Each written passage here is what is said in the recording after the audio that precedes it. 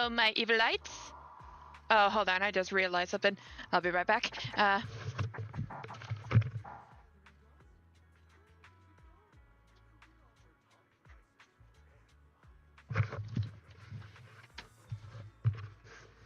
Sorry about that. I needed,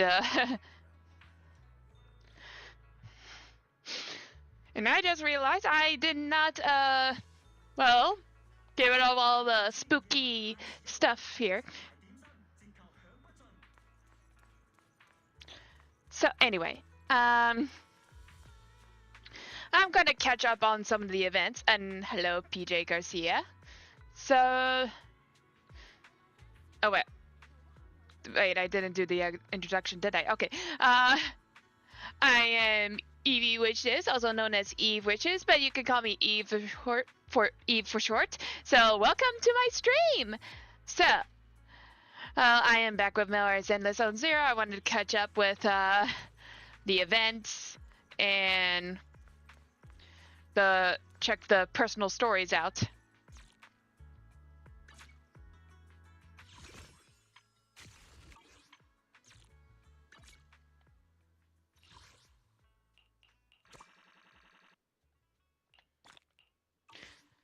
Ooh, how much do I have?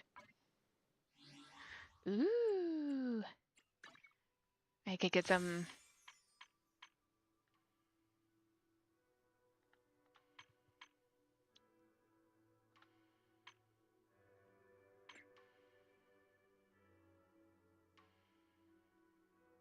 Maybe 2 of these.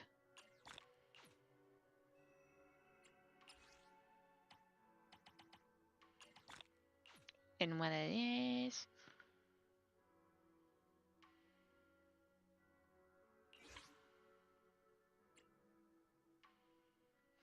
So anyway, events. Yeah.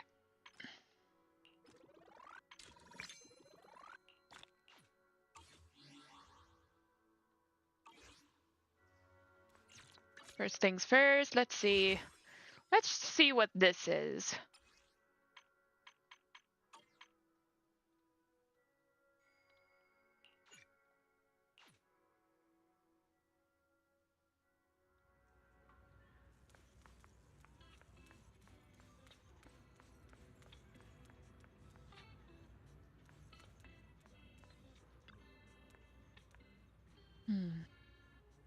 Got a message from Wise saying, "Come find me at the stall in Siloam Bay. Got something important to tell you."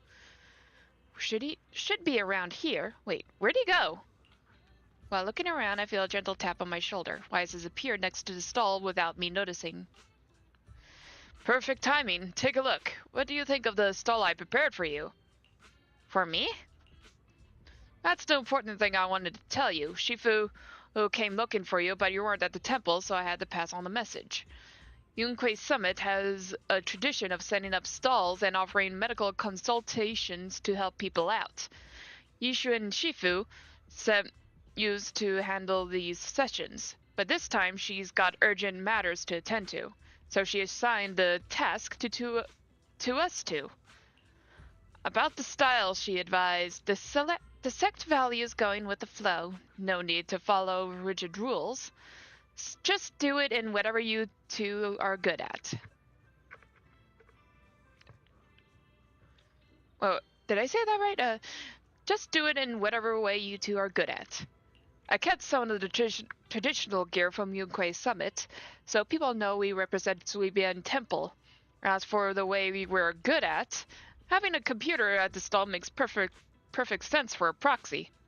The computer can be used to check customer booking information and has ferry installed. Isn't it both casual and practical, perfectly meeting Shifu's requirements? I'm quite satisfied with it myself. You're definitely going with the flow. Sure, I saw the casual part, but how does that make sense? This ain't no Suibian Temple. It's more like a fairy's online fortune-telling thing if you ask me. But we'll talk, though. Shifu probably wants to train us. It's not cool to dump everything on Fairy, right? Oh, don't worry about that. The stall runs on a temporary power supply, not enough for Fairy to waste. So we can't leave everything to Fairy. And we're still getting all the training benefits. You're surprisingly thoughtful. Setting up the booth is way more work than I thought. Belle, you wouldn't want to see your exhausted brother doing even more overtime, right? So... Wait, that's not right! So, to divide the work efficiently, I'll leave the store operations to you. See you when we close up. Hey! Wise dashes away in a flash. Dang it, beat me to it. I knew there had to be a reason why Wise was being so helpful. They had an interior motive. At this point, I should focus on completing Shifu's mission first. I'll settle the score with my brother later.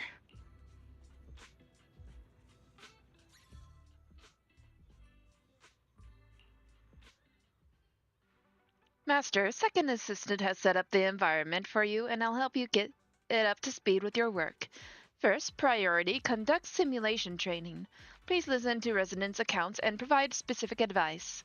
After the tutorial ends, you can officially start handling residents' issues. Please note, I will stay by your side, Master, providing optimal solutions whenever you need them. Kuhua? Curses and mysteries, key points, terrifying.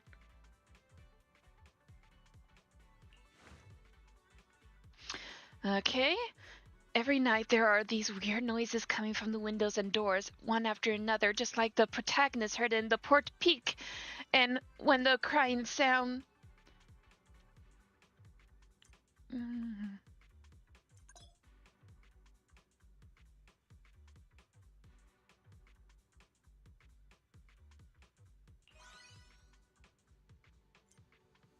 Okay, I wasn't able to...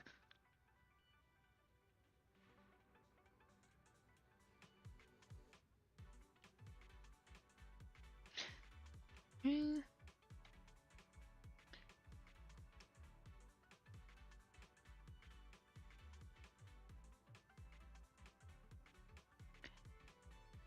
didn't mention that, but watch out for thieves! Okay, Lynn. Curses and mysteries. Key points bad feng shui at the construction site.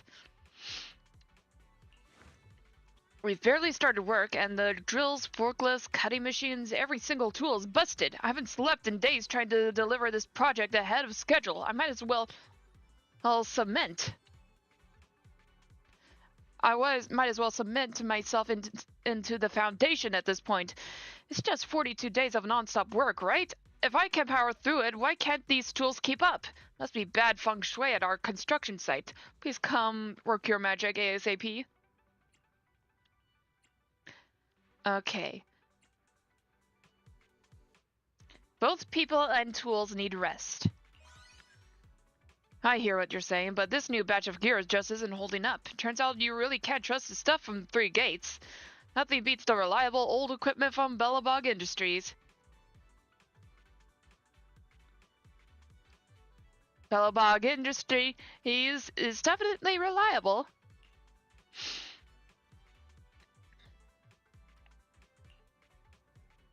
Okay.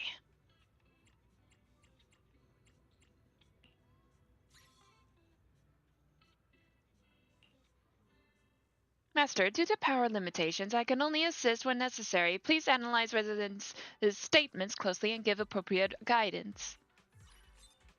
Oh! Ukinami Yuzuha curses Suibian Temple's strange ghost. Have you... Okay. I'll point out the right choice. You have 2 chances for help each round. If you're on the fence, let me help you out. Have you heard? There's a strange ghost haunting Suibian Temple at night. It's the hottest buzz at Spook Shack lately, with its razor-sharp fangs and pitch-black fur, lurking all night long at the fortune-telling stall. Maybe tonight it'll be outside your window. That must have been Oshawa on night shift. Looks like these ghost stories aren't spooky enough to scare you. Don't worry, I'll be back with even creepier tales next time. Just you wait.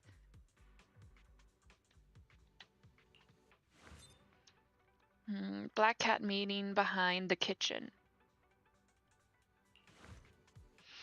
A few nights ago, one of our staff said he spotted a black cat gathering where the cats circle around the steaming hot boiler, like some mysterious ritual. Since then, he's been totally out of it, muttering stuff about cats good, humans bad, and can't focus on who's cooking anymore. I'm trying to figure out what's up with this gathering, and mind helping me figure this out?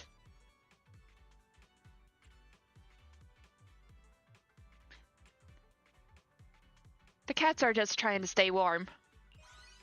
So that's how it is. Though he's gone a bit overboard, he's been bathing and burning incense for several days straight, determined to wait in the kitchen out back for the black hat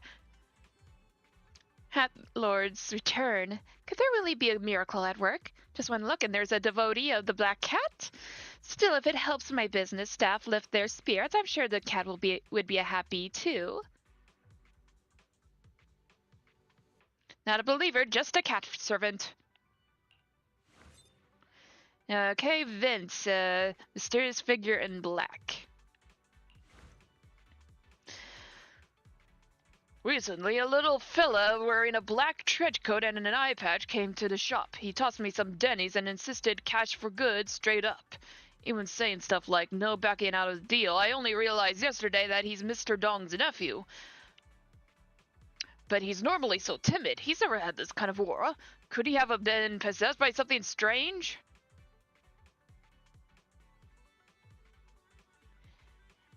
He's just copying movie scenes. So that's what the young folks call cosplay these days. I'm not one to judge, but looks like he spent all his allowance on the outfit and left no budget for props. Dressed to impress, but only able to afford the shabbiest accessories. Oh well, as long as he's enjoying himself, I'll put a few bargain items aside for him. Every great warrior comes from humble beginnings.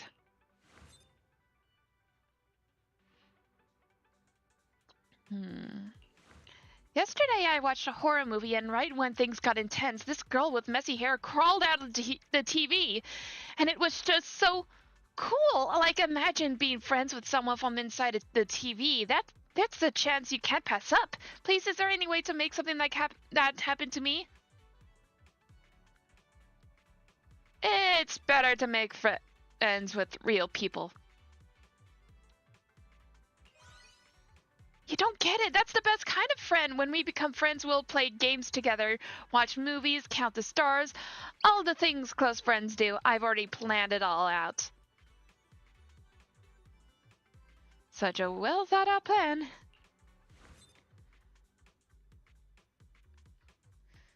Lighter. Okay. Life's too short. Let's roll Muckus. Ever since meeting that show-off Nightboo, Muckus has been hogging my bike, yelling giant truck charge, while ramming into Steel Tusk. The old-timer at the Bang Boo repair shop couldn't find anything wrong, chucking up to a restless machine spirit. Lucy doesn't believe any of it. Proxy, you think you can figure out what the real issue is?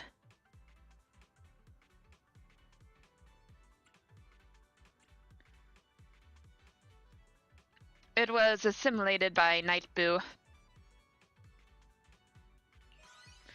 So you're saying doesn't want to be part of the biker game but wants to become a knight instead? I never knew knights could be so unique. I thought knights were cut from the same cloth as the champion. Either way, thanks. At least we've got something to go on. You're just like a night lighter.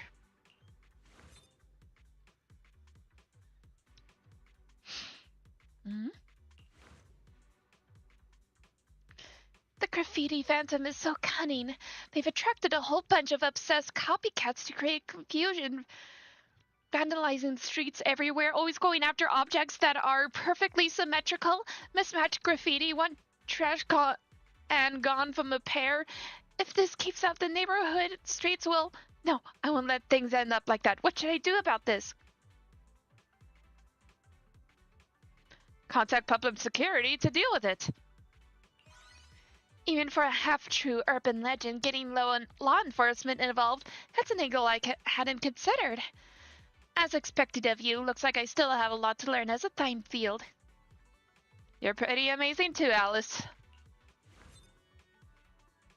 Yan Yao, okay. Map malfunction. Last night after checking out a store, I was following the map on my way home, but somehow ended up in this weird neighborhood without a soul in sight. I freaked out and tried to run, but kept... Oh! I pressed the wrong thing!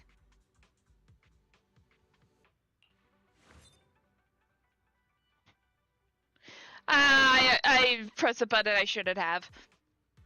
Okay, Inquirer Snap Anti-Photography Boo, okay. In it. What's wrong with you? Out of thousands of photos I have taken lately, not a single one follows the golden ratio.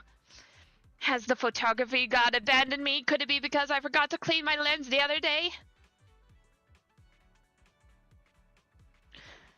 Photography isn't just about numbers and proportions. I mean, sure, but you're right. How did I let myself get boxed in by all these rules? A true master can reveal beauty from every angle. Thanks for opening my eyes. Just don't overthink it.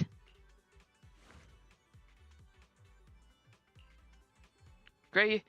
It worked, Bill. I thought I'd come back early to help, but it looks like you handled everything just fine. The residents should all be content with their advice, so let's wrap things up here.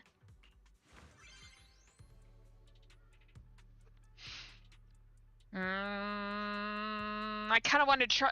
I kind of want to challenge it again because I got that one wrong. Okay, I'm gonna try to speedrun this one.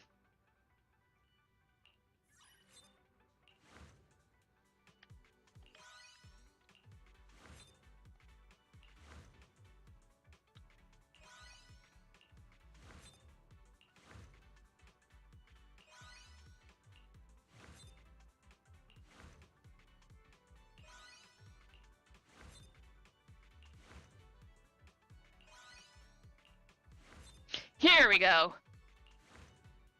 Wow, Failing Heights has changed so much over the years. No wonder the old map is useless. Your predictions are eerily accurate, Master. Well, with Yonkoi Summit standing guard, evil spirits and demons wouldn't dare cause trouble here. This place definitely won't end up like what happened to my home. Hold up, how can you get lost right at your doorstep?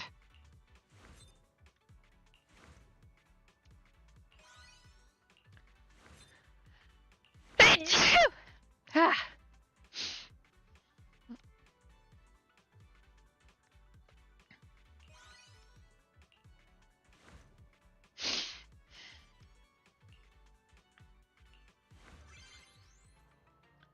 Okay.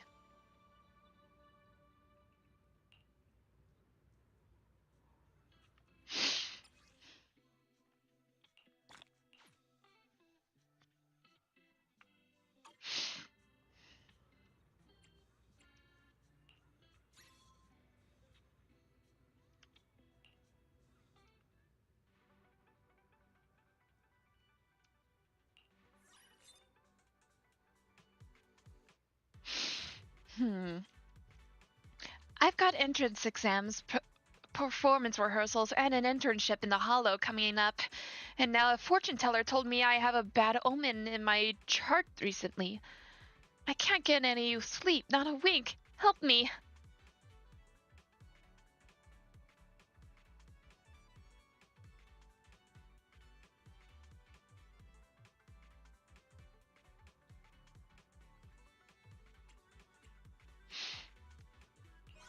Okay. Really? Mom's always said sleep makes everything better, and if something doesn't work the first time, just sleep on it and try again. That's a good solution, right? Thanks, Master.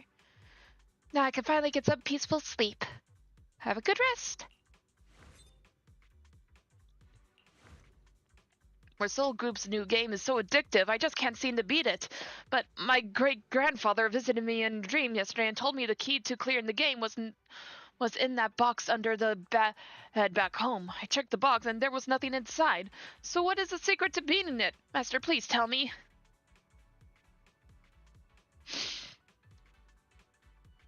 The secret is never giving up. Oh, now I get it. So in an open world game, even a boss that's totally invisible and ignores all damage can be beaten as long as you don't give up. Thanks, Master. I'm going to go back and give it a shot right now. Are you sure this isn't a bug?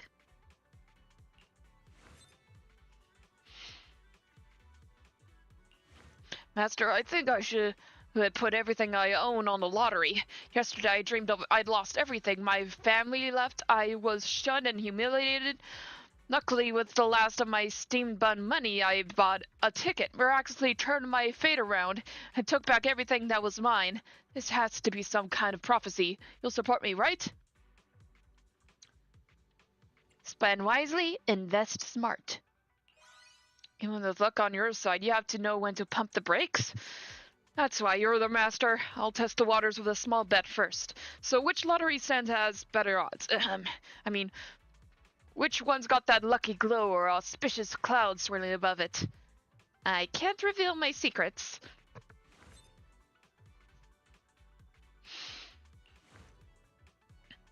Even though I've been investigating leads around the clock, the case hasn't made any progress. These past 2 days, my logic core's been scrambled. My circuits keep shorting, and yesterday I even dreamed about the Ethereals bombing the public security precinct with an airship. Maybe I'm not cut out to be a public officer after all.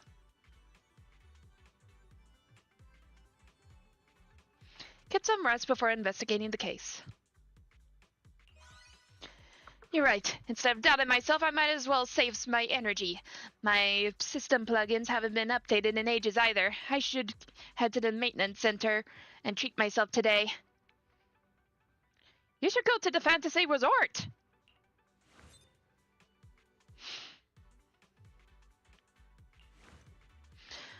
I'm heading to the hollow to find ingredients. Pan-seared blast crawler, salt-baked fisher crab, char-grilled goblin.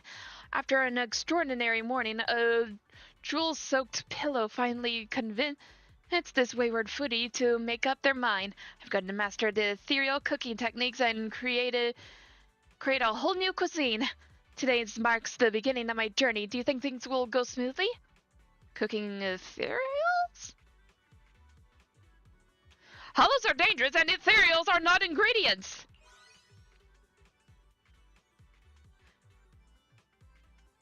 I'm a well-trained...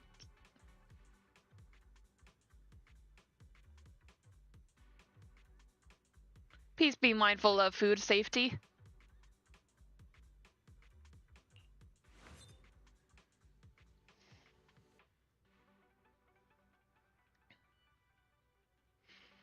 Yadhari!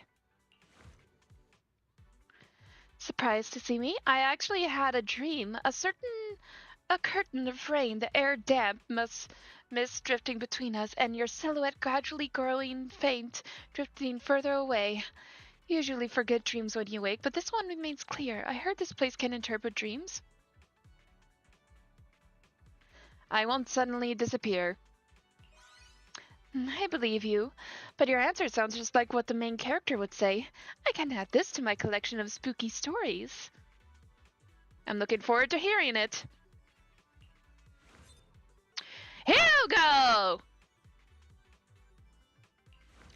Mockingbird's next target has been confirmed. Shh. Let's keep some mystery, but something's off this time. Lycon rarely warns me to be careful, and even Vivian has sensed danger in her dreams. Though it's not a prophecy, her intuition is always spot on. What do you think, Manager? You've got to be prepared. After getting a warning, that old guy stood down the original security team and specifically brought in the criminal investigation special response team for security. It's a tricky situation. Thanks for the advice, Manager. I look forward to our next meeting. Shu Yuan, I'm sorry. Seed. I dreamed about you last night, Proxy. In the dream, I became part of Seed Senior, but couldn't start up. I waited and waited until peony flowers had climbed all over Seed Senior's hands. And then you finally showed up. Thank goodness you were there, or the flowers would have eaten us. If this dream were real, would you want to be the pilot? I'd help you get booted up. You really are dependable, Proxy. You're wondering why? I actually knew I was dreaming at the time, but the you in my dreams said that whether in dreams or reality, you'll always choose to help your friends. Reality is a continuation of dreams.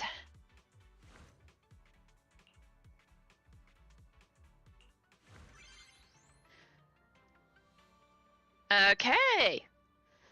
Looks like I got the full score, so yeah, that one lady was surprised, but it wasn't a wrong score.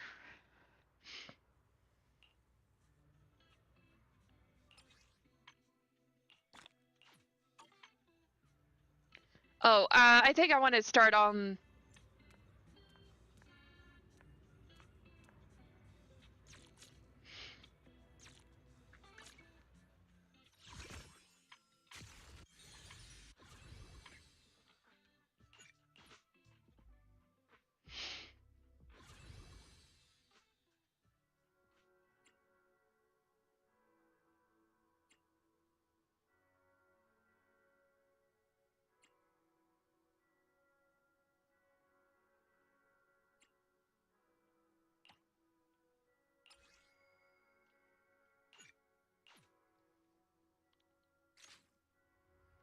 Lucia said she needs to see you, but considering what I know of her, it's a bit too early for her to be dropping by. Right? Alright, then you go get some rest, Wise.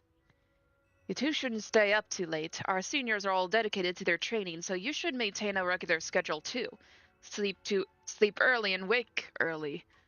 I can tell you're not really listening. Just be careful out there. Remember, you can always come to me if anything happens.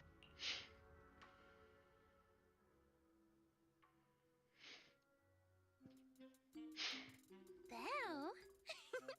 I knew you'd still be up. Wait a moment.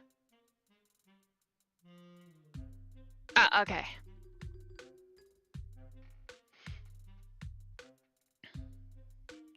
Yep, this is still early for me. I'm quite the night owl. Perfect! Anyway, the reason I'm bugging you at this hour is... I was hoping you could help me with something. Lately, my ethereal research has been like a Tarrasque mixer trying to get through the old metro tunnel in Cretan Hollow. Completely stuck.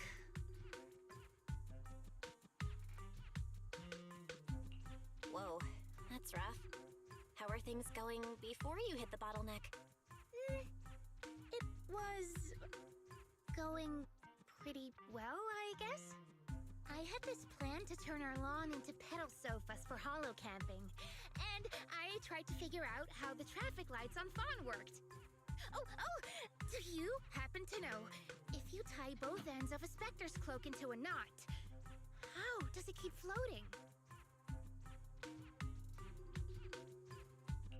Wait, Lucia, where are all these research ideas even coming from? What do you mean, where? From the Hollows, of course. Just walk on in, run into a couple of ethereals, and boom! Research inspiration! But I'll admit, these ordinary inspirations are just not enough.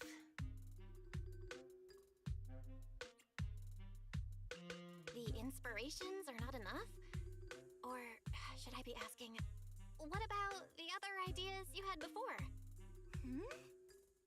Proxy, could it be you haven't read any of my posts on Spook Shack? I guess the titles of my posts haven't been catchy enough. If I can't come up with something as attention-grabbing as the fiery serpent, then no matter how many times I write about blast crawlers, people are just gonna get bored and lose their interest in the forum. And when that happens, where can I find leads on the night horror?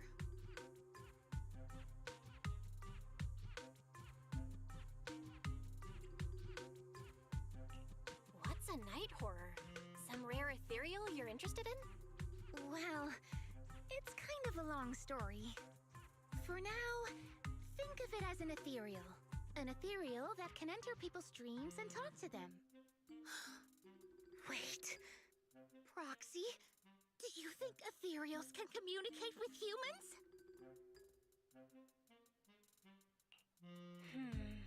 Anything's possible in the Hollows. If ethereals could talk, I'd ask the Fawns why they always flash their red lights every time I walk by. I know what you mean, Proxy. Normally, I'd say this is just baseless speculation and leave it at that. But right now, I've got the perfect research subject in mind. Let's head out now. Before diving into the hollow, we have to make a stop at Fluffy. Why are we going to Fluffy of all places? Oh, I'm going to buy a toy. What? A toy? Did you get a pet? Not yet, actually. But I know Chestnut's gonna be the goodest pup. Oh, I get it. You're trying to win over a puppy with treats and toys. Yes! Wait, if you're getting the toy now, then are you planning to take it into the hollow?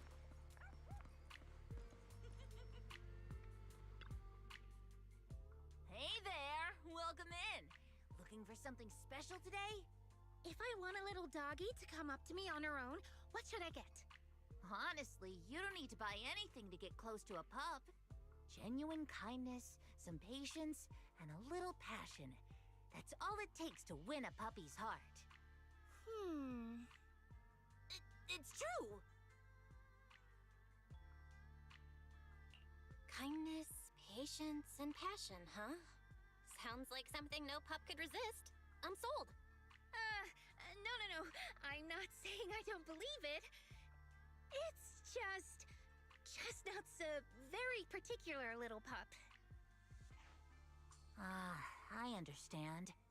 I've met lots of special needs pups. Some were abandoned, some have been on their own since they were born.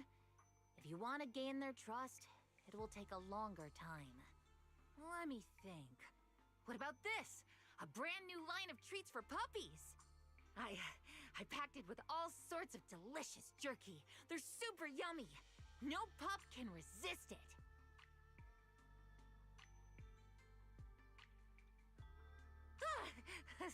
Sorry, the smell got me.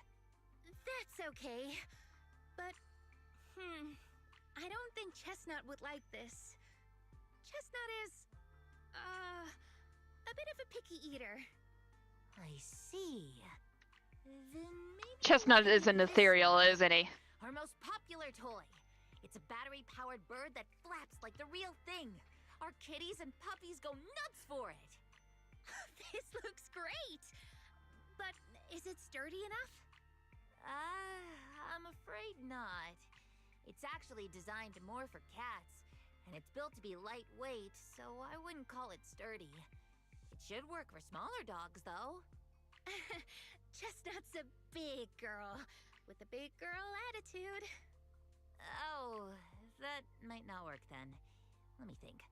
Oh, if you don't mind something a little old school, we do have another toy for bigger pups. It's actually more of a pillow. It doesn't have any bells or whistles, but it's really sturdy and great for gnawing. It's also infused with a calming scent to help soothe anxious pups. People can't really smell it, but dogs usually like it a lot. Oh, this is adorable! Though, I'm not sure if Chestnut would care much about the scent with her sense of smell. So Chestnut is a big, picky, grumpy puppy with a weak sense of smell? That sounds kinda weird. What's weird about that? Every puppy's different. Chestnut's just got her own little quirks. Chestnut is an ethereal. One, please. Sturdy little cushion. Highly recommended by Cairn. This is the most durable dog toy at Fluffy, a small cushion. Wonder which special pup Lucia plans to win over with it. You got it! Hope it helps you bond with that special little pup of yours. Oh, it definitely will. Lucia takes the cushion and Cairn recommended and rushes off toward the... Oh, better catch up quick.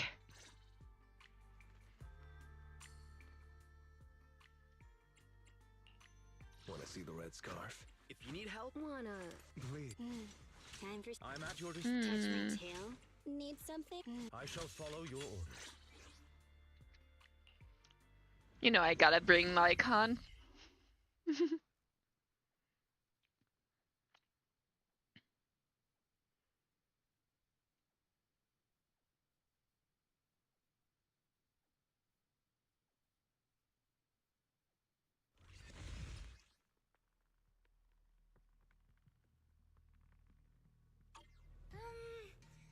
think. All right, let's head that way.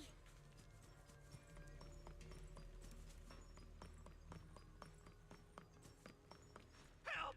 Help! Huh? Isn't that... strange.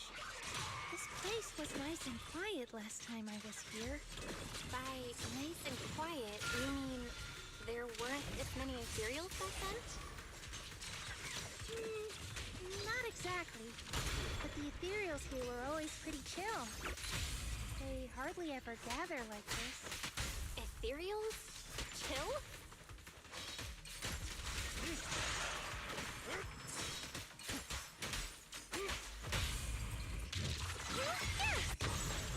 Wanna play a game? Thanatos Storm!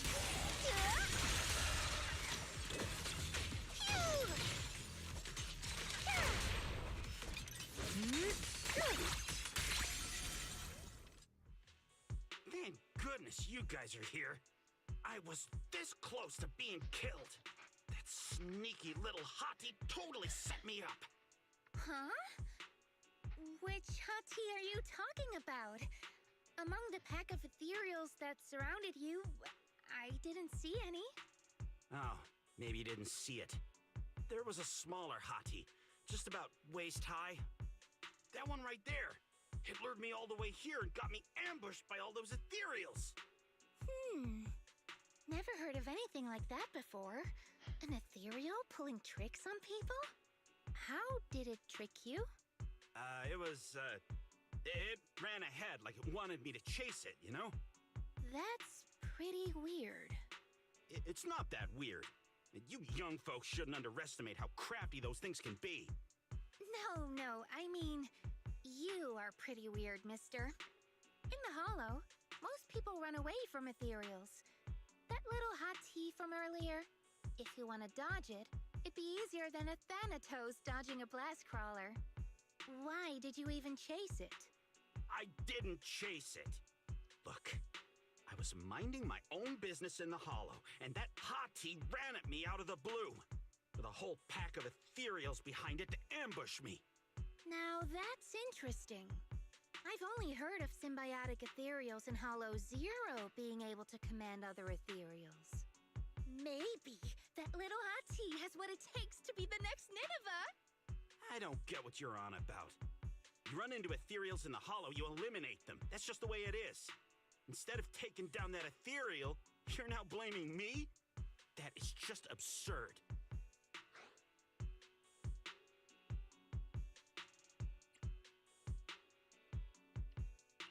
Mister, my friend just saved you. She's trying to learn more about the ethereals so we don't end up in the same mess as you. You? Frustrated by the questions from Lucia that he couldn't answer, the investigator snaps and storms off.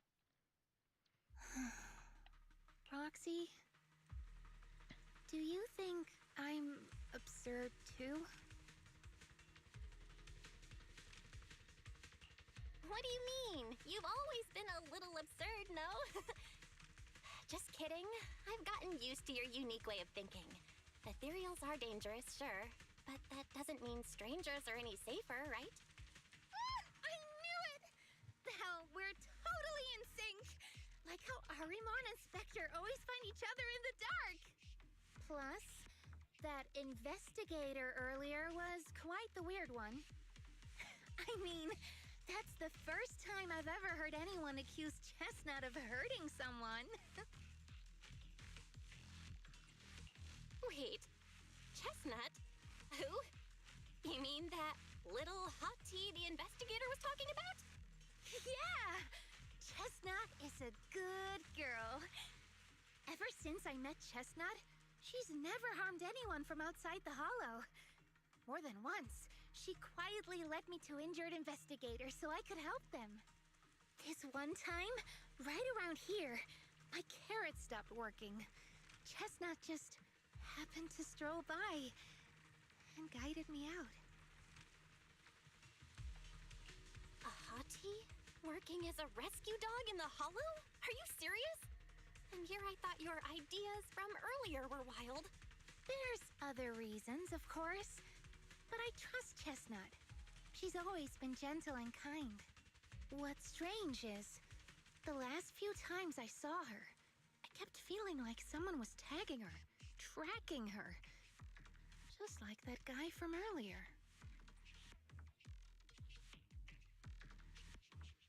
A kind and gentle ethereal? I need a second to process it. Those other reasons must be really important. It's a long story. Let's talk about it when we get back. Ugh, and thanks to that weirdo earlier, I didn't even get the chance to give Chestnut the toy I picked out. Let's look around a bit more. Maybe she's still nearby. I think Chestnut went that way. Let's go take a look.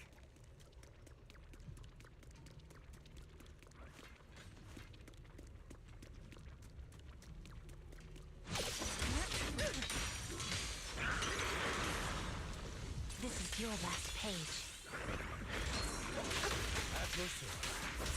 Oops. Don't worry.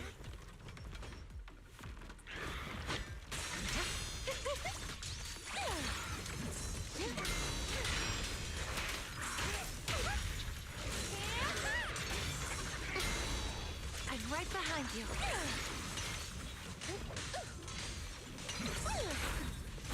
My apologies.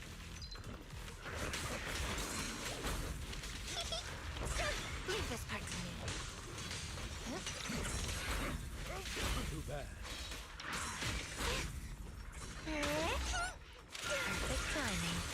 Echoes in it. Now, little cuties, crush them!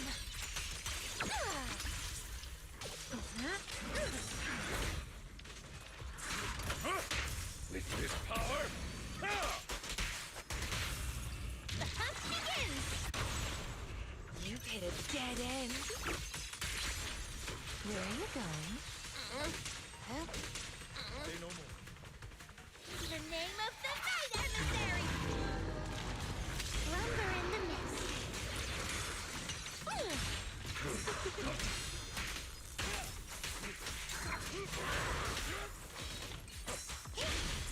Thanatos done! Ha! Chestnut, I know you're there! You didn't hide your tail properly! Did she actually understand that? Of course! She always understood me. Aw, you don't like it?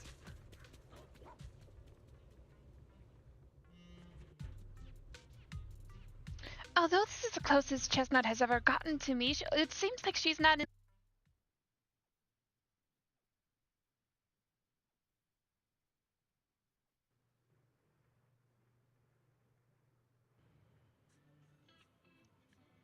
You leave the hollow with Lucia and return to Silum Bay. What a shame. You mean Chestnut? Aw, Chestnut still wouldn't take my gift. Do you think that investigator spooked her? Maybe that's why she's being extra cautious today. Yeah. By the way, how did you meet Chestnut? Well, it has something to do with the night horror legend from my tribe. Long story short, Chestnut is a gift the night horror sent me in a dream. I think I remember you mentioning the night horror, but you never said it sent you a gift. Can you tell me more about it? You already know I'm one of the night watchers out on the fringes of New Eridu. We rest during the day, and we're active at night. The stories say that long ago, our ancestors fought a powerful ethereal. The battle lasted for days, and just before it fell, it released a final surge of power. Ever since then, it's haunted our dreams. Sometimes, when our people fall asleep at night, they dream of the night horror. And in their sleep, they walk straight into the hollow, drawn to its call. Just before the ether consumes them, before they become ethereals, they regain clarity for just a fleeting moment. Over time, we've come to realize that the more people who fall asleep, the stronger it becomes. What a terrifying curse! Is there a way to break it? No. That's why we moved to the outskirts of the city and stopped sleeping at night altogether. If we must rest, someone always stays awake to keep watch. The strange thing is, the night horror left more than just a curse. In the hollows, ethereals don't attack us. They see us like we're one of them. And this staff? It's the only weapon left from when our ancestors fought the night horror. It lets me mimic ethereal abilities. The chieftain said I was the most gifted of the younger generation. Or something like that. I'm still not sure what made him decide that. But he gave this staff to me. Being seen as one of the ethereals and copying their moves. If all these weird... She even described the night horror she saw in her dreams. Just like everyone else said, at night. I dreamed of the night horror's gaze. It was looking at me. And in front of me, there was a little hottie. Hold on a moment. I need to check something.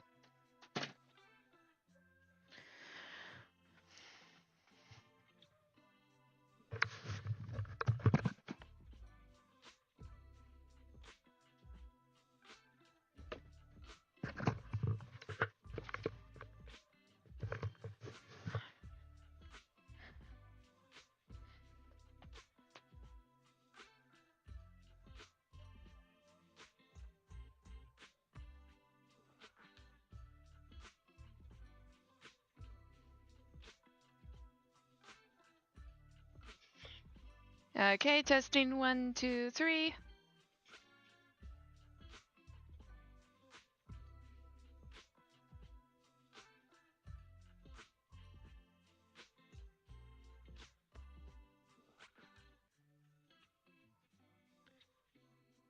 Okay, testing 1. Alright. Since we're running smoothly now,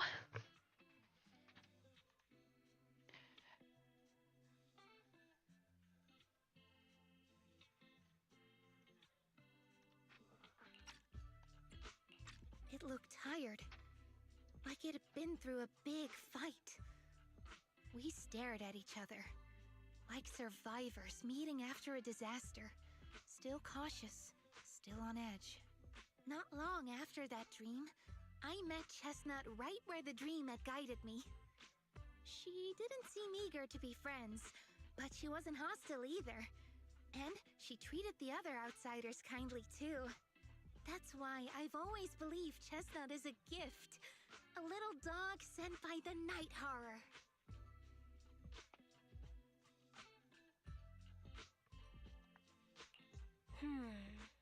So, the night horror was just being nice? I don't know. But I think Chestnut is such a good girl.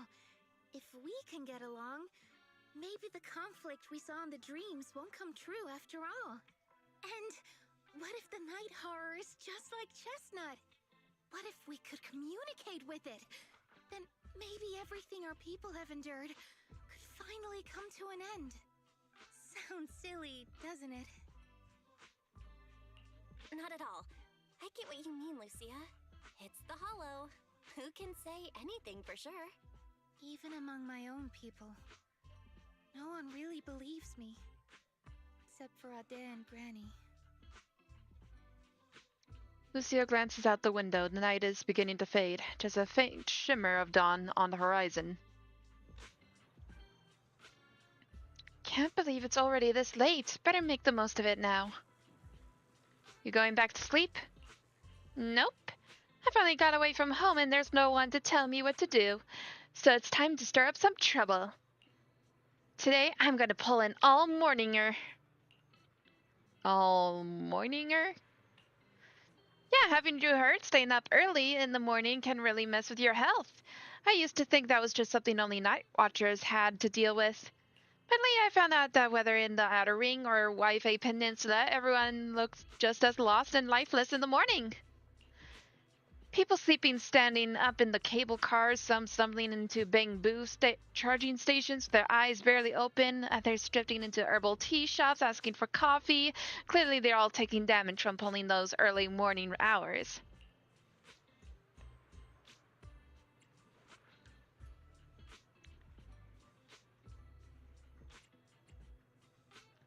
Actually, it's because they stayed up on they woke up way too early. Really? But they just need to get some sleep in the morning, like Grandma told me. Besides, I clearly remember, Belle, when you wake up early, you also... Wait, we're getting off track. It's actually about Chestnut. I heard that people often take morning walks with their pets along the beach at Salem Bay. Should we go check it out? I want to learn. How do others get animals to like them?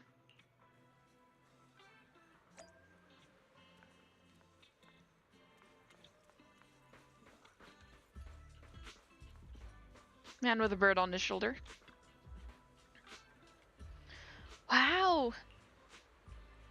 Want to say hi to her? Hey there, little birdie!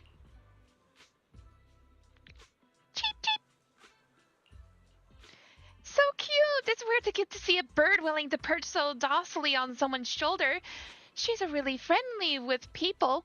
If only my dog would rely on me like that. There may be a chance she's just being lazy, not wanting to flap her old wings, and just wants to use me as her personal ride. Cheep! Little bird pecks the man's ear hard. After the man begs for mercy, the bird gently nuzzles her beak against the side of his face. Wow, you two are really close. I get it. Animals can be moody sometimes. As humans, we need to be good at having patience, but also seize the right moment to create opportunities for communication. That's right. I trust she won't hurt me, and she trusts I won't hurt her. Everything else is minor, though honestly, this one did hurt quite a bit. Ouch. Cheep! I get it. I trust that Chestnut won't hurt me. So next time if she ignores me again, I'll say something to make her angry when she gets mad enough to bite me. When she gets mad enough to bite me, I'll apologize. No, please don't. No worries, and everything else is minor. Cheep, cheep. Exactly, it's just a little dog. What trouble could your Chestnut possibly get into?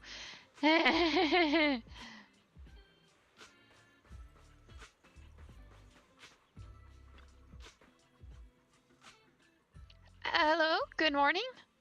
Bad morning, unfortunately. Alright, got it. So what do you want me to do now? The little dog barks loudly a few more times, mixed with some impatient sneezes. Then he lifts his head and turns around, clearly a sign he wants to leave. The girl walking him heaves a heavy sigh and turns to ask Lucia. Sorry, what were you trying to say just now? I wanted to ask how you and your dog usually get along. Oh, it's simple. He screams at me, I obey. If I don't obey, he screams, and then I obey. He always manages to cause even bigger trouble, and all I have to do is follow his bark and call. We are a heartless tyrant with endless energy and his poor slave. That's pretty much it. Now that you mention it, my dog is kind of the same thing. He would look at me and start sneezing, telling me he wants to go outside. And then he goes like, when he wants something.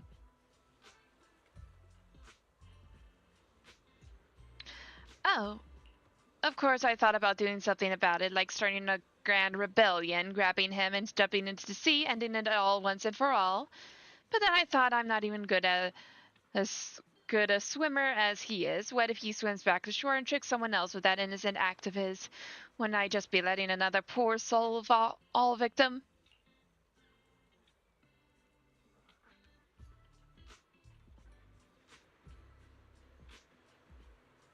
Who says puppies aren't as fierce as the ethereals? Suddenly a strange smile creeps across the girl's face as if remembering something exciting. But hey, humans live longer than dogs. In 10 years, when he gets old and has no energy left to bark and scream, I can't drag the whole table around just 'cause he's leashed to it. he won't be able to torture me anymore.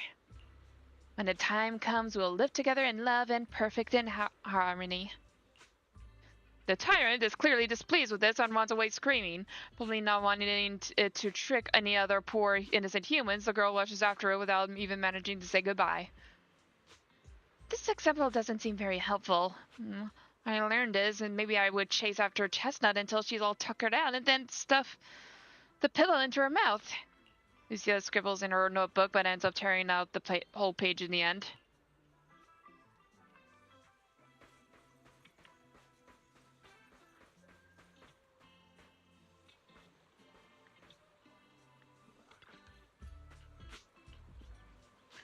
Hey, let's see, what's up? Hey, hi sir, are you taking your turtle for a walk? The composed turtle wags its head slightly, nodding gently in acknowledgement. That's right, old Buddy here was my grandfather's good friend. He passed it down to my dad, and my dad passed it down to me. Technically, I should call it, you know what, let's not get into that. Your grandfather's good friend? Lucia counted on her fingers, trying to figure out the generational relationship between the two elderly folks. Many years ago, when I first got it from my dad, I was still young. Back then, I found it too lazy and slow, so I just kept it in a water tank. It seemed to know I looked down on it, so it gave me the cold shoulder, too. But over these past few years, I've grown old and can't walk much anymore. It forgave me for neglecting it before, and now it's willing to keep me company when I go out to soak up some sun. That's nice. I wish I could have a quiet moment with my dog, too, but I don't think she likes getting too close to me. Take it easy, young one. When words fail us, we can still speak through actions. Simply keep communicating with them, and they'll eventually understand. So that's how you interact with animals. I've still got a lot to learn. But I feel like Chestnut is also trying hard to get closer to me. Though she didn't accept my gifts, she wasn't completely indifferent. Today was the closest she's ever gotten to me. But how do I gain her trust? To keep believing in her? So you mean, even though I saw Chestnut being hostile to that investigator tonight, I still gave her the pillow, so Chestnut was willing to get close because she thought I believed she was a good ethereal? That makes sense. Just like Gramps said earlier, Chestnut understood me. But that investigator... Chestnut was really unfriendly with him, totally different from how I'd seen her treat others before, and how she treats both of us. I like to believe that Chestnut made her own judgment after observing him. Though I don't know yet the reason. As an ethereal, Chestnut being so friendly is already a miracle that defies nature and goes against instinct. I don't want to let her down. Probably because it's her usual bedtime. Probably because it's her usual bedtime, Lucia seems pretty sleepy already. Go get some rest now. Alright, tonight's Hollow Bedtime Tales ends here. Even for a planned all-morninger, this has gone on way too long. I need to get out of here before the night emissary's magic wears off. I'll come find you when there's any new developments. Like a princess from a fairy tale who must leave when time runs out, Lucia waves goodbye, pulls up her hood, and gracefully vanishes into the crowd.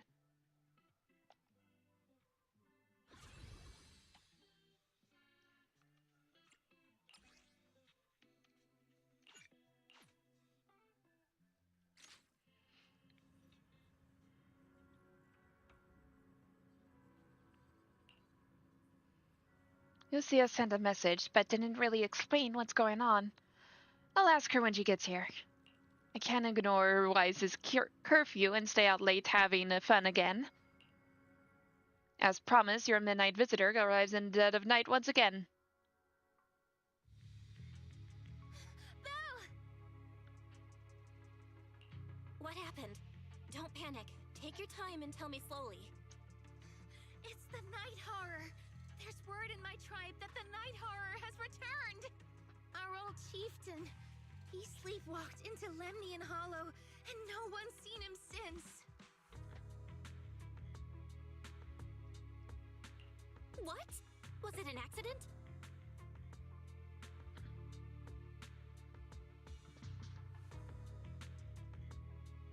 few days ago, some people came to speak with the chieftain.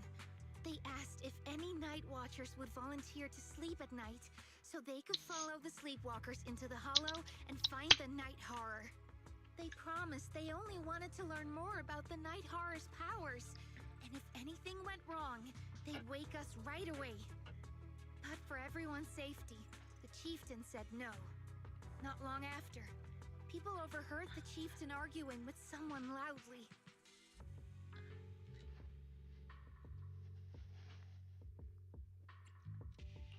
That sounds suspicious. Do you think those people were involved? Since they got turned down, they forced the chieftain to sleepwalk? But they left right after they spoke with the chieftain. No one saw them return or sneak into the tribe. It looked like the chieftain just began sleepwalking because of the night horror. And following the fate of all night watchers, returned to the Hollow's embrace. Something's definitely off here. I've been carrying the staff he gave me, and I still remember his words. Maybe all night watchers will eventually embrace their fate, sleepwalking back into the hollow and becoming one of the ethereals. But until that day comes, we live as people. We live our lives to the fullest. So if anyone took away the chance of him living his life to the fullest, even if it was the night horror itself, I need to know why.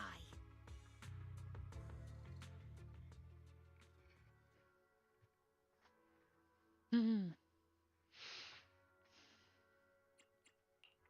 I'm here. A mission? I'm at your disposal.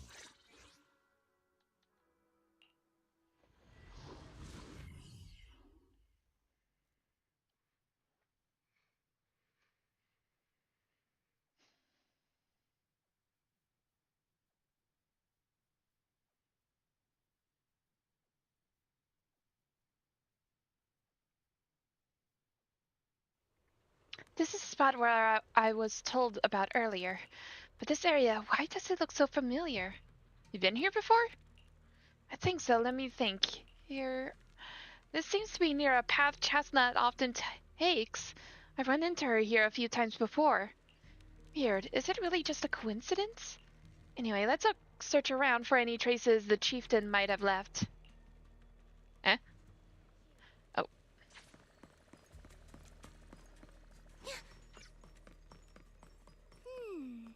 A crossroads.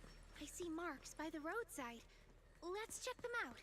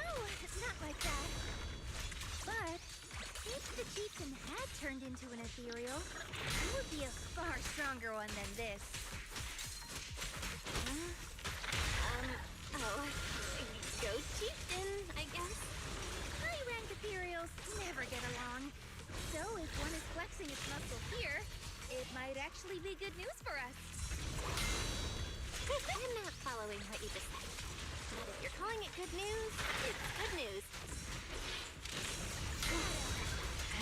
Yep. But first we need to deal with this little troublemaker. It's being a menace. Keep their turn! The noise is unbearable. Time to end this! Huh? With this power? In the name of the Night Emissary! A little smashing should do the... Now, little cuties, crush them! I knew it wouldn't be that easy. Sleep well.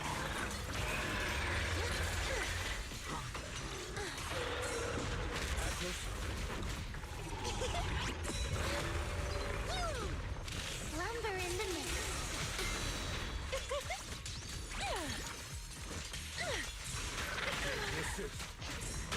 My turn! Okay. Lucia, I'll face the enemy head on. Time to hunt.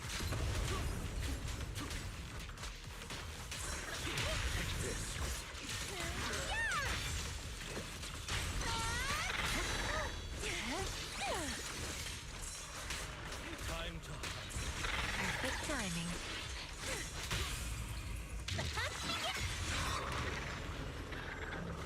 Okay. Lucia walks around the area and finds a few markers, which seem to be put her more at ease. I hate to break it to you, but that ethereal we just saw was definitely a hater. They were all Exaltus priests before turning into ethereals. Why? From what I know, making a hater requires some prep work, so to speak. It's the Exaltus exclusive cheese, made with unique textures and extra long fermentation. Sorry, I suddenly lost my appetite for cheese too. Let's talk about something more cheerful. The people who came to rescue the chieftain left a mark. It means something like he's all right now, and everyone's gone back. But something seems off around here. Better get out quick. That's sure some efficient mark. Sometimes night watchers encounter more troublesome situations in the hollows. To let our kin know about our predicament, we've established a unique and comprehensive system of markers. The message left behind this time, it matches what I felt. So we should head out now? Hold up, I've got this feeling that something's making the ethereals around here restless. Look around, look carefully, we might find something good. I haven't seen Chestnut today. What I mean is, since the chieftain is fine, we should continue our previous research until we get new information. If I remember correctly, there should be an ethereal around here that'd be perfect for research. That would be Chestnut, right? Yep.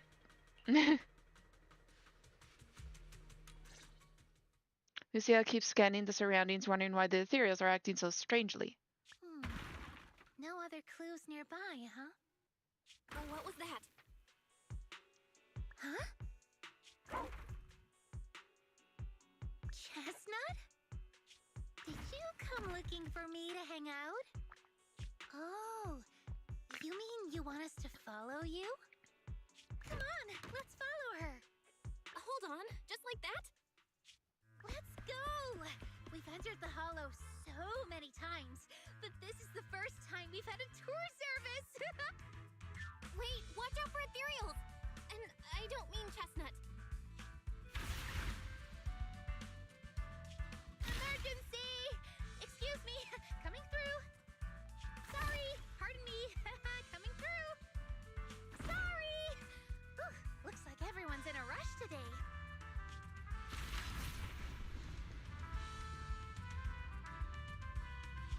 Weren't we supposed to be looking for clues? I think I just hit my steps for the day. Chestnut, what is it you're leading me to? Don't tell me we'll get all the way there just to find out she was chasing after a lost chew toy or something. Are we finally here? Wait, that's... Kieran? And what's that beside him? Before Lucia could wake Kieran, more excited ethereals come swarming in, and Chestnut seems to want to join the fight. Chestnut! I must be dreaming, so Haiti is helping us beat up other ethereals? Watch out, Chestnut, here I come!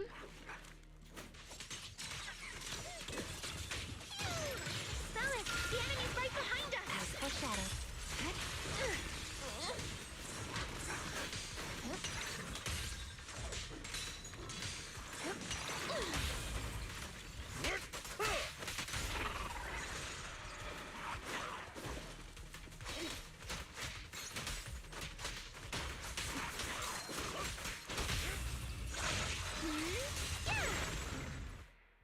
It takes some time to wake up Lucia's fellow Night Watcher. Kieran? Kieran! Are you okay? Lucia? What are you doing here? I heard about the chieftain. I came here to see if there were any clues. What about you? Did you also sleepwalk into this hollow? I don't really remember. I asked a friend to keep watch for me, but somehow I still ended up sleepwalking. Before you guys woke me up, I had no idea I was here. It's pretty late. Maybe that friend of yours also dozed off. I don't know. I saw him as a friend. But maybe he didn't see me the same way. He's always in an investigator outfit. Last time I ran into trouble in the Hollow, he was the one who saved me. Lucia knows. When things go south in the Hollow, we Night Watchers are always the first ones to be abandoned. It's rare for anyone to turn back for us. What? Why? Just because you don't get attacked by ethereals, they treat you like you're some kind of freak? Mm-hmm. Especially when the ethereals come swarming, it really becomes apparent that we're Night Watchers. But then again, I guess it's not always intentional. Sometimes people genuinely can't tell. In the chaos, a Night Watcher in a helmet doesn't look that different from a frenzied maniac or a vicious striker. That's crazy. But there's something strangely funny about it, too. Sorry. I shouldn't laugh at it. In dangerous situations, people tend to turn on anyone they see as different. When panic hits, those so-called teammates usually choose to abandon us first. And they always say things like, "You'll be fine. The ethereals won't attack you. Just hide here. We'll come back for you when we can." But most of the time, no one comes back for us.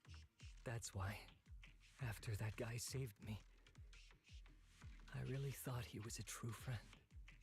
I understand what you mean. But has he been acting strange lately? Strange. Well, lately, he's been asking a lot about the night horror. And really digging into things like how we communicate with ethereals. Does that count? Communicate with ethereals? Yeah, he saw me trip over a beholder engine once. It just looked at me and left me alone. Didn't attack me or anything. After that, he got it into his head that Night Watchers must be able to communicate with ethereals. It has the power to calm them down. By the way, speaking of calming and communicating with ethereals, isn't that your specialty, Lucia?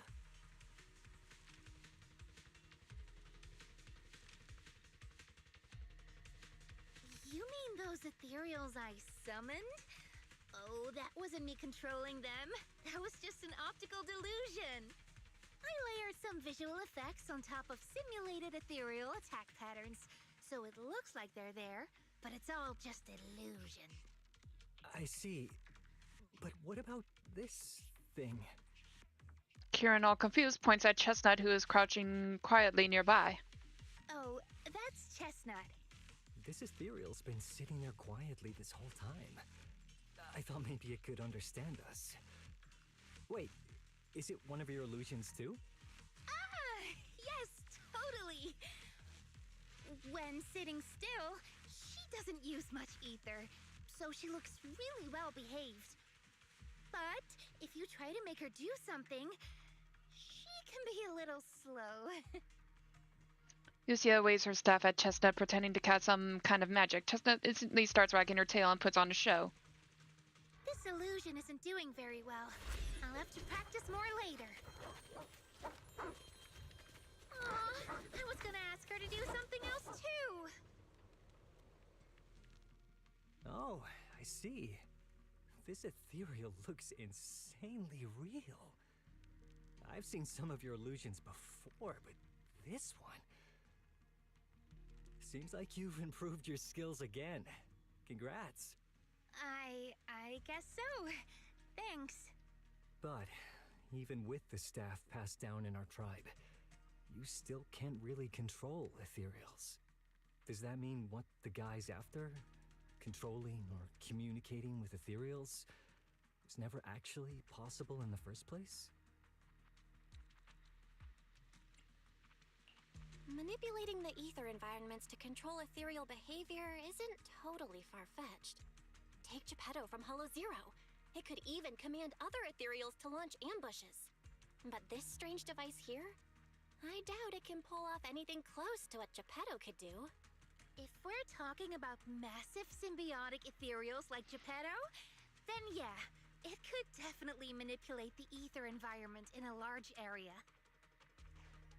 But I feel like we don't really need something that extreme to influence ethereal behavior. If we just want to change how ethereals behave, then maybe suppressing or stimulating their ether activity levels could do the trick. As expected from our ethereal expert. Have you seen anything like that before? No, but the ethereals we encountered earlier were unusually agitated, as if they'd been provoked by something. Do you think it could be because of this device? And don't forget the chieftain's disappearance. What if someone's using the Night Watcher's abilities to try and communicate with ethereals, or to test how much they can control them? Are you saying that someone's been experimenting on us? Using our ability to sleepwalk our lives? For research? That's right. They probably want to exploit the Night Watcher's abilities to locate the Night Horror and research how to communicate with ethereals. This theory actually lines up with how we've been treated during Hollow joint operations. But it's just a theory for now. We shouldn't jump to conclusions. We need more leads, like figuring out what this strange device actually does. Okay, I'll keep you posted on what's going on back in the tribe. With that promise, Kieran takes his leave. Weird little thing. Belle! Come take a look at this thing!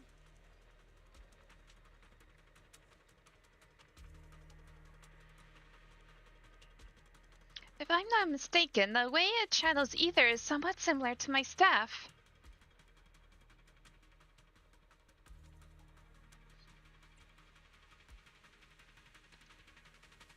Was that ethereal just now also an illusion? Of course not. Those were real ethereals just now, even more agitated than usual. Lucia glances in the direction Kieran went. Actually, my staff can indeed influence the behavior of ethereals. Influence how? And since my staff can knead ether into a ball, it occasionally emits an intense light like the core of an ethereal, blinding those ethereals that still have a vision. If that ethereal isn't nice to me, I'll catch it off guard and bonk it on the head. Just kidding.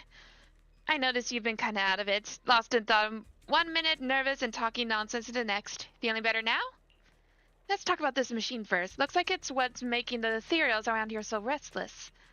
A chieftain sleepwalking and Kieran's blackout. They're probably connected to whoever put this thing here. But who could have done this? The person behind it all. Could they also know about the staff passed down from our ancestors? Looks like more ethereals are coming. You and Lucia turn toward the source of the sound. A familiar figure comes into view. Chestnut's back and brought along the cushion from before. Chestnut? Wow! You like this pillow, don't ya? Thanks so much for today. Will you come play with me again next time?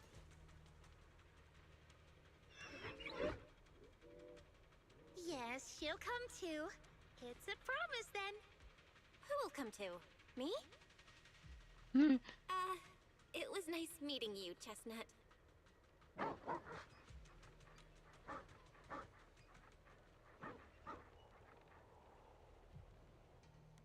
At Chestnut's enthusiastic invitation, you pet its head and tail. It's just as hard as you imagined, and you can even feel the violent ether flowing through its body. But this violent ether forms such a... Oh, wait. After you and Lucia have spent quite a while playing with Chestnut, you reluctantly say goodbye and return to Phalum Heights.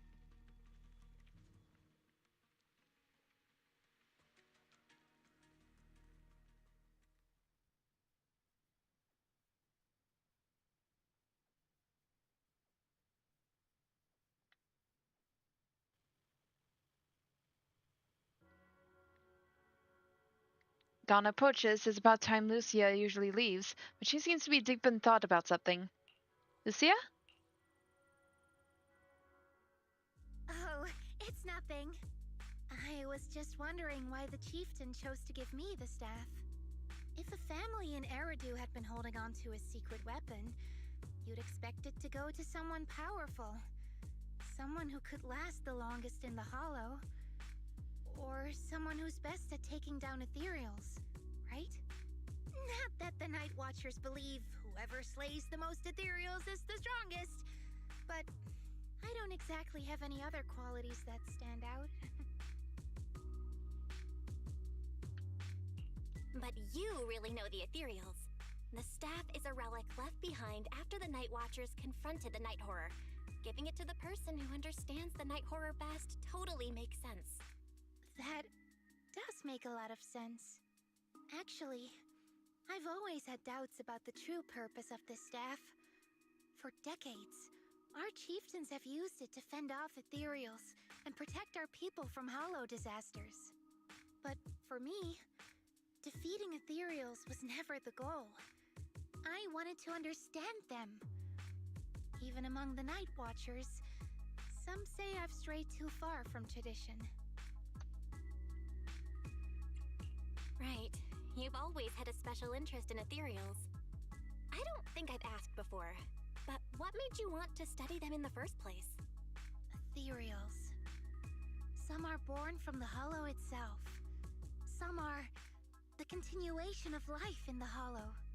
Some of them feel like projections of who we are in the Hollow.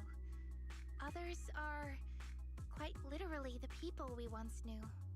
I keep wondering, when someone is corrupted and becomes an ethereal, when they lose their sanity and identity in the Hollow, is there really no way to bring them back?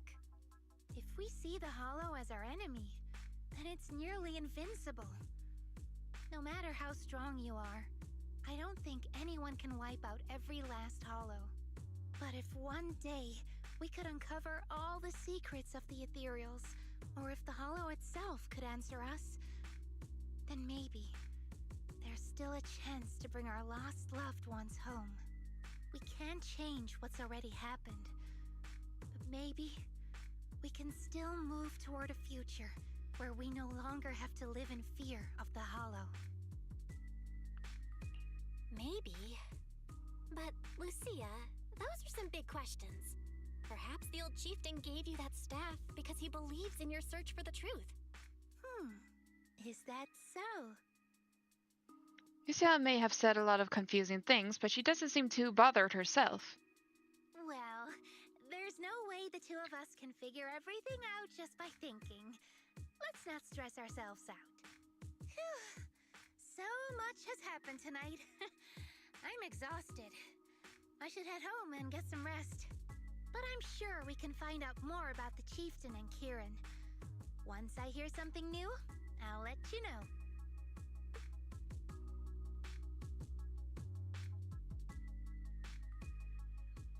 hard to believe that I've actually touched an ethereal, a living ethereal, moving, and it let me pet it as of its own volition. Lucia's so amazing. This is so exciting. What kind of adventure will she take me on next? But I'm just feeling a bit sleepy. If I head back now, I should make it in time to eat the breakfast wise spot, right? I'll sleep after eating.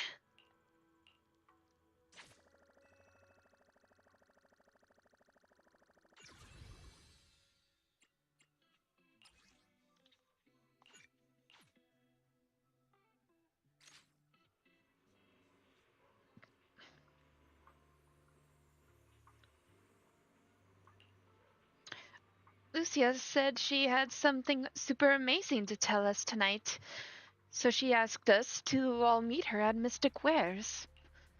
But before she could say a word after rushing here, she got some message from someone called Kieran, and just left right away. Yuzuha and the others were also completely confused, but since their families were waiting, they headed back home. So I think you might know what's really going on. I do. If you know about it, then I can rest easy. Lucia said she and Chestnut are waiting for you and wants to meet them at this spot. Yudari will hand over a page with notes, clearly hastily written and torn from Lucia's notebook. I'm on it. Let's wait until you get back. Then you can tell me what really happened. Whatever she ditched us for had better be worth it, or else she's going to have to treat us to Yum Chun Sin at the very least. Yuzuha was the one who said that, wasn't she? I can't hide anything from you. We'll wait outside the hollow for you to bring Lucia back. But who is Chestnut? Hey, Seabound!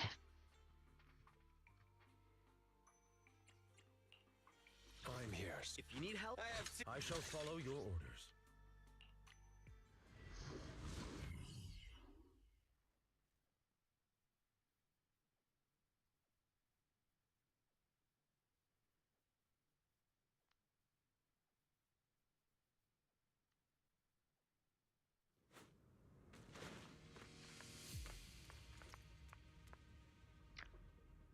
Look, our little guide is in position.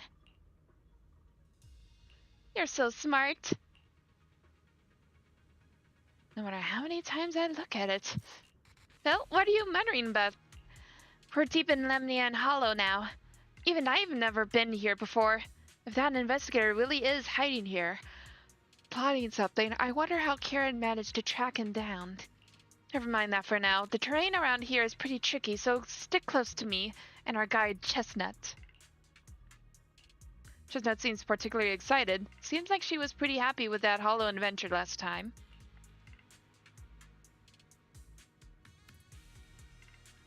Let's just follow Chestnut. Whether it's the suspicious investigator we saw earlier, or... Chestnut should remember their scent. She has the makings of a rescue dog. You should totally train her.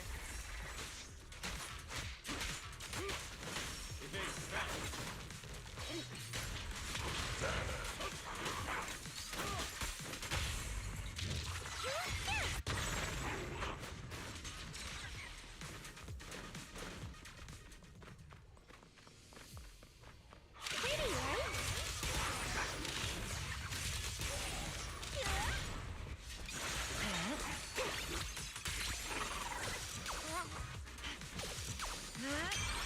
Let's break the ice.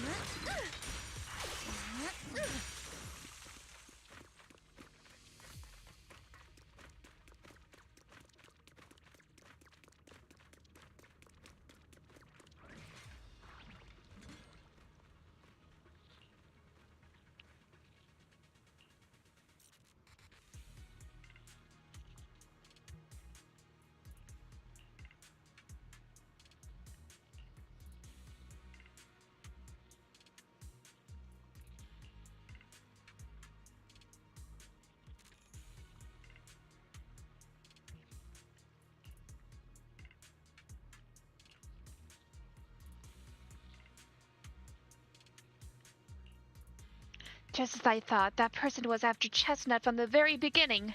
We need to find them quickly. And what does reliable source mean? Could someone be feeding them information about Chestnut? I don't trust Kieran.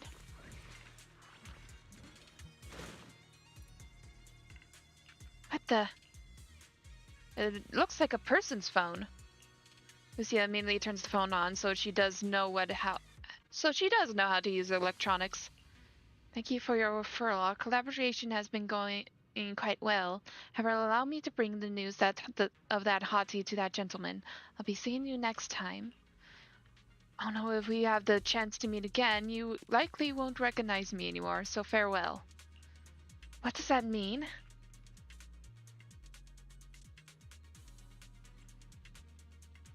Looks like his partner betrayed him. Huh? You mean the guy who accused us of siding with Ethereals might have already turned into Ethereal?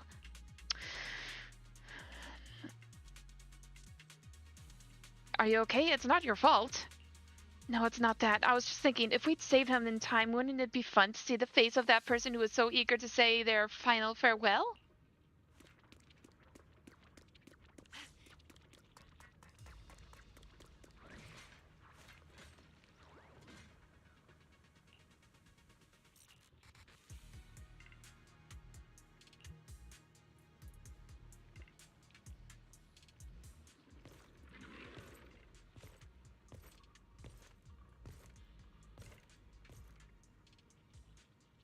Yeah, you were right, Lucia. He's close. Sorry. I'll have to send you back to the Hollow. This stage is mine!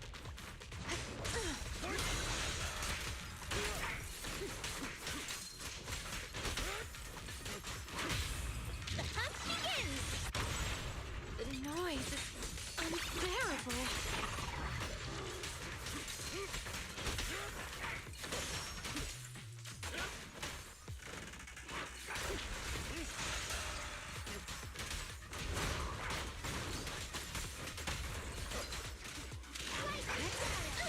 I feel like there's an endless stream of ethereals heading this way. Blind spots. Yep. They know exactly what they're after. If this keeps up, we're toast. We need to take out the amplifier now.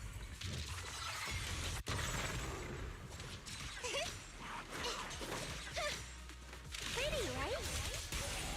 Lucia, I'll fix Yeah. Relax. My aim is true.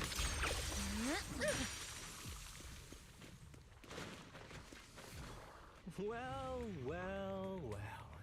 The device I is knew it. broken. Guess you'll have to pay me back for that, huh? It's you. As expected from one of my own. So much for being close to the ethereals.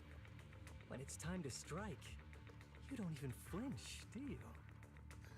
Kieran? Oh, did I surprise you? Honestly, I was more surprised by you and the old man.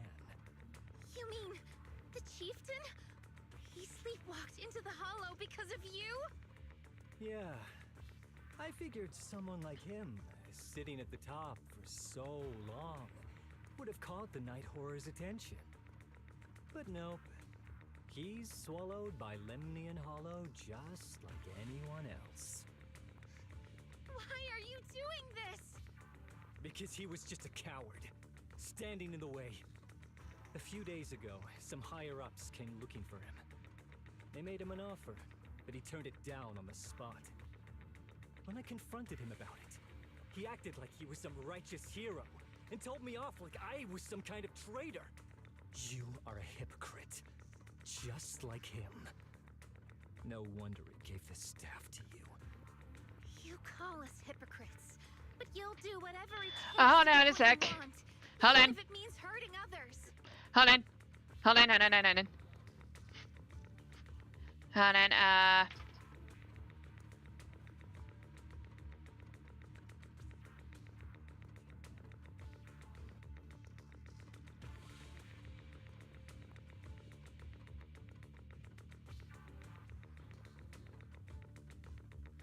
Sorry about that.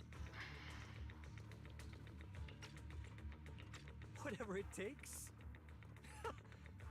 After years of glorified legends, everyone forgets.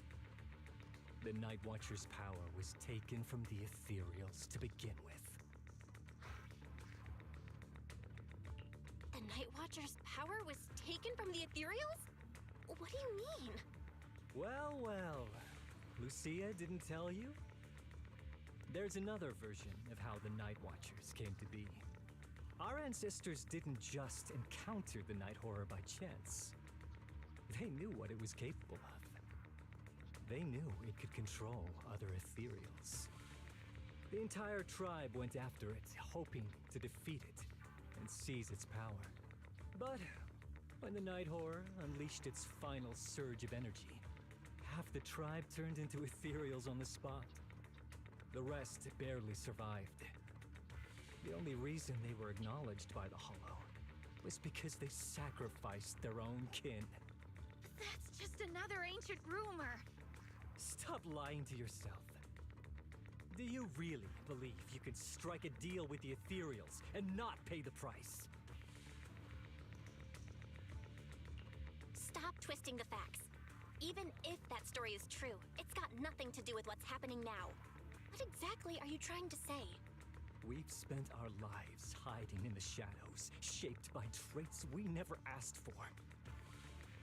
Just because the Ethereals don't attack us, those who live in the city see us as freaks. Like we're invisible. Like we don't matter. When disaster hits, whether it's in the city or in the hollows, we're always the ones they abandon first. Back when New Eridu was founded, public security declared all survivors had been safely relocated to New Eridu. And us? We were still running for our lives. Caught between companion hollows, stumbling over the bodies of our own kin, crying as we counted who didn't make it.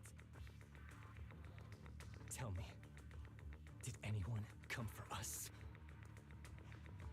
Lucia, don't you want to change our lives for the better? Even if we were to leave all this behind, it shouldn't come at the cost of our people's lives. Who are you waiting for to come and uphold justice?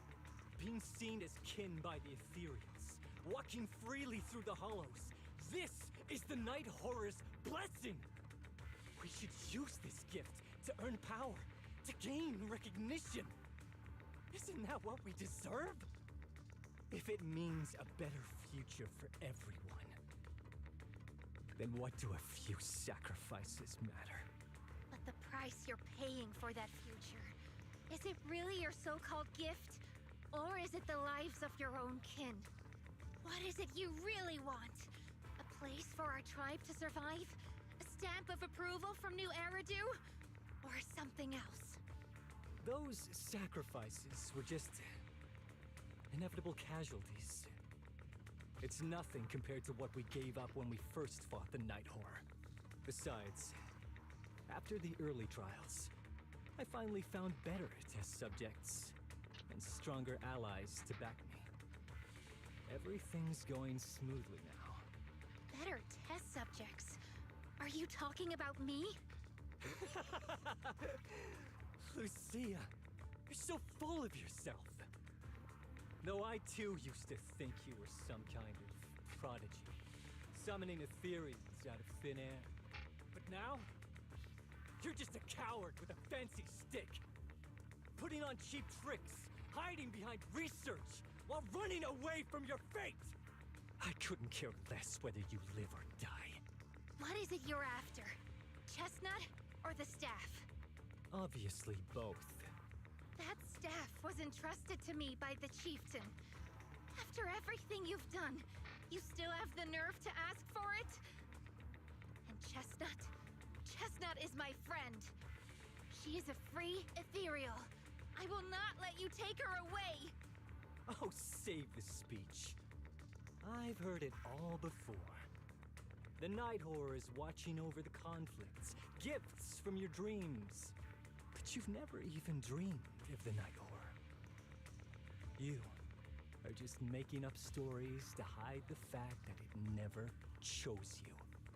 The only reason you stumbled upon this rare hottie in the first place was because I slipped up. And I'm here to fix that. It's time things go back on track now. You treat our people with even less care and compassion than Nineveh does the Hornets. I don't believe a word you say, and I won't let you hurt anyone else just to feed your ambition. You didn't really think that half-finished prototype you destroyed earlier was my only backup plan, did you? Not everyone can stand to see the Night Watcher's rare gift go to waste. My ally supports my research generously. They've even thrown in a little extra firepower. So hand them over. Your magic stick. The gullible little ethereal you tricked. And you, my new test subject. If you surrender now, maybe I'll even spare you from getting torn up too badly before I put you to use.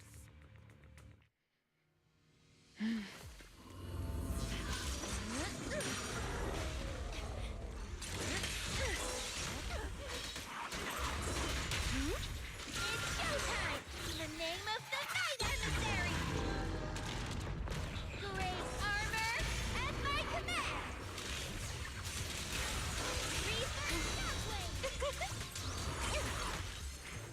We'll see. I'll bite your throat out. Bring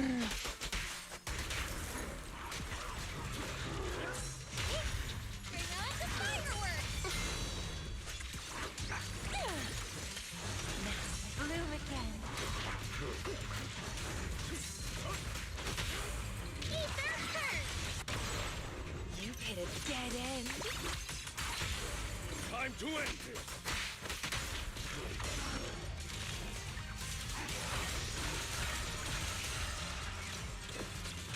Steady now. Now, little cuties. Crush them! So that was just a warm-up.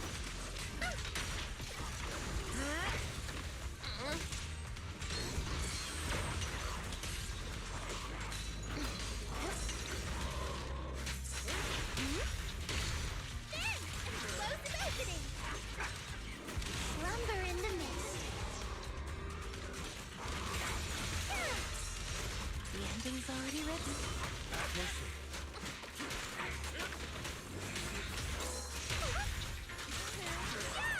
Faithful companions, heed my call!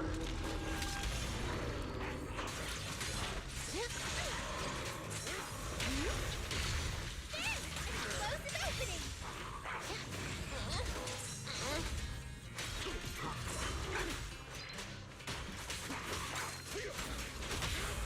Ether Curse! The noise is unbearable. Time to end this. I'll bite your throat out.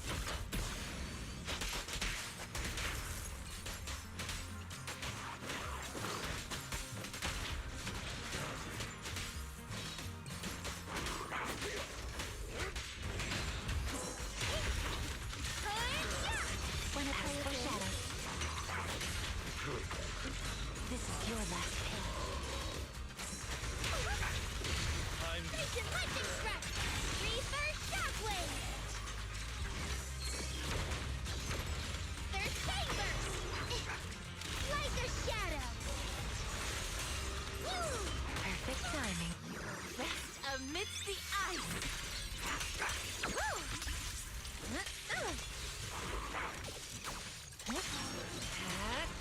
Are you ready for this?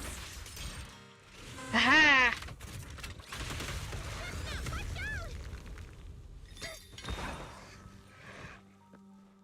So, looks like the staff didn't make you stronger. Why don't you give it back to me?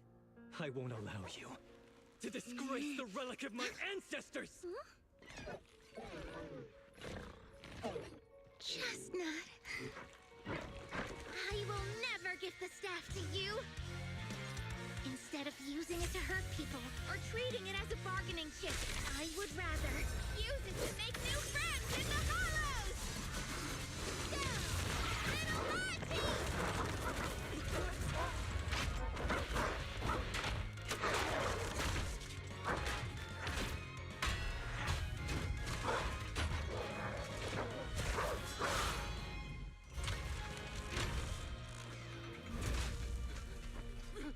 aren't illusions? They're real ethereals? You're a monster! See? The Hollow has answered my call. Hey! You freak! Maybe. But if you were really blessed by the night horror, how'd you end up being defeated by a freak and a little hot tea? I underestimated you. No. What you underestimated was what you kept talking about. The gift. You always saw our abilities in the Hollow as some kind of superior gift. And you see the city people as enemies who abandon us. And when it came down to it, you forgot that we've been acknowledged by the Hollow and chose their machine instead. I was only borrowing their power. Most people see ethereals as enemies, but when you try to exploit their power and get burned by your own betrayal, it's hard to play the victim then, isn't it? When you spoke so passionately about our tribe's place in the world, I thought you understood that. Are you defending the ethereals now?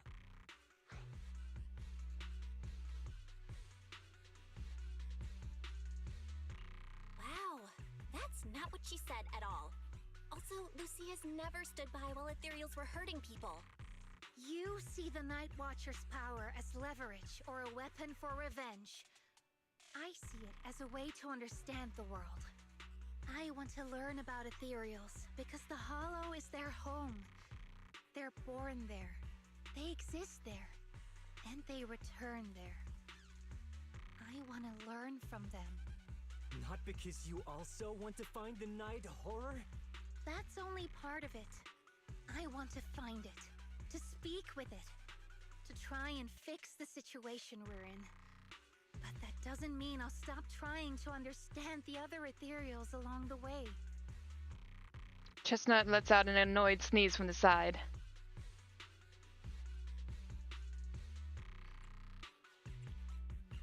Wait, what about Chestnut? There's still so much we haven't figured out about her. Chestnut, I might never be able to fully understand you. This is probably goodbye for us. Sneezing stops abruptly, replaced by soft, eager whimpering. You never said who your ally was, but I'm guessing they already know about Chestnut, don't they? That's right. I won't lie. I did promise my ally I'd bring back an ethereal that could talk to humans.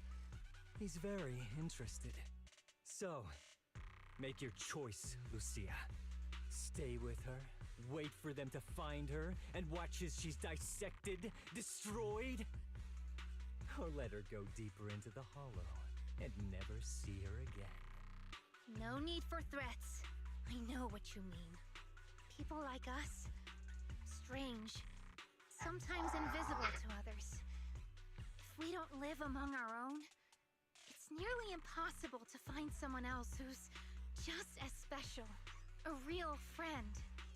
Thankfully, I met my friends. Friends with genuine kindness, some patience, and a little passion.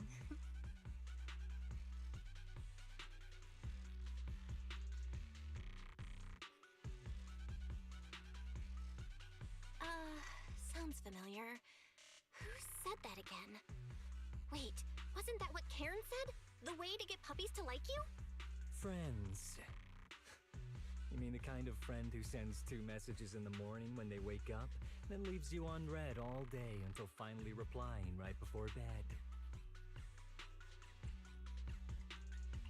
Hey, are you night blind or just stuck in your own little bubble? I'm Lucia's friend, and I'm standing right here. I stayed up way past my bedtime to be here. Don't act like I'm invisible. See? Staying close doesn't mean you have to talk to each other all the time. We live in different moments, but that doesn't keep me and my friends apart. Now, before I say my proper goodbye to one of my best friends, Chestnut, and hand you over to public security, I've got one last question. That ether amplifier of yours, what are its side effects? What? Right before I summoned the brave little hotties, I felt a strange power surge through me. In this area, only that amplifier could have caused something like that. But what's the price? You think that machine summoned those hotties? It's impossible. You've destroyed that thing completely. And as your tribesman, I didn't feel anything unusual. Maybe it's time you face it.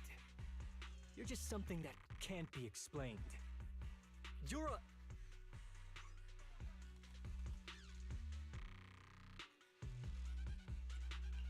Wait, if that word is all you've got left, then maybe just stop talking.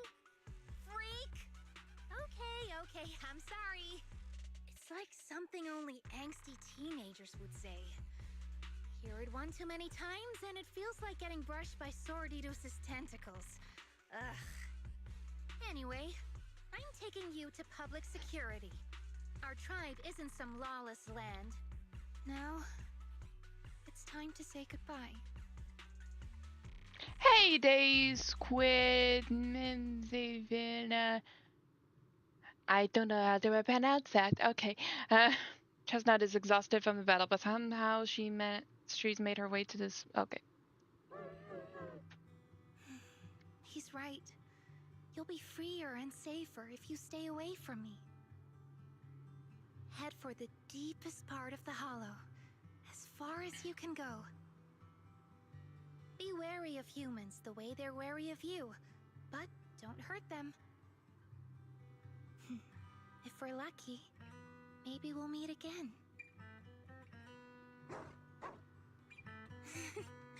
Good girl, Chestnut. Go on.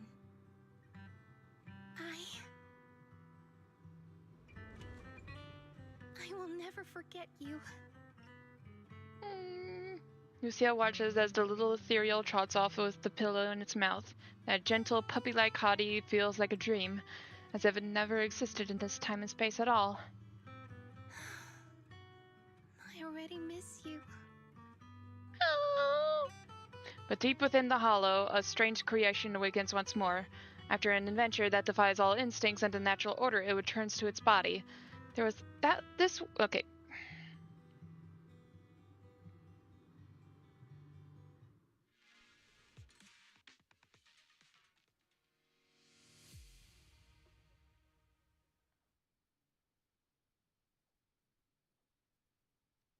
Okay, just waiting for the... Lucia said she needs to deal with Kieran first and we'll be back in a bit. So, sleepy. Let's take a break. And I also need to take a break because I need to take a potty break. So I'll be right back.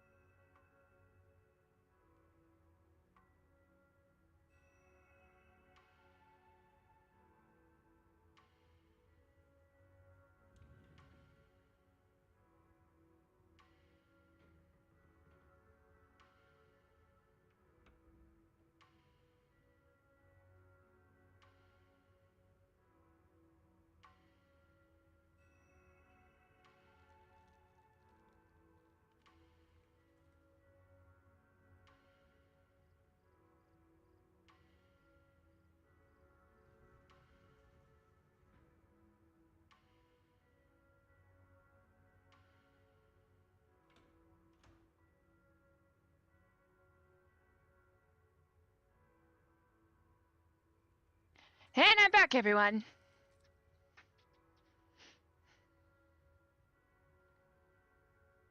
Okay. So much happened. Wonder how Chestnut is doing. Will you ever see her again?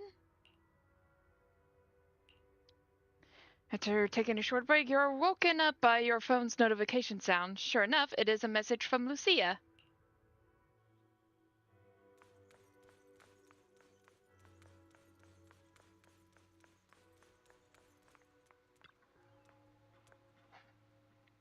Belle, you're finally here. Are you all done? I borrowed a vacant house from Monato so Kieran could stay there. The chieftain said someone will come pick him up, an officer who's familiar with our tribe's affairs. That investigator who turned into an ethereal wasn't exactly a good person, but Kieran still has to take responsibility. With this settled, you can get back to your ethereal research. But the ally Kieran mentioned still hasn't surfaced. Someone might still be out there waiting to take advantage of the Night Watchers. It's unsettling.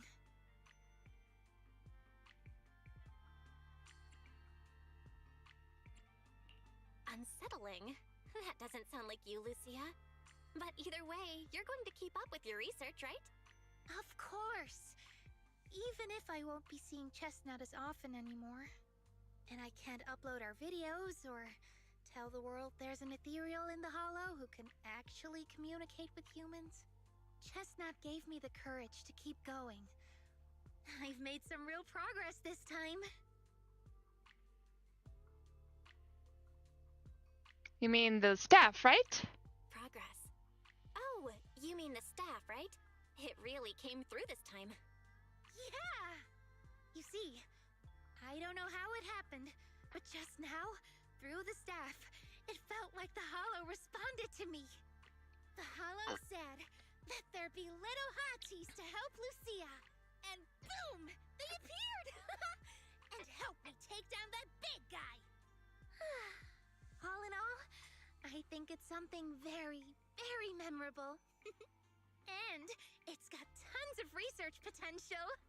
You see, if the Hollow really let me communicate with little hotties, then maybe I could talk to the Night Horror too?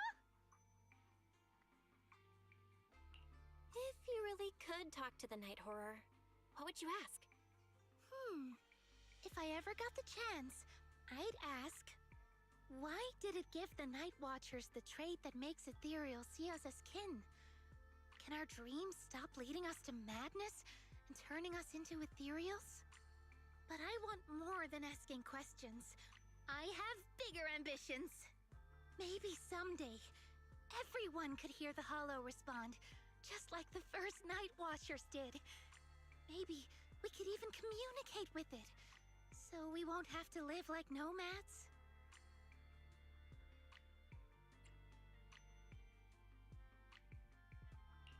Wow, that answer is a long way off.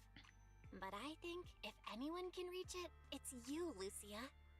Yeah, there's still so much left to learn. Time for a break, and then the journey continues! To deal with Kieran, Lucia had to return to the Night Watcher tribe and had been in touch for several days. After going to bed early for a few days straight, you're actually starting to miss the feeling of staying up late. A few days later, at Suivian Temple late at night... Belle, ever since you came to Yunque's summit and started following the same strict routine as our senior disciples, I haven't seen you stay up this late for so many nights. Don't tell me. You and Lucia made plans to become Night Watchers together? Why, your jokes are so lame. Really? Alright. Minato seems to be waiting for you in the outer courtyard. Go take a look. When you get back, we'll talk about what's been happening lately. And make sure you get to bed early tonight.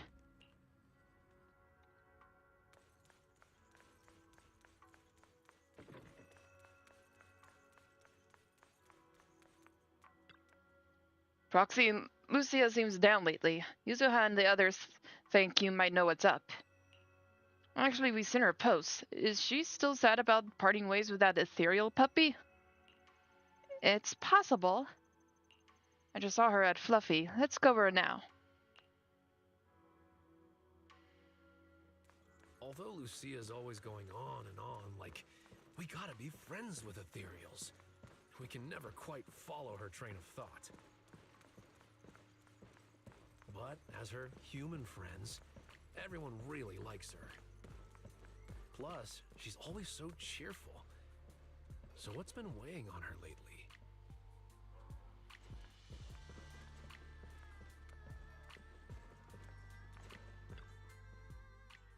Oh, miss, I remember you. Would you mind if I asked a few quick follow-up questions? Oh, you mean the sturdy little pillow I bought here? Yes. Sure, go ahead. What do you want to know? Thank you so much. So, did your puppy like it? Yeah, she loved it. I'm glad to hear it. Next question is, how's the wear and tear? Pretty worn out now. Oh no, I'm so sorry. We'll keep improving the pillow's material. But the material's already been reported as too hard by a lot of customers. If we make it any sturdier, I'm worried some smaller pups might hurt their teeth chewing on it. Chestnut is, well, a big girl. For most dogs, the material is already strong enough, I think. All right, noted. And one last question. Has your pup shown any discomfort from the filler scent? Not at all. She's quite a strong pup. Loves running around with that little pillow in her mouth. Wonderful. Thank you for shopping with us. We appreciate the feedback. Lucia, are you done talking? Karen falls silent, staring at the tall, slightly intimidating K9 siren standing before her. Huh? What's with that look? What were you guys talking about just now? After a whirlwind of explanations, you finally convince Karen the toy wasn't meant for Minato. Karen apologizes 6 times for the misunderstanding, then brings out the store's most popular dog treats. Next time, don't call hotties puppies. All right. Canine thyrans aren't puppies either.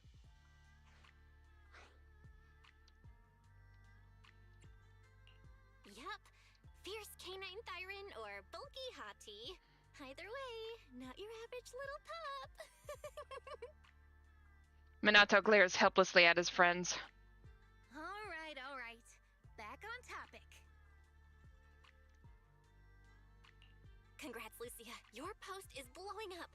At first I thought it was because everyone was suddenly interested in debating why Trinocs have such pointy heads. Don't mention it.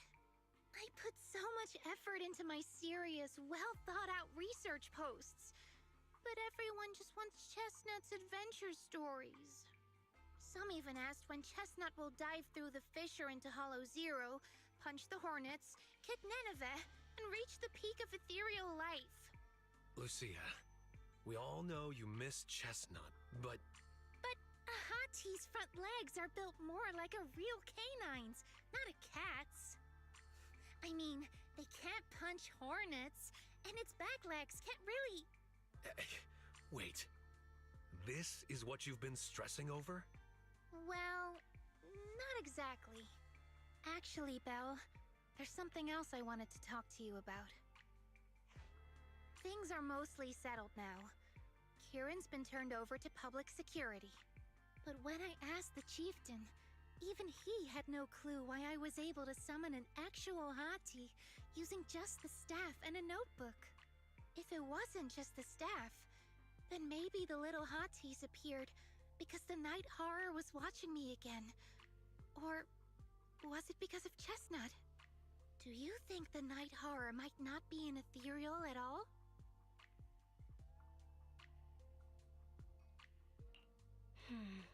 I trust your judgment.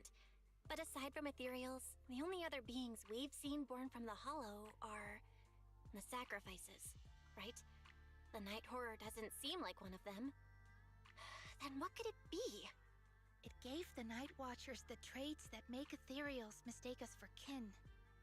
It can enter our dreams and lead us into the hollows. It even foreshadowed my farewell with Chestnut. It has to be something far more mysterious, some deeper creation of the hollow itself. But I still know far too little about the hollows. Like you said, the answers might be a long way off. At least I can restart the research I put on hold. So, who's coming with me into the hollow to see if an Avaris actually bonks its horn when it rolls over? You already promised Wise you'd sleep early today. Let's leave such night outings for next time. Lucia isn't disappointed. She happily waves to you and leaves, scribbling away on her little book. In the night sky of the unknown and on this dreamless journey, there are plenty more truths regarding hollows, waiting to be discovered by this siren girl full of curiosity.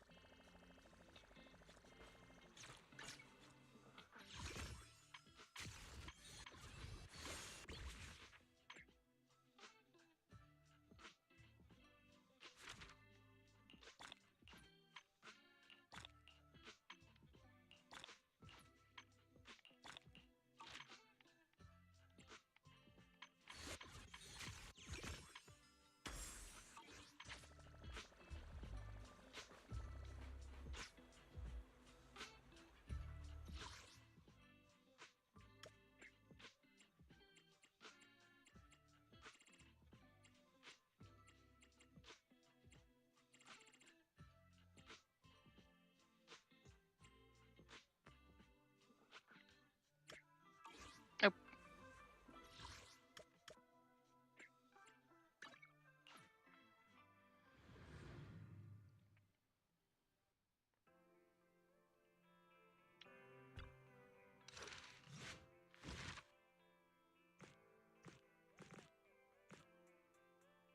I haven't got to this one.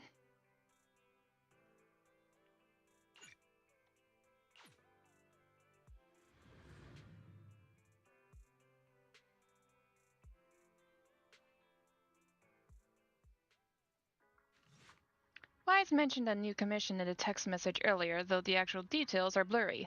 Now that you have some free time, you should go back and find out more about it. By the way, though, have you been in contact with anyone from Oval Squad lately? Pretty often. What's going on?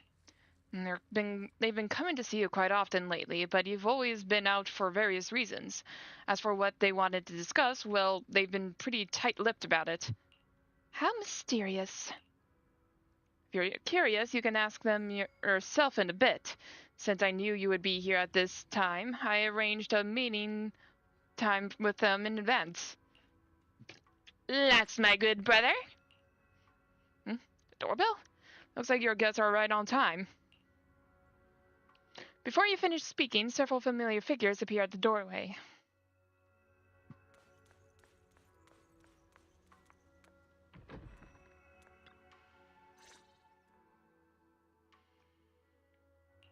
So, what exactly is your commission about? Right to the point. I respect that. But hold your horses. What Magus means is that we need to go through some brief but necessary procedures first. Sorry, Proxy, but I assure you, this isn't out of caution or lack of trust. This commission concerns one of our important companions. We don't want any surprises before it's settled, and we don't want anyone else to know about it. Don't worry, I won't breathe a word about this commission to anyone. Not anyone. Not even the mission target. In fact, the target of this commission is exactly who we need you to hide all this from. If you're ready, let's go ahead and sign the confidentiality agreement. It's simple. You just need to say, I agree, clearly during the final voice confirmation step. This all sounds very mysterious. Well, I'm down. Let's get started.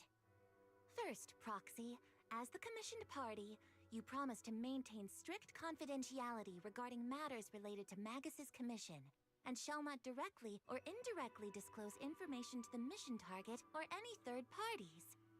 Related matters include, but are not limited to, client identity, commission motives, and specific action plans.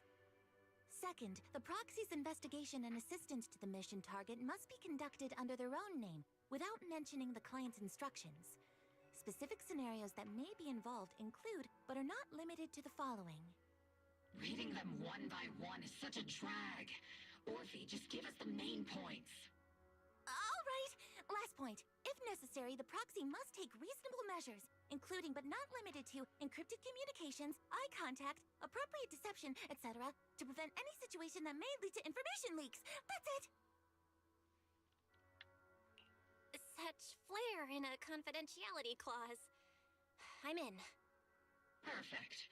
With a confidentiality agreement in place, we're all in the same boat. And as for leaks, Trigger will be keeping a close eye with round-the-clock monitoring. Captain, you're scaring the proxy. Plus, I need sleep. Working 24 hours non-stop is pushing it. Is that really the point? So can you tell me already? What's this commission about? No surprise. It's about Seed. All those who know about it are here now.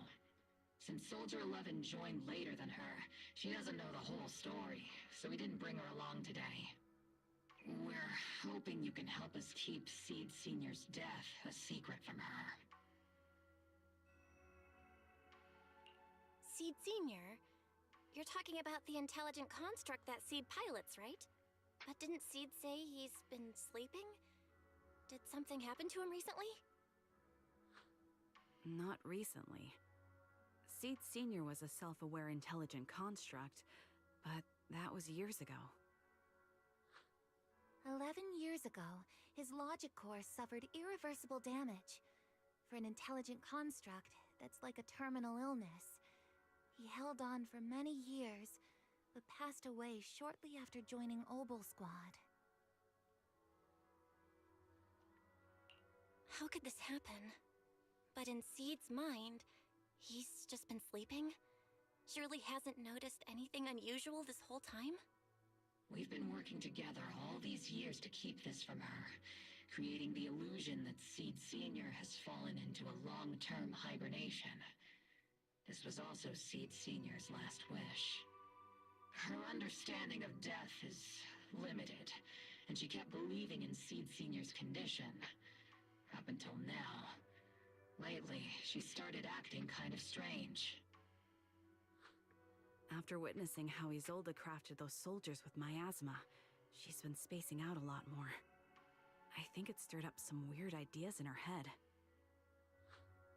And not long ago, she straight up broke into Hollow Zero and set up a little safe house in there. Now, unless she's out on a mission, she basically spends every day holed up in the safe house. Setting up a safe house in Hollow Zero, and staying there for extended periods? Isn't that dangerous? Does she have enough anti-corruption serum? Her aptitude for ether is scary high. She doesn't need to worry about any corruption. But anyone without that kind of aptitude basically can't get close to her. Makes for a pretty neat way to dodge social interactions, though. Anyway, I'm worried that she's been influenced by Isolde and started having doubts about the Seed Senior situation. But she's being all mysterious and won't even tell us what she's planning. We're counting on you, Proxy. For some reason, Seed took an instant liking to you after your first meeting. Normally, she avoids any kind of contact with strangers, yet she calls you one of her kind. You might be able to get closer to her and find out what she's thinking. If she really is starting to question Seed Senior's condition, please help us keep up the lie. I'm sorry. I know this might put you in a tough spot. I think I get the situation now. Let me give it a shot. Though I really don't know why she's taken a liking to me. Maybe it's my protagonist aura. If you can say stuff like that, then we've definitely got the right person. Your way of thinking is on the exact same wavelength as Seed's.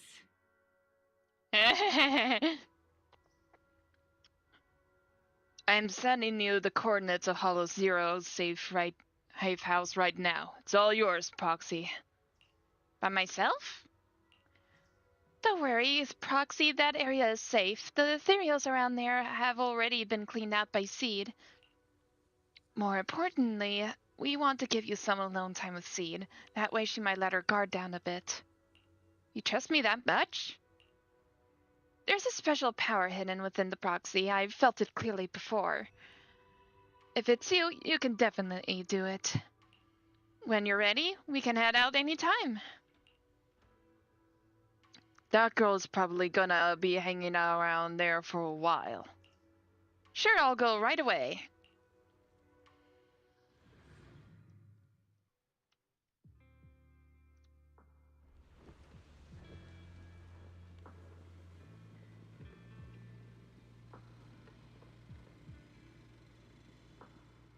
The ether levels here are so high. Before my body was enhanced, I don't think I could have stayed here very long. Everything here, and the tent. Did Seed set all this up on her own?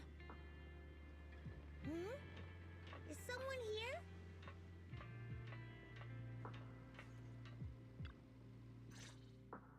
Seed is curled up on the couch wearing her usual smile, though her eyes are fixed straight ahead. It's almost impossible to read what is going through her mind. She then gracefully hops off the couch. Yahoo, Proxy! Yahoo, Seed! Magus told me you've been living around here, so I came to check up on you. But, you know, isn't it kinda dangerous living in Hollow Zero? You think it's dangerous? Oh, should we burn the place down then? That's not what I meant. I mean, aren't you worried about ethereals showing up and bothering you? Just kidding! I've set up some traps around here. Any ethereal that steps on them will be impaled in less than a second. So it's pretty quiet here. No need to heat things up just yet. I get the feeling you're not just here for a visit, Proxy. What brings you here? I just thought I'd check in and see how you've been. It's been a while since we last fought together, and thinking back on it now still brings up a lot of memories. I know, right? That battle was like tossing mints into nitro fuel. Super intense at first, but then the fizz died down, and everything's calm again. So that's what happens when you drop a mint into nitro fuel. Huh. I learned a weird little fact today. Give it a try sometime, Proxy. I need a moment to water these flowers, so why don't you take a look around? Just watch your step. This place is like a minefield. What do you mean by minefield?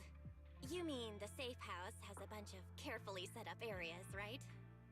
Oh no, I mean there are a bunch of blown apart ethereals outside the safe house. Their remains weirdly smell like mint candy. If you're curious about the nitro fuel and mint combo, go take a whiff. So it's a literal minefield? Wait, why do I feel like she just brushed me off? How am I supposed to find out what she's planning now? Not expecting any reply, Seed walks over to the row of flower pots and starts watering them.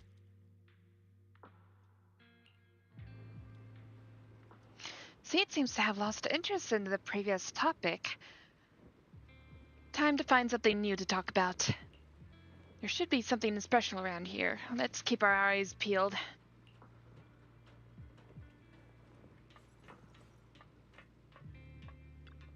An old-looking box sits here, covered in weathered scratches and massive knuckle-shaped dents, probably the handiwork of someone not exactly known for their finesse. The box lies... okay...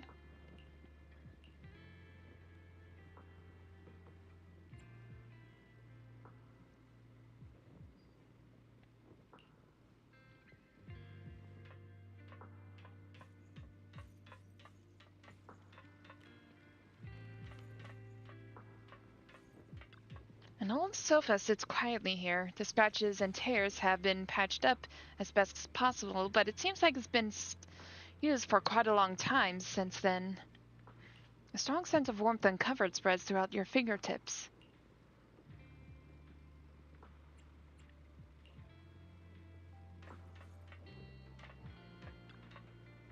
The photo frame on the table draws your gaze involuntarily.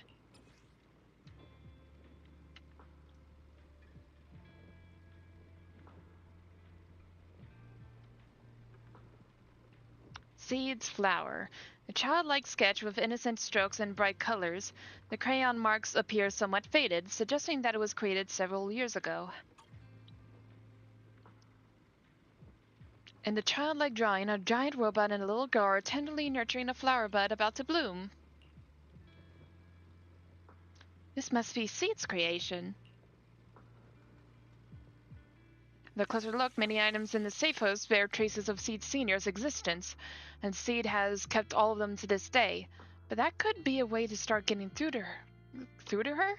She's watering plants. If watering withered flowers go... Okay. What's wrong, Proxy? Nothing. I just wanted to see what you're up to. How long have these flowers been here?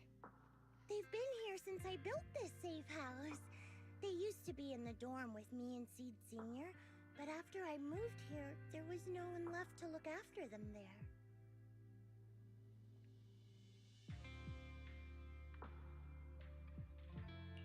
I see. But some of these flowers have already withered, right? With the ether concentration in Hollow Zero, even plants will suffer from corruption, or gradually lose their vitality. I know.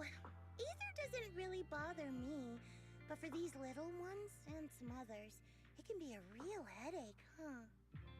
I've been looking after them for years, but I've never seen them this lifeless before. So, watering them is just another attempt to see if it'll help. Hold on. That isn't water you're using, is it? What are you watering them with? Engine oil. I'm not sure that would work. When Seed Senior's feeling down, he drinks engine oil to perk up. So I thought maybe it would work for them too. But it doesn't really seem to be helping. Probably because they're a different species. But that's fine. I've got plenty of backup plans. Nitro fuel, salt water, juice from other plants. If I try them all, one of them's bound to work. After all, just look at Isolda. She tried all kinds of ways to bring her old buddies back, and in the end, she found something that worked. Miasma! Seed, after seeing what happened with Isolda, you're not planning something, are you?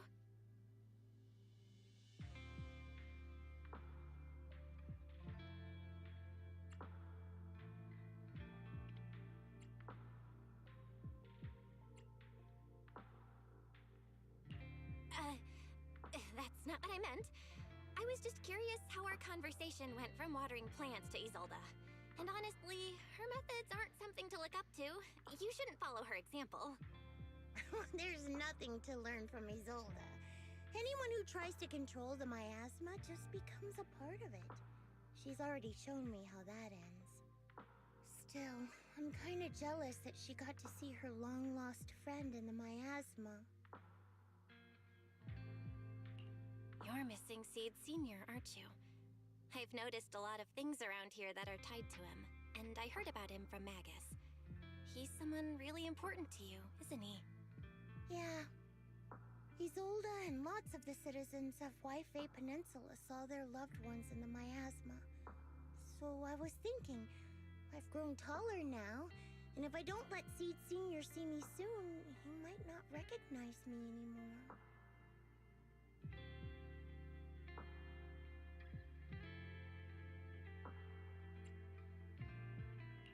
The miasma only creates an illusion, but Seed Senior has been by your side all along.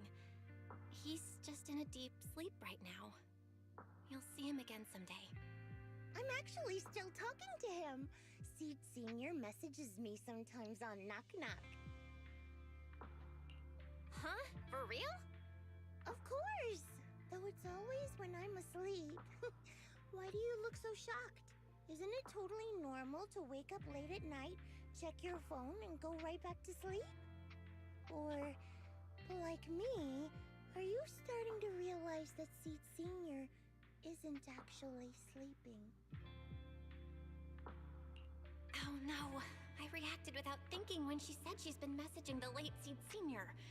But is what she said actually true? And was that her trying to get something out of me? No need to stress, Proxy. I'm pretty good with machines.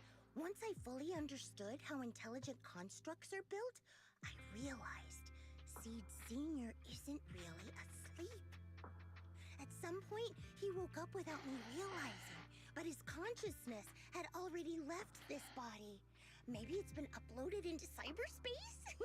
I'm still not sure where he went, but I plan to get to the bottom of it. Seed, what's your plan? Can you share it with me? I want to help, since I'm one of your kind. A proxy might come in handy, just like engine oil. But maybe I should think about it. You used to feel like me, but now you're starting to seem just like everyone else.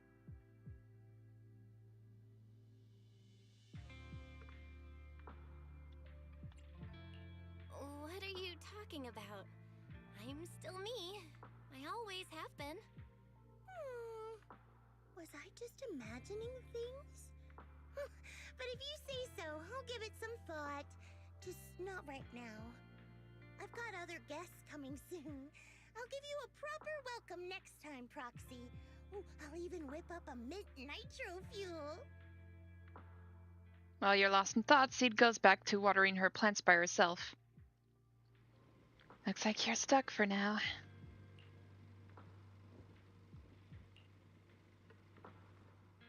After leaving Seed's safe house, you meet up with Magus and the others waiting anxiously and tell them what you found out. Guess we can't keep using sleep as an excuse. Who would have thought her mechanical knowledge had reached the point she can accurately diagnose an intelligent construct? No wonder she asked me to go buy books on intelligent constructs with her a while back. I let my guard down. More importantly, what's up with Seed Senior replying to her messages on Knock Knock? Seed Senior's phone has been sitting in our squad's common room since he died. Has anyone been using it? I thought about it. But a dormant intelligent construct that still responds? That's just suspicious. So I didn't go through with it. It wasn't me either. But that's not the point. She didn't get suspicious because of the knock-knock messages. If anything, Seed Senior replying made her even more convinced he's still alive. Our immediate task is to make up another lie. Something that makes her believe Seed Senior is still alive. We can't let her carry out whatever her mystery plan is. We have to stop her from going off the deep end. Magus pauses in thought for a moment and raises her head, looking hesitant. Proxy, how's your hacking game? Think you can crack into the Defense Force's radio network? Are you serious? That's illegal, you know. Should a Defense Force sergeant like you really be suggesting such a thing? Someone from the underworld has no right to judge me. Besides, I'm already working with you, so why get hung up on the details?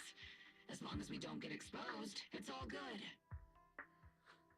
You're really starting to play fast and loose with the rules, huh, Magus?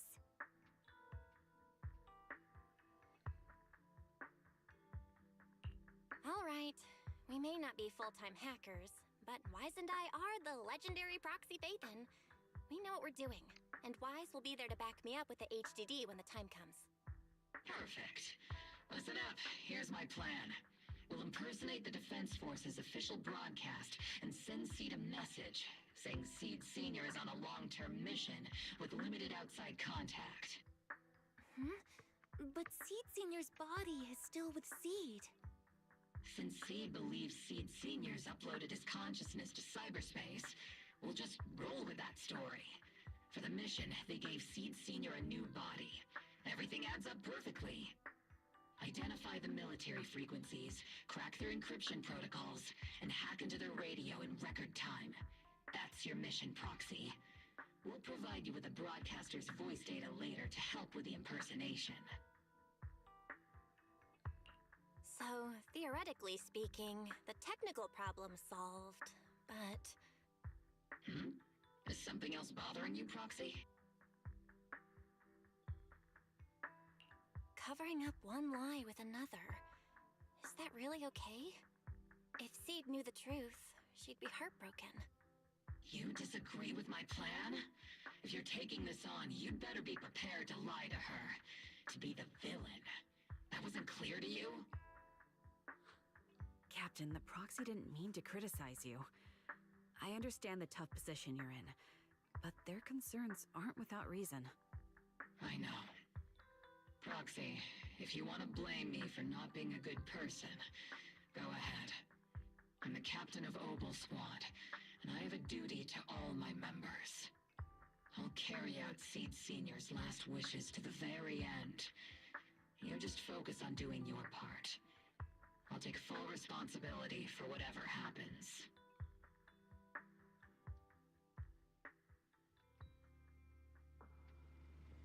Proxy's probably left the hollow by now. Alright, time for the next meeting. Better straighten things up before the guest shows. Routine maintenance didn't wake Seed Senior, so engine oil doesn't work. Which means it's time to try nitro fuel!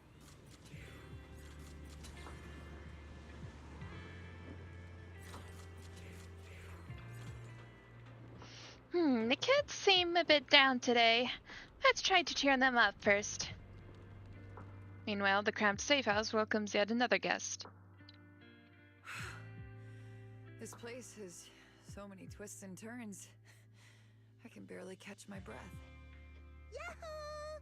So you're the one who contacted me on Knock Knock a week ago, Seed Senior's old friend? Oh, I'm impressed you made it here without getting lost. You're too kind.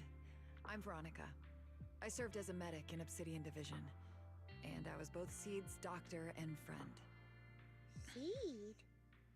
Oh, sorry. I forgot. You're Seed now. He's Seed Senior now. Anyway, we go way back. He saved me the first time I was ever caught in a hollow. This isn't actually our first meeting, Seed. When Seed Senior brought you out of Hollow Zero, I was the one who did your medical examination. Though you probably don't remember. Really? I had no idea. But that's not what we're here to talk about today, Dr. Veronica. Let's sit down and have a chat. Seed? What's with those flowers? Veronica gazes at the row of potted plants that Seed has planted. After being ravaged by both ether corruption and engine oil, many have almost completely withered. Those little ones are the flowers I planted.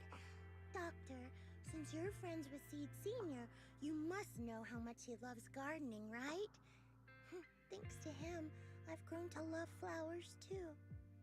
Oh, so those things still count as flowers in your eyes? Huh. But back to the matter at hand. Seed, after all these years, I'm sure you miss Seed Senior just as much as I do. That's why you were so quick to respond when I reached out, right? Yeah. Whether he's in some kind of tech-induced sleep I don't understand, or he's awake, but his consciousness isn't in his body, it's time for him to come back. I tried a few things on these flowers because they've been wilting in the hollow environment. Engine oil, nitro fuel, salt water, plant juice. I'm planning something similar for Seed Senior. Doc, you're that cup of nitro fuel. I don't quite get what you mean, but that's not important. Like I said in my DM, I've got a way to bring him back. But I need your help. What do you need me to do? Whether it's mechanical work or coding, give me some time to study and I'll get it down. No, it's not time yet. Seed, how do you feel when you see the flowers you planted wither away? Do you feel sadness? Maybe a little? I mean, those poor things look so lifeless. I used to eat flowers when they got like that, but Captain Magus and Trigger won't let me anymore. Do you actually know what it means for something to wither? In your eyes, is it any different from Seed Senior sleeping? I think it's all the same. Whether it's wilting or just resting, a flower's still a flower, and Seed Senior is still Seed Senior. It's as I thought. You haven't truly grasped what Seed Senior went through. I'd heard you'd achieved remarkable feats in your missions, but it seems the only thing that's grown over the years is your combat ability, not your understanding. If that's the case, my plan doesn't require your involvement. Did you really come all the way to Hollow Zero just to say that, Doc? We aren't going to keep talking about working together? Don't give me that emotionless smile. If you want this conversation to continue, you'll need to earn my approval first. Truth is, I've been promoted to Junior Lieutenant, which means I can assign specific personnel for special missions. I have a mission here, and if you're up for it, you can take it on. A mission? Is the target Ethereals or Rebels this time? How much time do I have? Neither. Just a group of Hollow Raiders who stole military resources. They're trapped in the Hollow. We need to recover those resources. Your job isn't to destroy them, but to rescue them. Sure, your gun might be able to level an enemy base with ease, but that doesn't mean it can protect anyone. Show me you can, and we'll continue working together. Ooh, new game rules, huh? Okay then, let's get moving. I'll be with you on this mission, but you'll have to rely on yourself. Show me how much you've grown, Seed. Seed, you ready to start the mission? I'm here, so we're good. I'm at your disposal. Want to see I shall follow. Your wish is my command. I'm here, so we're good.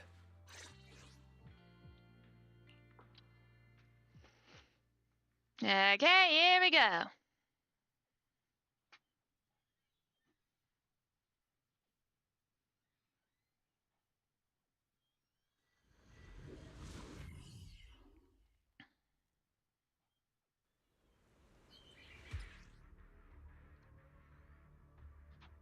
The distress signal's coming from somewhere deeper in this area. But before you go in, we still don't know how many people are injured or how bad it is. Your job is to get as many of them out as possible safely, without casualties. Time's tight, so make every move count. Doctor, I found a shortcut. If we break through these, we can save some travel time. No, all that noise is gonna bring more ethereals to us. Target spotted. Are you guys alright? Still breathing. We got a lot of wounded over here. Please, you gotta help us. We'll get you out, but once you're safe, you're gonna tell us where you hid the items you'd stolen. You've exposed your weakness. Keep them safe, Sue. We don't know how bad they're injured. Tread carefully. Leave it to me.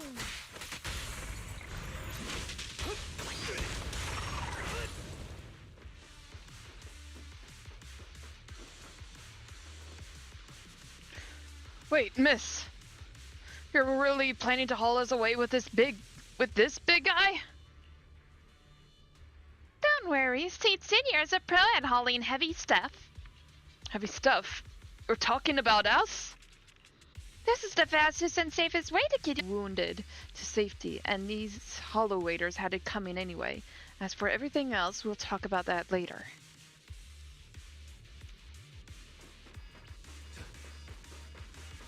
And now we can get to the destination more easily. Ooh, we've got tracks. Someone's been here. It's boss over there. tight. I'll clean up these ethereals in no time.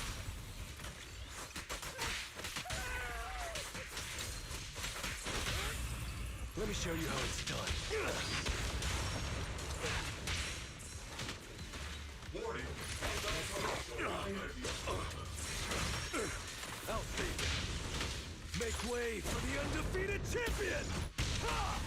Extending strike range. Don't look straight at the moon. I'll bite your throat out!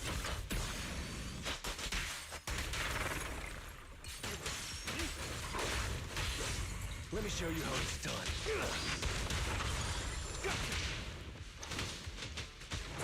Count on me, Seed Senior.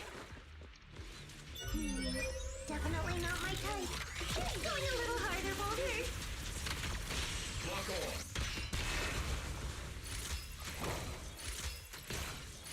Unleashing maximum firepower. Stay calm now. Things are about to get violent.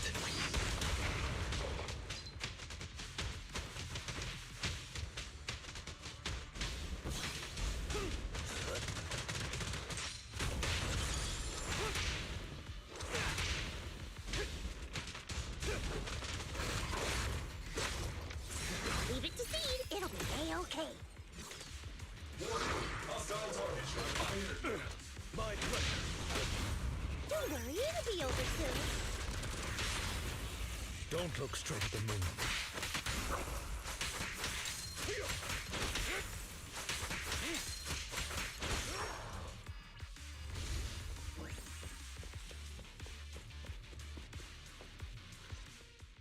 After transporting the last injured Hollow Raider back to the temporary safety zone, Seed dusts off her hands with satisfaction. Hey, little miss. Think you could let us down now? Huh? Need to tie your shoelaces? What? No! Oh, whatever. Let us down to tie our shoelaces! No can do. My mission is to get you all safely away from the danger zone. And with these new rifts forming, I can't say there's absolutely no chance of a watering can coming through one and smacking you in the head. There's no way that's ever going to happen! All right, break's over. Let's hit the road. Again? Have mercy on us. We were wrong. We won't do anything bad ever again. Stay still, or Seed Senior might slip up. All the more reason to get you out safely, if you've decided to change your ways. I object. Sure. We messed up by attacking the defense force and tried to smuggle stolen resources through the Hollow. But, according to Article 17 of the new Eridu Hollow Rescue Management Regulations, Hollow Raiders engaged in illegal activities still retain their basic human rights. We've been wandering the Hollows for years. Sure, we've been caught plenty of times, but nothing we did should have earned us this kind of punishment. We've taken heavy losses in this operation. If things were different, we wouldn't be swallowing our pride and asking the defense force for help. Groans of pain echo among the Hollow Raiders. One of them finally musters up the courage, fixing his determined gaze upon Seed. Please let us make our own way out of the Hollow. Just provide cover, that's all we ask. We appreciate your support, but some of us are seriously hurt, and we can't take much more of this. No can do. The Hollow's dangerous, and you guys are way too slow.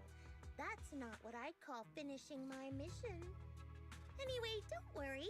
I won't let you lose any more hands. Wait, hands as in people? Or like actual hands? Mm-hmm. Seed Senior's hands got wrecked a bunch of times in combat. But no worries. The docs always put them back together good as new. If you guys ever lose your hands, I can put in a recommendation for ya. You gotta be kidding! You can't be serious! Some of us are already at death's door. Others might end up with lifelong disabilities, and you have the nerve to say something like that? We might be Hollow Raiders, but we're still people. We bleed. We care, and it hurts when our comrades fall. You heartless monster! Does this mean anything to you? Whoa, that's a big reaction. Is your broken arm hurting? Don't worry, I can help. Seed Senior just needs to give that arm a little squeeze and it'll pop right back into place. Stay back, you monster! Ma'am, please, help us! Cut it out, Seed. Stop messing with them. This isn't a game. These are people's lives. What's wrong, Doc? I'm still in the middle of my mission. Getting these Hollow Raiders out of the Hollow is my job. Yours ends here. I get it now. You're incapable of understanding other people's pain, aren't you? I can. It's like when the mounting screw for an external drone goes missing. And you finally find it rattling around inside your abdominal armor after the last maintenance job. That kind of thing. Just as I thought. You don't get it at all. Really?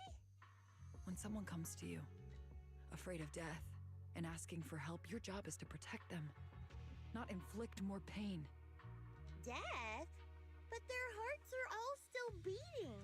Not a single one has died yet. Besides, I've already eliminated anything that could harm them. You are the source of their pain, Seed. You can't use ignorance as a shield just because you're young. Ever since Seed Senior left, you really haven't grown at all. Figures. You're not really human. More like something that just resembles one. I don't think we need to discuss cooperation any further. I'll complete my plans on my own. As for you, since using me as your nitro fuel for Seed Senior didn't work, feel free to try salt water or plant juice next. Whatever suits you. Your mission ends here, Seed. Dang.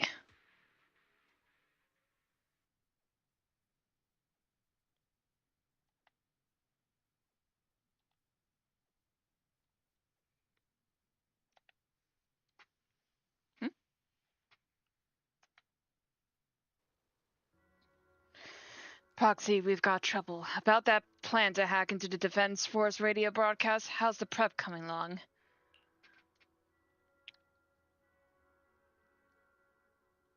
All the fake documents are ready. No time to think. Since we're ready, let's head to Seed's safe house now. Well, what's going on? A few days ago, Seed seems to have secretly carried out a mission alone. Oh, wait. A few days ago, Seed seems to have secretly carried out a mission alone. After this mission, she's been holed up in the safe house at Hollow Zero. Trigger was worried that her current state wouldn't hold up against the dangers lurking in the Hollow and thus stayed by her side. But she still wouldn't say a word. So we had to come to you, Proxy. That kid must have told you about it. You're her kind. I get it. Bill, are you all heading to Hollow Zero? I'll stay here and wait for your update. Just contact me when you're ready. It's urgent. Let's move out now. All right.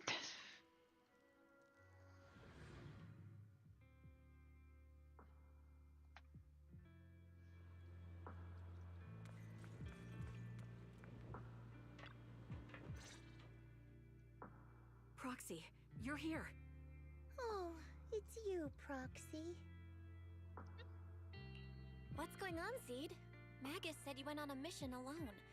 Did you run into trouble? Oh, it's nothing. Just some spilled nitro fuel, that's all. But forget about that.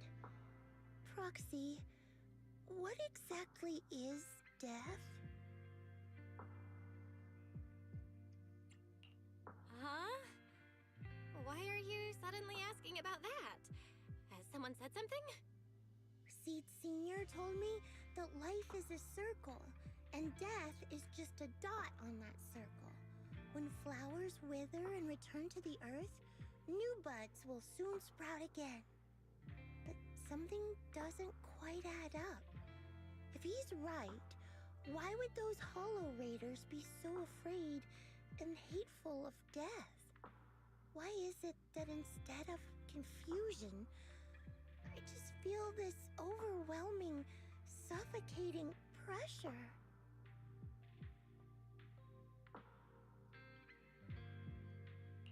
Relax. That kind of question takes some time to unpack. We'll figure it out gradually. More importantly, I think I heard Seed Sr. mentioned on the Defense Force radio. Huh? Right now?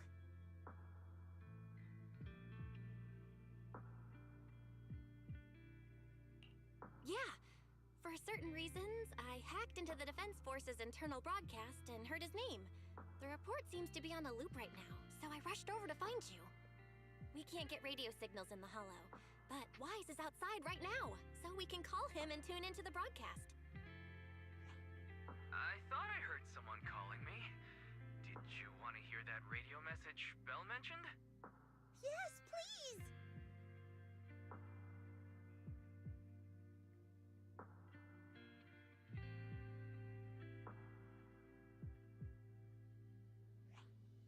Now syncing next mission update. It's under top-level confidentiality. Information strictly classified from non-Defense Force personnel. The following intelligent construct units have detached their consciousness from their current shells. They have entered Logic Core offline maintenance upgrade protocol until core iteration is complete. Preliminary core iteration completed. Relevant units will temporarily operate in new vessels, directly assigned to the Extended Close Training Program, Operation Deep Dive. Executing multi-dimensional tactical simulations and cross-generational consciousness synergy missions. The list includes Chromaconda, Tartarus, Seed Senior. Special notice. During training, all forms of non-encrypted private communications will be restricted. All external contact must be reviewed by security personnel. So Seed Sr. has been on a secret mission? No wonder he's been gone for so long. But why didn't he tell me? That's probably because of the self-defense system built into military intelligent constructs. They can't disobey commands issued by the system, even for the people they care about most. But I'm sure, even if Seed Sr. can't answer your messages, he's still looking out for you. Seed, let's wait patiently. Until the day Seed Sr. returns from his mission, okay? So I don't need to do anything? And he'll just come back on his own? If that's the case, I guess I'm okay with that.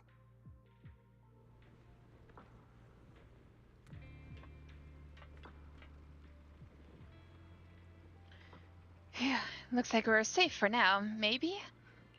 Proxy, I gotta admit, you're one heck of a reliable guy. As long as Seed is fine. Seed's taking a breather now, says she needs some alone time. But she seems to be doing much better than before. Thank you, Proxy. We should all get some rest now. Well, alright, let's wrap it up.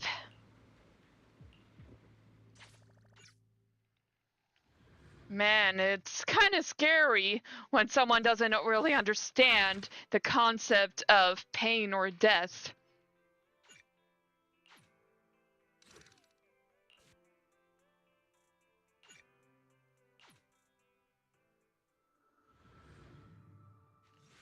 The mission to comfort Seed has come to an end, and life is back on its regular track for now. Meanwhile, Seed began living a life of doing absolutely nothing. Not doing anything, so boring. Maybe I should do something on the town, though. As long as I don't get caught, right? Let's paint a picture of us. Let's make it a gift for Seed Senior. It'd be pretty selfish to show up empty-handed when he gets back. Where should I start? My thoughts are racing, but my head feels so foggy. Have I pushed myself too hard lately? Leaning back on the sofa, memories of seeing Senior fixing it over and over come flooding back. It was probably because of all all my mischief, huh?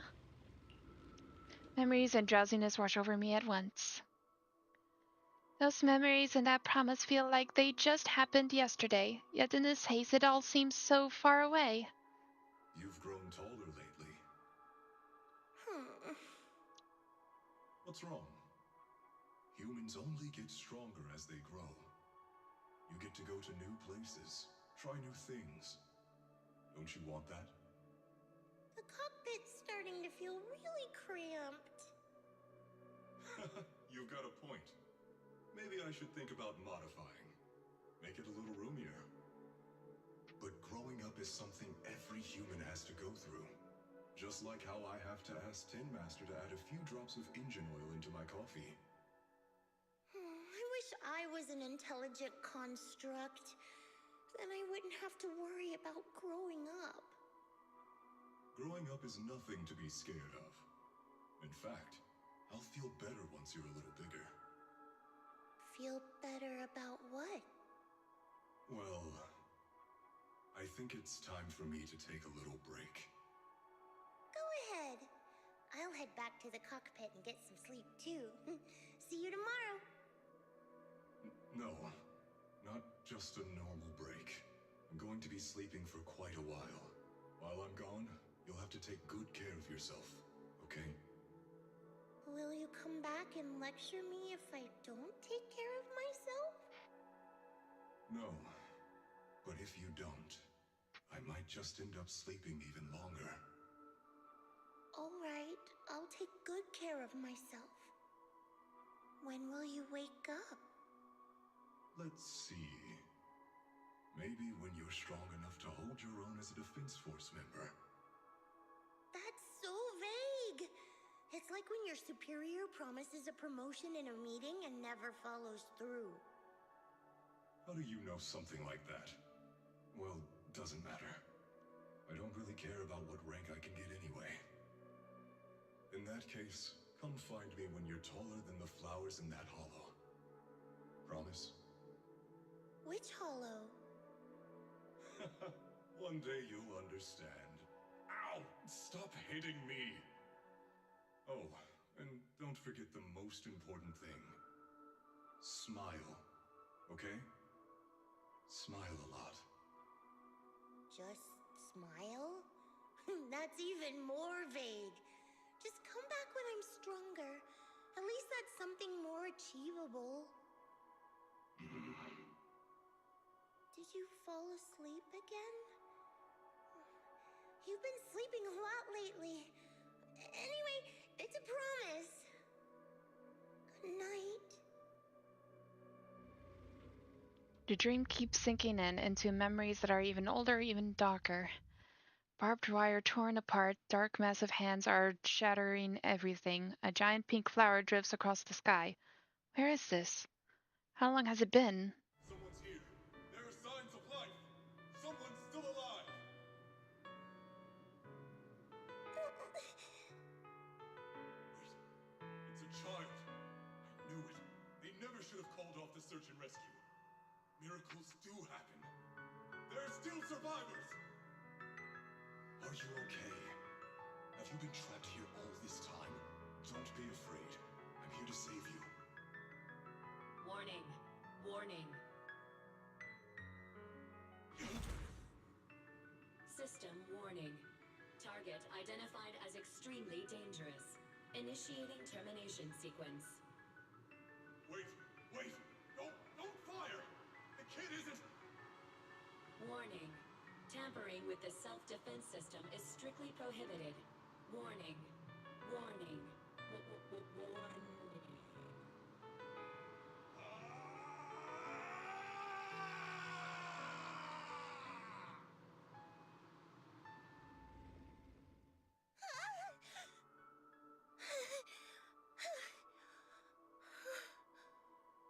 It was just a dream. I can't just sit here and do nothing. If I do that, he'll never come back. I have to be stronger. If I just get stronger. Why am I having this dream? suffocating feeling still hasn't gone away. Maybe going through some of Seed Senior's old things will help clear my head. This box was made by Seed Senior. And it says you can safely store all kinds of random stuff inside. Can I put my head in there? I just can't help wanting to pounce on it. But if I use too much force, we'll have to get Seed Senior to fix it again. Judging by its current state, it must be pretty rough, huh? The freshly painted picture was placed into a frame. In the picture, a lonely girl gazes at an equally solitary flower stem.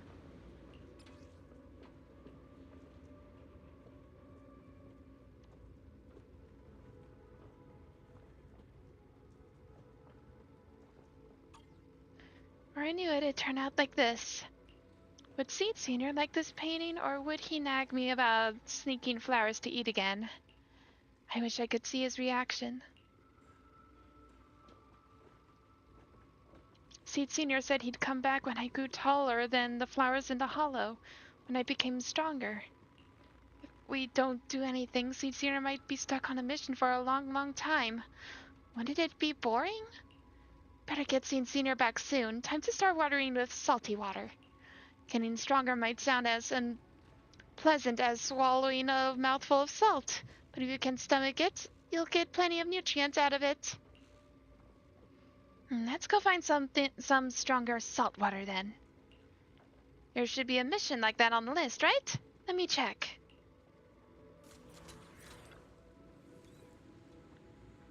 Alright, Seed flipped through the densely packed list of Old Bull Squad missions. Before long, her gaze settled on one of the pages. This mission seems just right. Personal adjustments.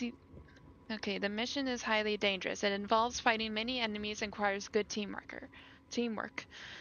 If I can handle this alone, the Captain will definitely see how awesome I've become. Okay, let's head out now.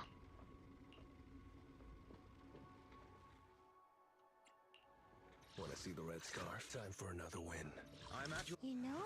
I shall follow your orders.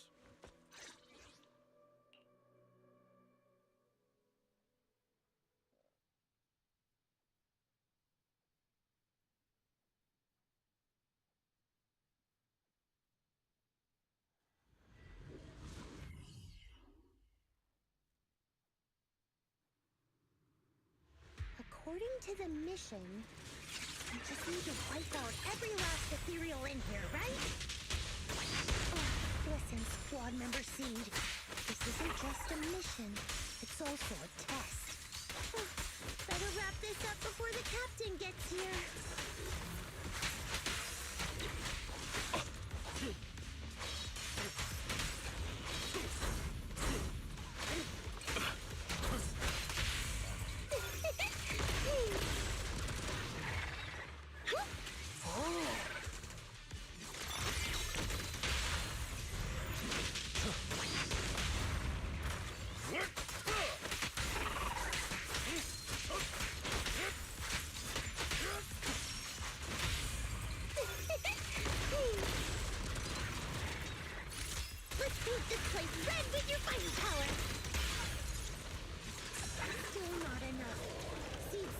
Take down 100 ethereals at once!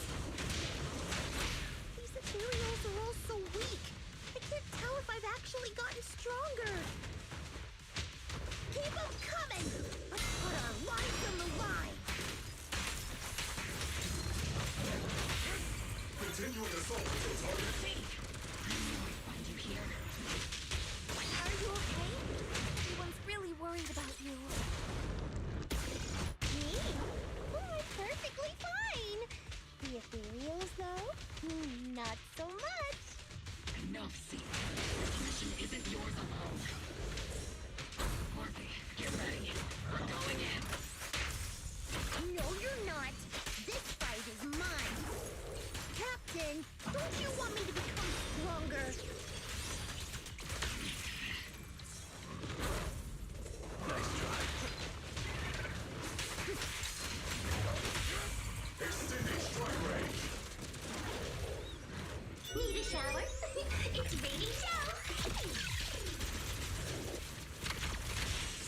Perimeter disengaged.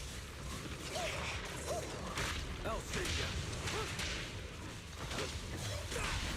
Stand still. Hey, no. Time to water the plant! Flames fade, ashes remain. Understood. Omen barrage. Fire!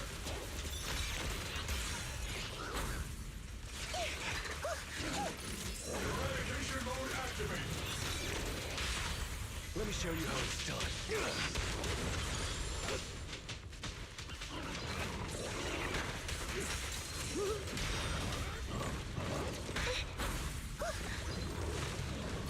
Increasing firepower output. My pleasure. I'm unstoppable! Okay. Stay calm now. What is it they say? We get reduced to ash! Definitely not my type. Going a little harder won't hurt. Senior? Unleashing maximum firepower. Gotcha now. Stand still. Reduced to ash. Who's next? Say no more. For you, I'll eliminate any obstacles.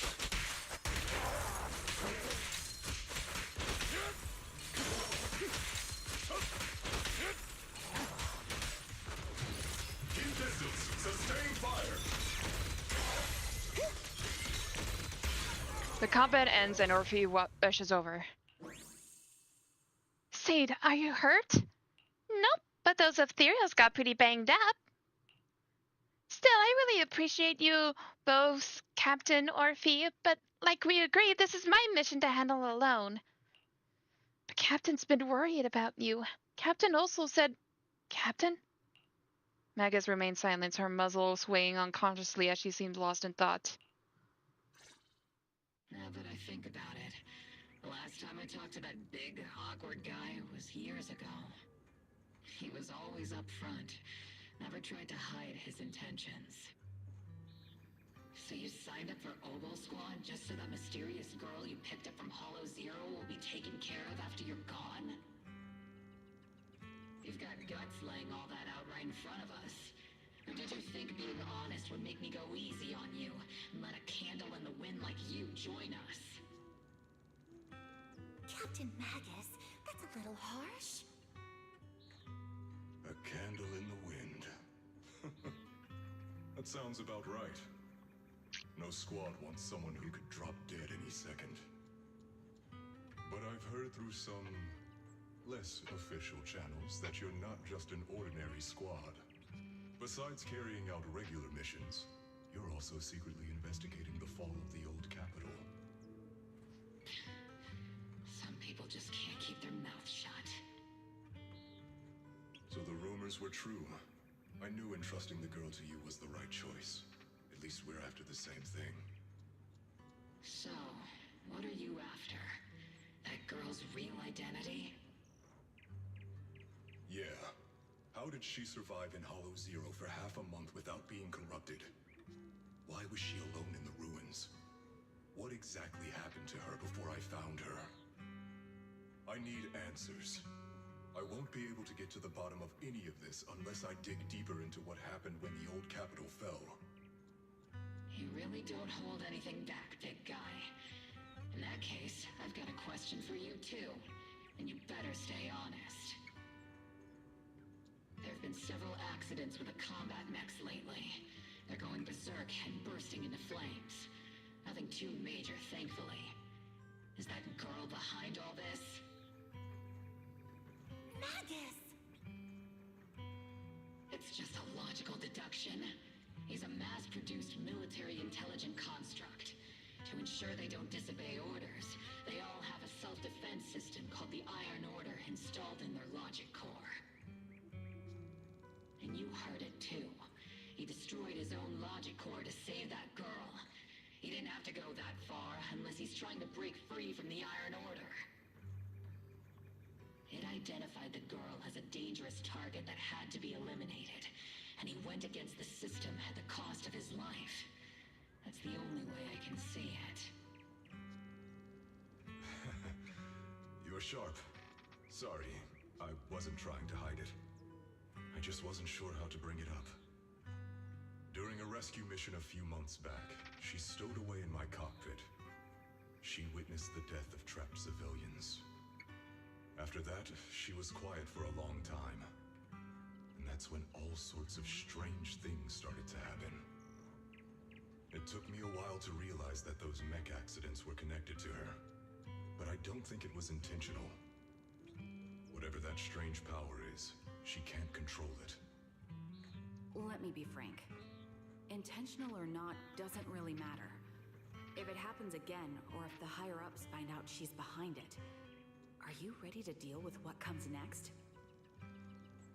Exactly. You dump this hot potato on us and just walk away like that's the end of it? I'm really sorry. I know I'm asking a lot. At least tell us how to interact with her and how to keep her condition stable. Does that mean you're willing to help me? Isn't that obvious? Why else would I rush over to save your butt when your body gave out? Captain's a little blunt, but she means well. We've been watching over you for a while now. Thank you. Thank you, all of you. Getting to meet you before my consciousness completely fades away. I feel lucky. Enough with the sentimental stuff. If we'd met sooner, maybe we could have done more for you and the girl. Just being able to entrust her to you is enough for me. I don't want her past to remain shrouded in mystery. Nor do I want her to live her life as an odd one out. That's why I did all this. For the truth. But unfortunately, I think I'm reaching my limit. I'll probably shut down completely in a few months. I'll tell you everything about how to get along with her, and how to keep her emotions stable. But before that, I hope you can help me with one more thing. Please, keep my death a secret from her. So she doesn't lose control of her power again. Yes, like I said, witnessing the death of others has set off her power a few times. But she seems to be slowly getting used to it. Recently, even when fallen soldiers are brought back to camp, she can hold it together. I don't know if it's good or bad, but I don't think now is a good time for her to receive too much of this information, especially about my death. At least not until she's ready. Please, don't let her find out just yet. You sure know how to hand someone a tough job, dropping this on us right after joining the team. I know you won't just stand by and watch, Magus. Before you completely shut down, I'm gonna work you to the bone. You hear me, big guy? Fight until your last moment has a father seed. After I'm gone, the girl will become the new seed. And honestly, I don't know if I deserve to be called her father. I've never had a family, so I don't really understand what that means. I was created as a weapon for the military. The concept of having a heart always felt like a pseudo-proposition to me. As for her, apart from crying the first time we met, she's barely shown any emotions at all. The military doctor told me she has no heart. I just wanted to go on a journey with her, to prove that the heart is real. The calls in her ears growing clearer, Magus awakens from her memories, recalling what had happened. The captain finally remembers to tell off all those misbehaving team members. Seed, stand at attention. You were way too reckless during that last operation. But I did great. I cleared the whole area all by myself. Do you even realize how out of control you looked just now? You were like... Like what? Forget I said anything. In any case, that was a team mission. None of us want to see Hold on a sec. Hold on. Listen here, Missy. If If you keep this up, Cut you'll it. end up on the higher-ups watch list. And I'm not planning to visit you in some containment room for dangerous subjects.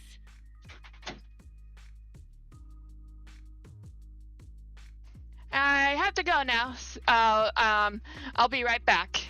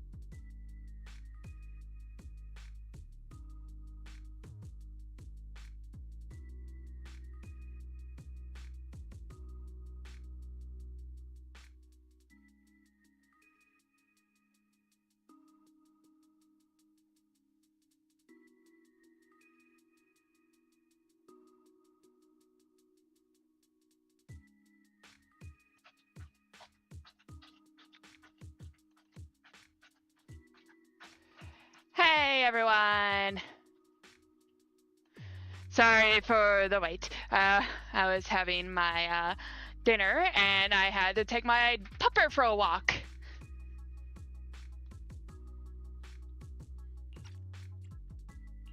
Why would they put me in a containment room? I'm getting stronger. Isn't that a good thing? Orphe, you talk some sense into her. Me? Seed, why are you suddenly fighting so recklessly on your own? Acting on impulse can lead to really serious consequences. Seed Senior promised me he'd come back if I got stronger. That's not what he said. I had to take action. Captain, Orphe, I don't think I'm the type to just sit there and wait. Can you help me? Seed, becoming stronger takes time. It's not something that happens overnight. We've got plenty of time ahead of us, so let's take one step at a time, okay? Don't you want to see him sooner? Listen, Seed, I'll give you this. You are strong. Despite always doing things your own way, you somehow managed to nail every mission, going way beyond my expectations. Maybe it won't be long before you become a soldier who can hold their own. But I'm not sure if that's a good thing for you. I don't think this is the kind of getting stronger that Seed Senior would have wanted. Take a break, Seed. Cool your head. You're not in the right state for missions right now. I hope you won't be mad at me. Okay. Huh? You're not mad? I'm a soldier. Following orders is my duty. If the captain wants me to stand down, I'll stand down. Never thought I'd hear Seed say something like that. Glad you're cooperating for once. Go ahead, take your break. Just don't go into the hollow alone again. And hey, if you ever want to move out of that safe house in the hollow and come back to the squad dorms, you're always welcome. Captain! You're a mother hen. I knew it. You are mad. Call me a mother hen again and I'll make sure your next 3 meals are nothing but green peppers. No meat. Calm down, Magus! Besides, Trigger is the one cooking for us, not you! Calm down! Orphe struggles to hold on to the agitated Magus, hastily bids farewell to Seed, and leaves the hollow. Okay, they're gone. According to the captain's orders, Soldier Seed shouldn't carry out missions or enter the hollow alone. But a soldier on break isn't really a soldier, right? And now, it's just ordinary girl Seed, looking for a partner to explore the hollow together.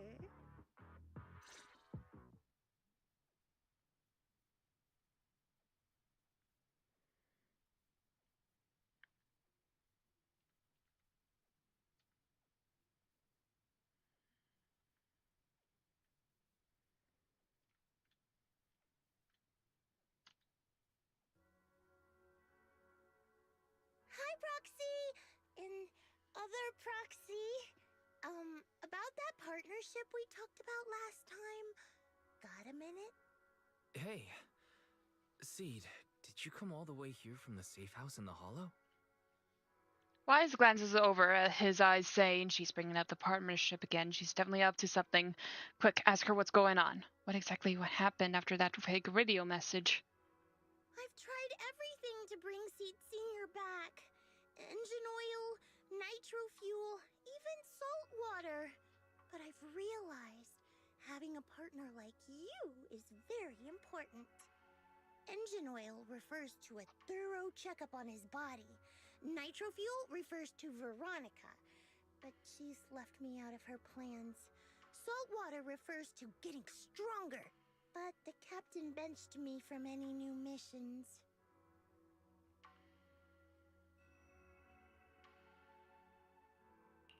Am I hearing things right? Seed, you actually explained these concepts properly. It's rare to see you being so serious. I've always taken this seriously. I even thought about reaching out to Veronica again to hear what her plan was, but she's not responding to my DMs anymore. That Veronica lady. I'm not sure what she's up to, but honestly, I think you're better off not getting too involved with her. Belle and I will help you figure this out instead.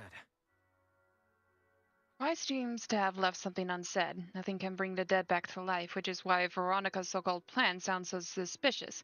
What do we do with Seed now? Should we do what Mega said and hide the truth from her with another lie?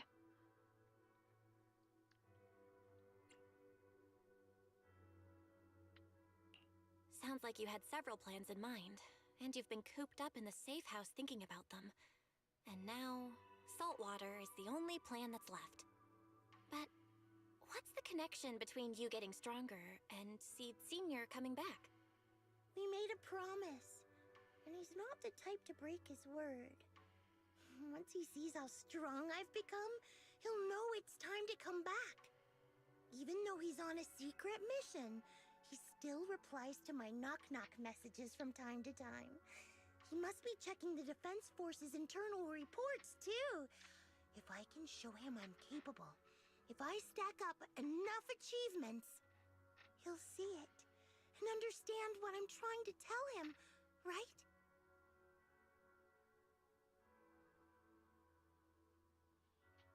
This is the first time Seed's actually walked me through her line of thinking, and her logic actually makes sense. It's hard to argue with her, but if she keeps holding on to this idea, sooner or later, her hopes are going to get crushed. I've got to do something. Proxy, to be honest, I hesitated for a long time.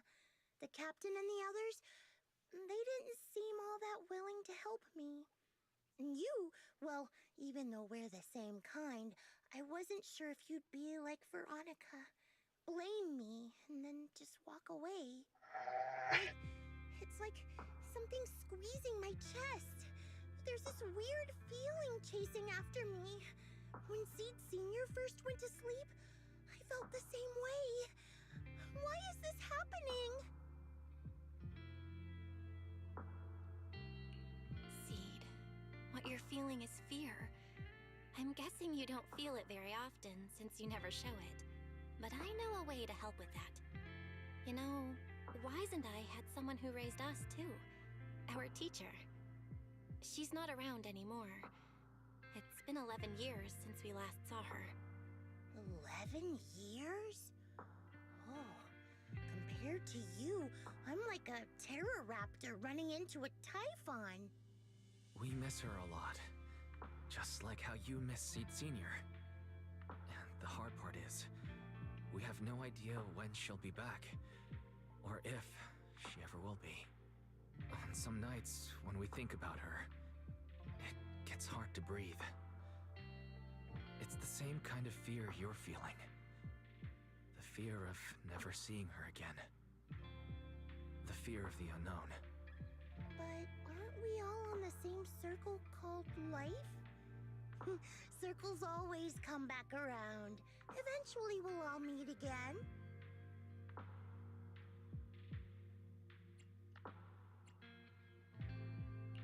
Yes, life is a circle. But even if two dots are on the same path, it doesn't mean they'll meet again. You and Seed Sr., us and our teacher, we're all dots on that same circle. At first, we were moving at different speeds, so our paths crossed. But after we parted ways, we started moving at the same pace. And when that happens, the dots stop meeting each other. Pal, that's such a negative way to put it. Alright, Seed. I'll teach you the way to deal with fear. A way to deal with fear? Yeah. For Belle and me, it's the HDD and EOS.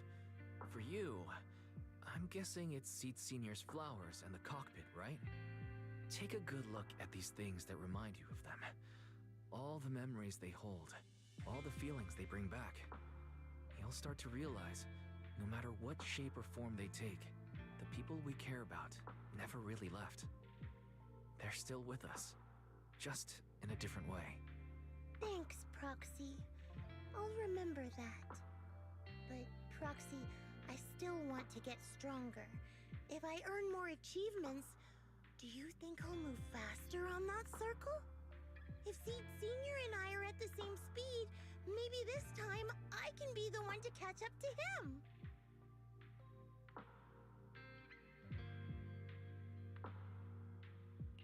I don't know how long it'll take, but I think we'll all get stronger and faster someday. Seed, let me join you. Let's get stronger together. By the way, I've been meaning to ask. When you said we're the same kind, what exactly did you mean by that? Same kind just means, well, the same kind. I can't really explain it. If I had to try, I'd say it's like we kind of smell alike, so it feels familiar. I guess that's what makes me feel close to you. Just as you were about to ask more questions, Seed's phone suddenly rang. Emergency mission. I repeat, emergency mission. According to Defense Force Logistics Division, a batch of classified military supplies coded JH-8092, containing electronic components, communication equipment, and mechanical parts, with a total weight of approximately 12 tons, was recently stolen by unidentified personnel. This incident has become a major security risk. It's definitely a provocation from the Hollow Raiders. All Defense Force personnel within the designated area are hereby ordered to initiate Level 1 response status and launch a full investigation immediately. Jackpot! A supersized serving of military merit. Proxy, you help me out, right? But where shall we start the investigation? I know a way. Got quite a few Hollow Raiders in my circle. Even though the last rescue mission for the Hollow Raider was a total mess, I still managed to snag some sweet loot on down though. Those Hollow Raiders carry quite a few trackers on them, so being the helpful soul I am, I made sure they didn't go to waste.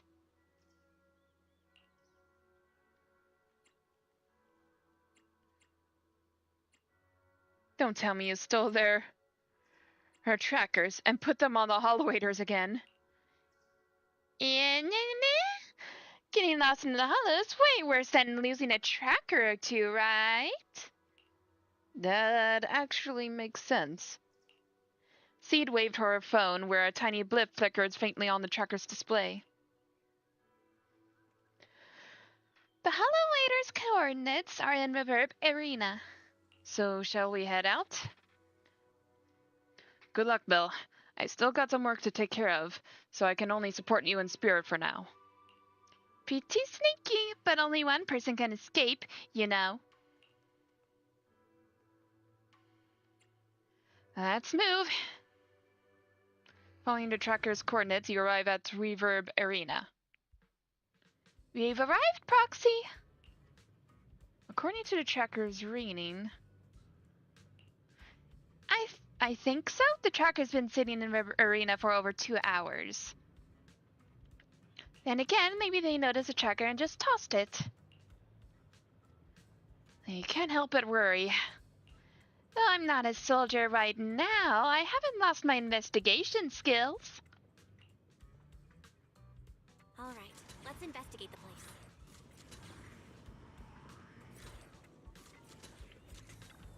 Nigel hit me with another. Hey, mister. Do you know where the Hollow Raiders usually hang out? Hollow Raiders? Are you talking to me? Not yelling when talking to others is just basic manners, isn't it? That was pretty nasty. Now who's the real nasty one here? I just came from the outer ring to Reverb Arena to clear my head and accidentally had a few dozen cans of nitro fuel, that's all. Besides, just because I'm looking for a bit rough around the edges doesn't mean you gotta throw around insults like Hollow Raiders or whatever.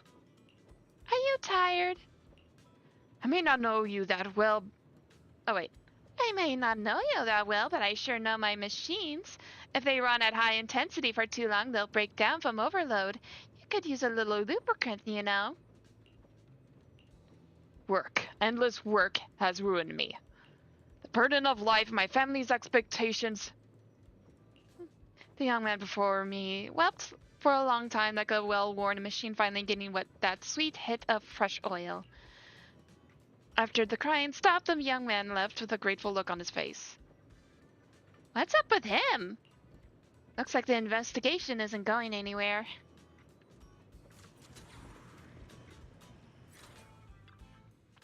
Hey, hey there, young lady. You seem a bit lost. When it comes to Reverb Arena, our dance group knows everything there is to know. Just ask me anything. Ina? Say, Madam Captain, would you happen to know where the Hollow Raiders usually meet around here? Young lady, how did you know I was the group leader? The captain of Opal Squad has a similar aura, infectious like a blazing flower. Don't worry, young lady, even if it's just for your compliment, you can count on me to help. The old lady pulled out her phone and started busily assigning investigation tasks to group members. Before long, a precise set of coordinates was sent to her phone. Yo-ho! Oh, wait. Yo-ho! Target location confirmed. Proxy, let's roll. What a bizarre way to investigate.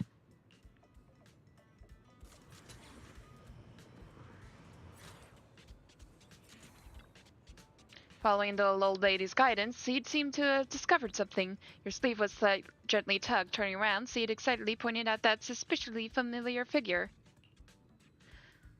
What, you're saying those machines were recycled? Dang, could some rival crew be trying to muscle in our turf? But hold up, without us, those shady fellas lurking in the dark won't pull off any big jobs. As long as I'm here, there's no way they're gonna hog all these treasures for themselves. I just made it back from Death's Door, and it ain't nobody in all of New Eridu who can stop me. Tell me, what are the treasures you're talking about? Mr. Hollowaiter was still rambling on about something. The sudden voice in his ear startled him. He quickly hung up the phone and shoved it in his pocket. As he turned around, a strange yet familiar, terrifying face came into view. Who is it? Can't a guy enjoy a moment of peace? It's you! That monster girl! Yahoo, Mr. Hollow Raider! We meet again! It's quite rude of you to call me that, don't you think? What are you doing here? Don't tell me you've been stalking me! I wouldn't call it stalking. I just happened to notice one of your trackers fell off in the hollow, so I picked it up and stuck it to your shoe. Didn't think it actually helped me find you. What do you want? That officer lady confiscated all the military mech we stole, and most of my buddies are in the hospital now. There's nothing left for you to take. I haven't even done anything this time. You can't hurt me. Lay a finger on me, and I'll scream for help. Chill. I do want to earn some medals, but you're not the target I'm after. Mr. Hollow Raider, we're investigating a theft of classified Defense Force supplies. I figured someone in your particular line of work as a Hollow Raider might know more about these things. Do you have any leads you can share with us? You're asking me, a Hollow Raider, for help on a military theft case? Are you kidding me? And what if I don't say anything, huh? Then what?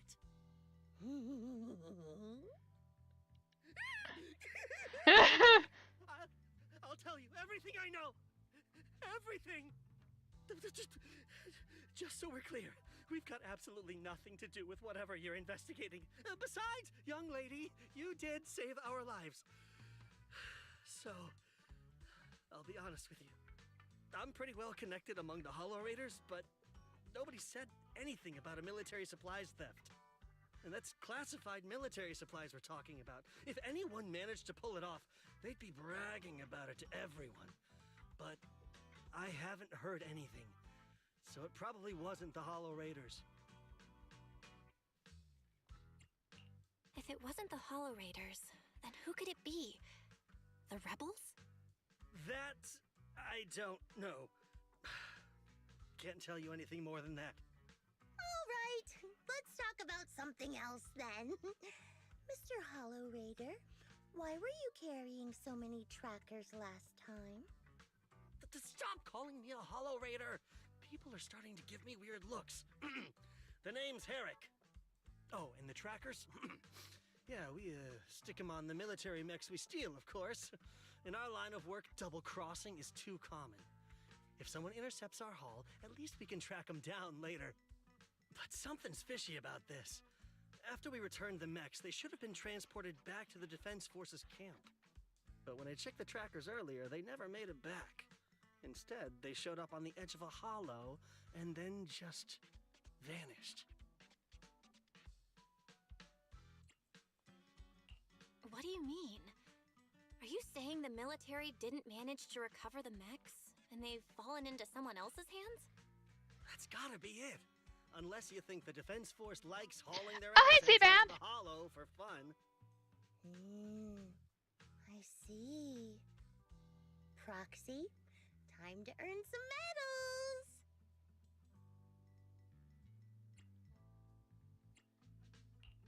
Huh? Weren't we tracking down those missing supplies? Why are we switching tracks suddenly?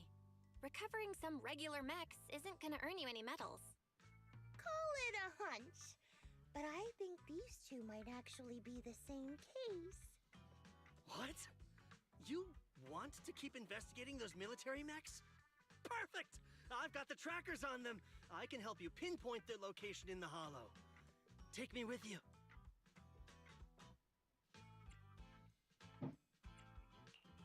Someone's eager to help. I've got a feeling you're up to something.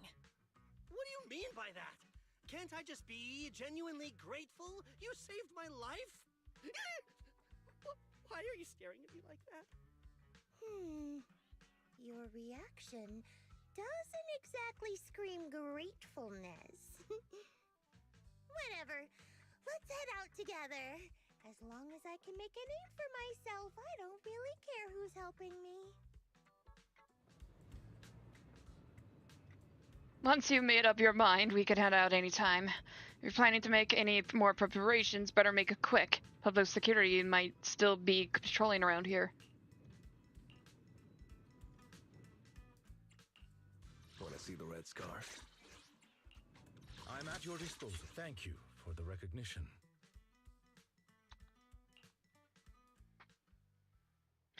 Okay.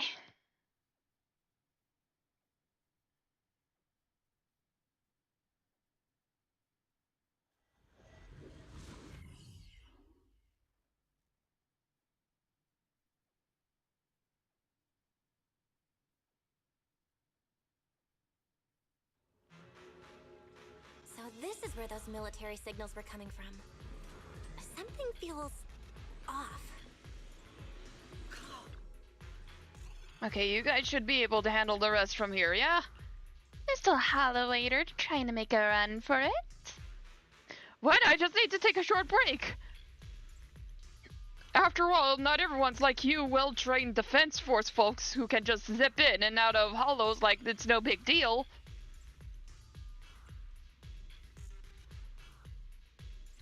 Something feels off. You can stay behind me then, but whatever you do, don't close your eyes in the hollow. What a mess. Don't worry, I don't want to die. I won't stray too far from you guys.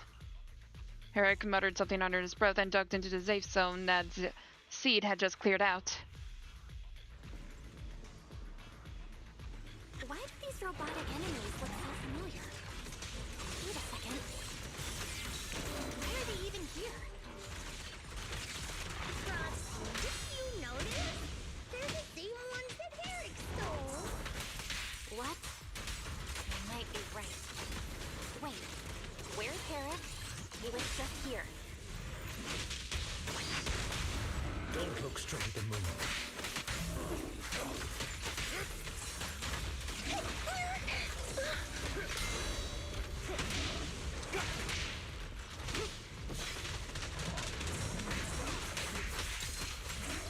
Count on me and Seed Senior. Increasing firepower output. Let me show you how it's done. Don't look straight at the moon.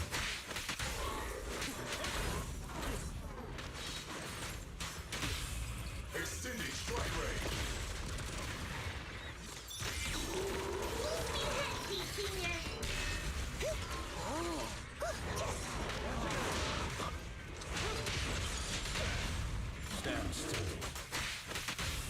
What is it they say? Reduced to ash? Huh? Let's treat him to that.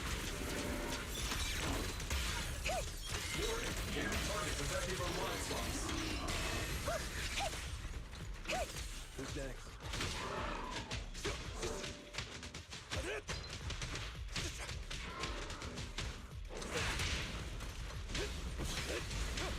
I pledge my honor! Stay calm now. Reduce to ash.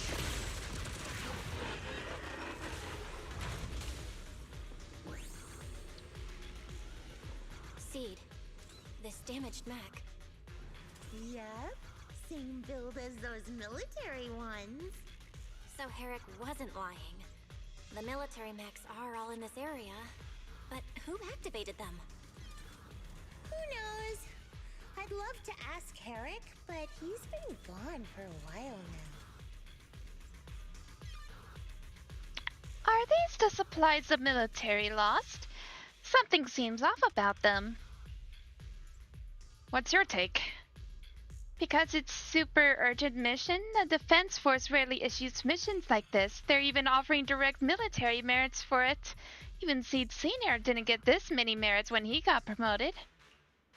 And someone's modified these machines. Definitely not the Defense Force's handiwork. Sounds like there's more to it than meets the eye.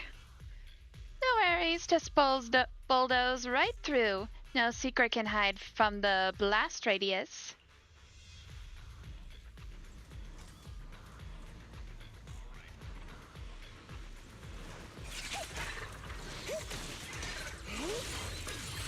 Unleashing maximum firepower. Looks like there's more waiting up ahead. Maybe Herrick's there too. I have no idea where he is. Let's just hope he's still in one piece.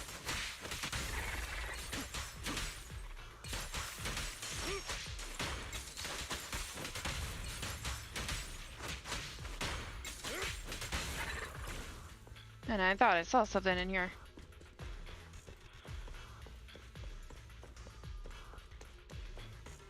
I kind of wanted to see if there's any hidden secrets in these rooms. So many mechs. I'm seeing more mechs than ethereals now.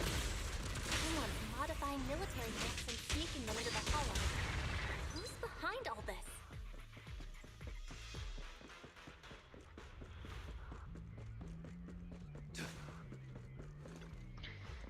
And I found a rare Defense Force report.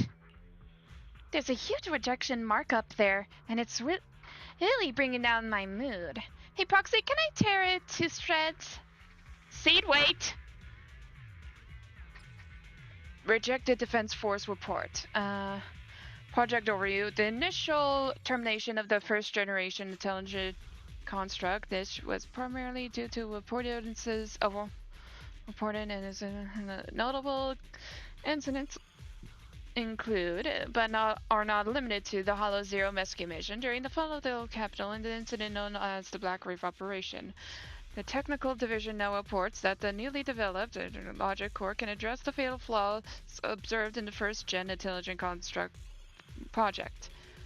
Utilizing a triple consciousness control protocol, the LCX-27 is, in theory, capable of fully suppressing the autonomous consciousness of intelligent constructs. To propose modification plan, testing will be conducted in 3 phases. For cost efficiency, it is recommended that damaged first-generation intelligent construct bodies be used as vessels to test the stability of the new logic cores. Comments section. Intelligent constructs are not weapons. They are also individuals with self-awareness. I strongly oppose any attempt to deprive intelligent constructs of their free will, and absolutely refuse to agree using their bodies as experimental vessels. This is a desecration of life. Wait, so was Seed Senior wasn't supposed to have those logic cores?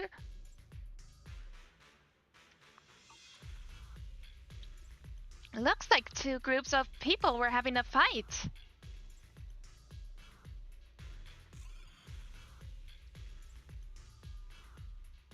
I'm dying to know who that fierce objector really is. Spacing out in the hollow isn't a good habit, Proxy. If there's too much we don't understand, going by arcade game logic, the answers might just be waiting for us up ahead.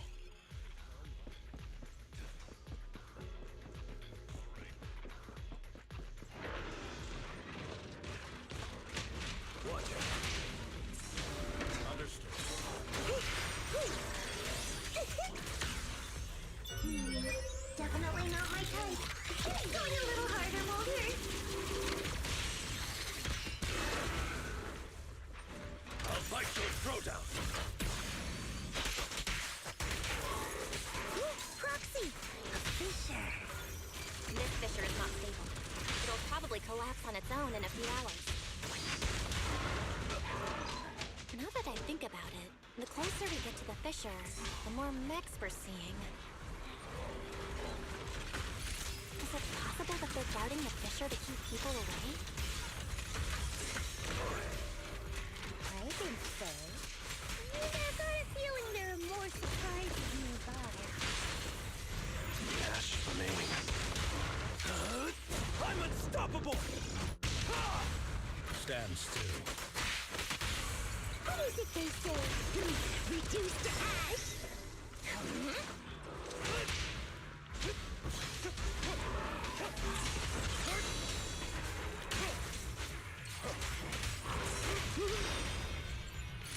Let's paint this place red with your fighting power! Gotcha!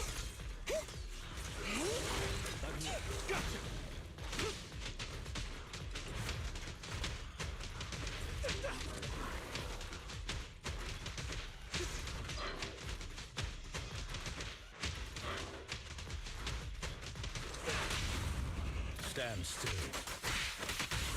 What is it they say? Reduced to ash?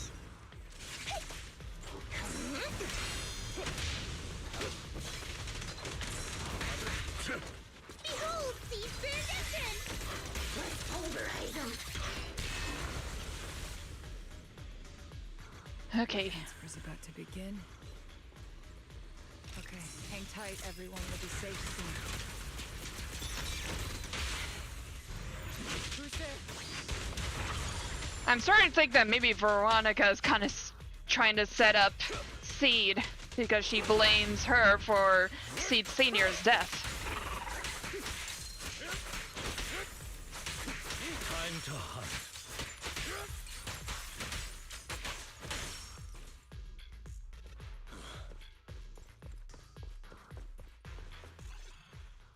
Crossing the empty space, you see Veronica rush out of a nearby warehouse. That ex-military doctor who wanted to collaborate with Seed is standing amidst a massive pile of machines. Oh. Okay, looking in the direction she came from, a large group of mechs is just barely visible. Now, upon closer inspection, those around her are different from the enemies you fought before. They are not mechs. They look just like Seed Senior, with massive frames and lifeless silhouettes. They are all deceased military intelligence constructs.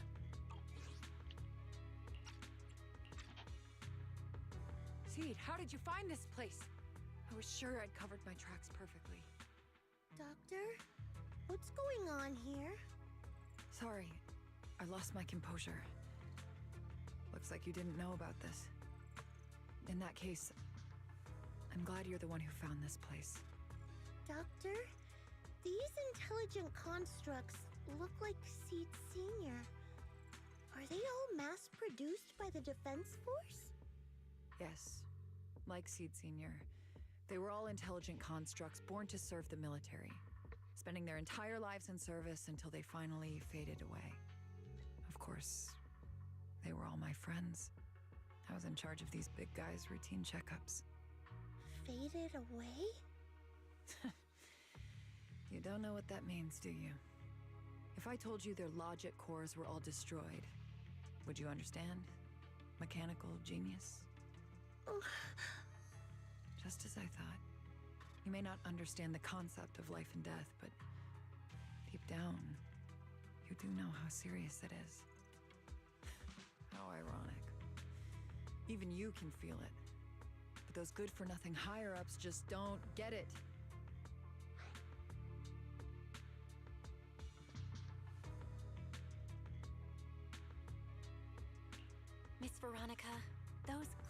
classified supplies in the military reports. They're actually these dead intelligent constructs, aren't they? And you're the one who stole them?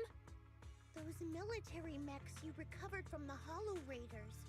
You never turned them over to the military camp. Instead, you kept them for yourself, modified them, and deployed them to make your own way through the Hollow. Isn't that right, Doctor?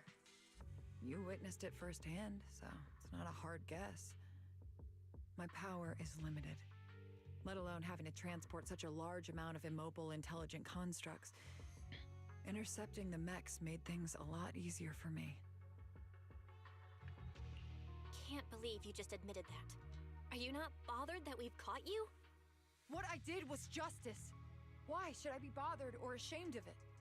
Besides, even though you've taken out quite a few mechs, I still have more than enough to deal with you. You pose no threat to me. By new Eridu law, intelligent constructs are listed as legitimate citizens, alongside humans and Thyrans.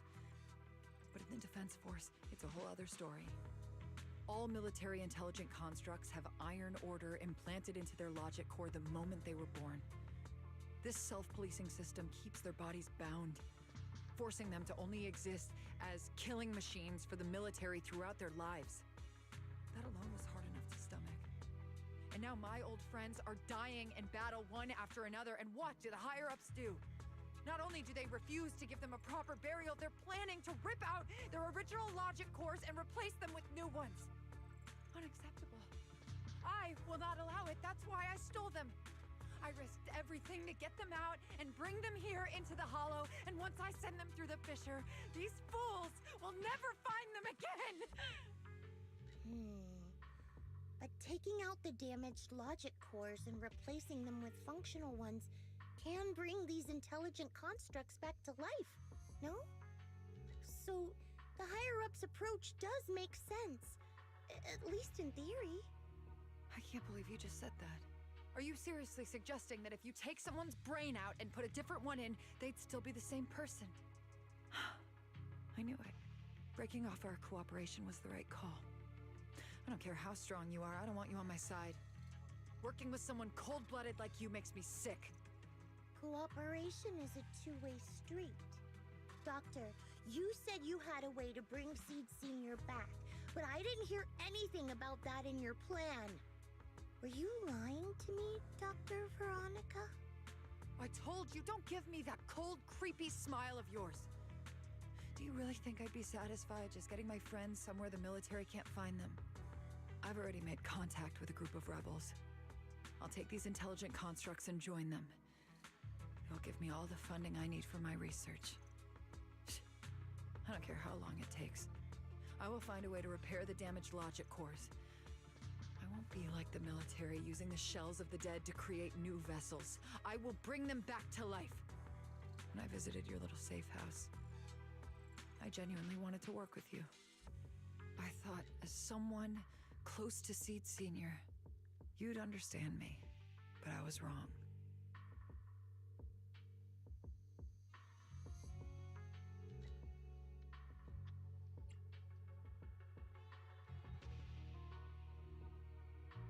You've laid out your big plan openly, but I'm afraid the damaged logic core can't be repaired. That's not gonna change. So in the end, your plan just simply won't work. Oh, please. I've been working with intelligent constructs longer than you've been in school. Before you go judging other people's future plans, you should first ask yourself how much you actually know. Doc, I think the proxy's got a point. Deep down, you know it too.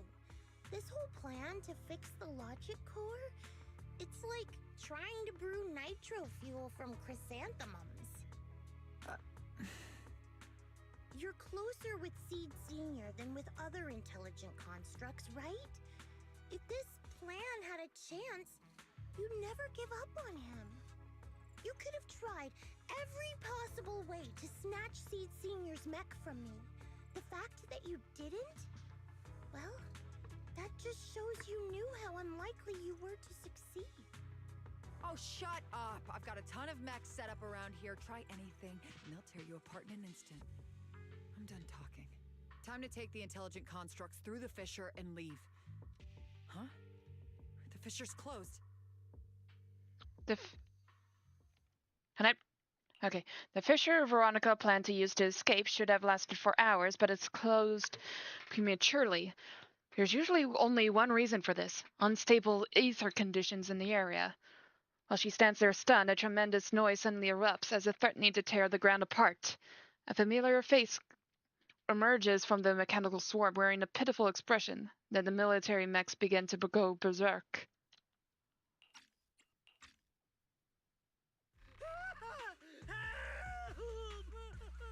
I'm sorry. I got greedy. I just thought I could take a few more mechs with me, but I somehow drove the Terror Raptor into the miasma, and they all went crazy. You idiot!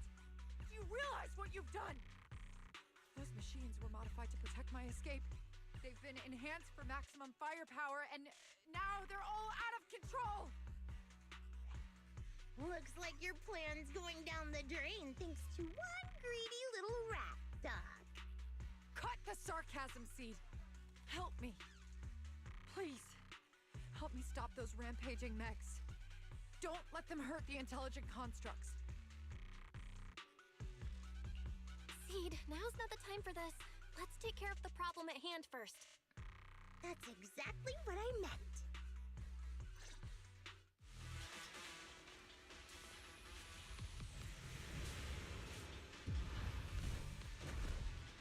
Terror Raptor! This is a nightmare to deal with! Help me! Seed, don't hurt the intelligent constructs. Don't let those mechs get to them either. Please, keep them safe. Little harder, Boulder, and Doc. There are far too many of them flapping around. Suppose I'll have to take care of that Terror Raptor first. A few mechs slipped past. They headed straight for the intelligent constructs. From the looks of things, I can probably only hold off about half of them at a time. Twins. They're being torn apart. Oh well. I guess I can raise up the firepower a little. Stop!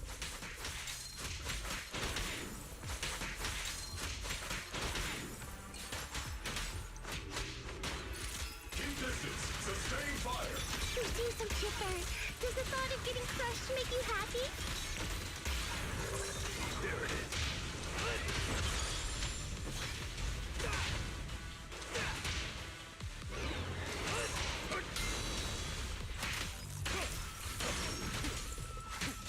I'll fight your throwdown. Continuing assault until target is neutralized. Things are about to get violent. Can you resist?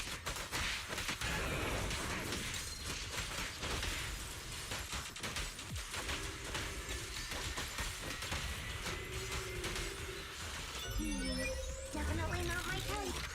Going a little harder, Boulder. Maintain firing. My pleasure. I pledge my honor!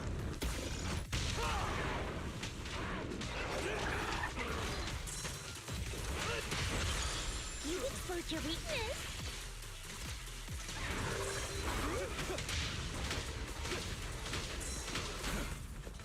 My apologies.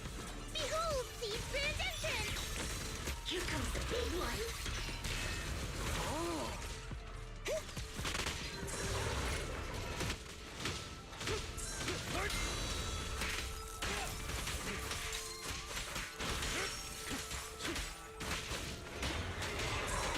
You've exposed your weakness. After defeating the Terror Raptor, C turns her focus to the remaining rampaging mechs. It's hard to say how much time passed before peace finally returned, leaving only heaps of mechanical wreckage and the shattered remains of intelligent constructs caught in the chaos.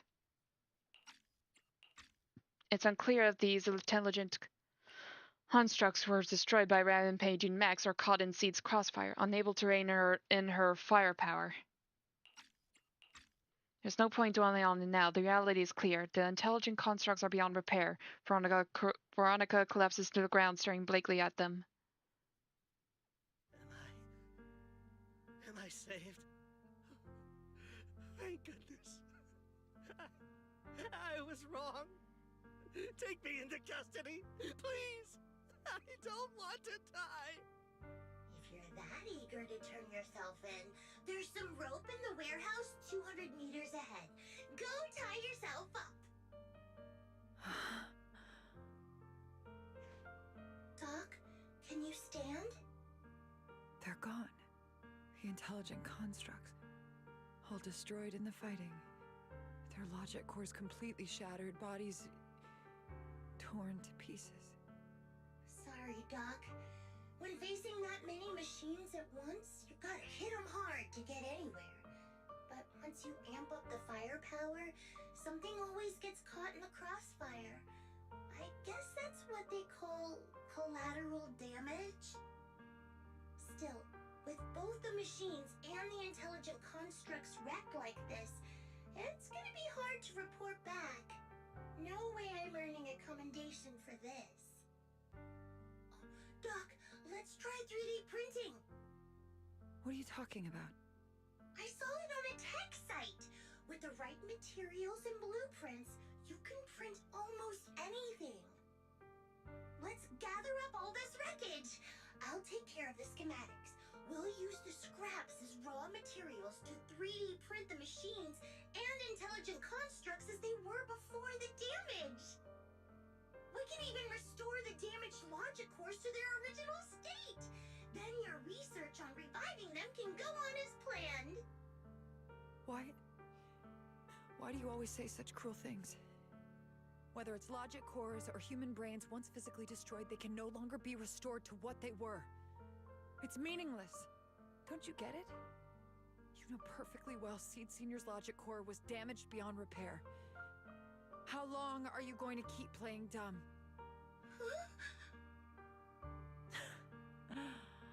I suspected as much. And it turns out I was spot on. You're a mechanical genius. You must have already checked Seed Senior from top to bottom, and that includes his broken logic core. You knew it from the moment you saw his logic core, but you always found excuses to keep lying to yourself. Even now, you still don't get what Seed Senior's death really means. It's not that you can't. You just won't.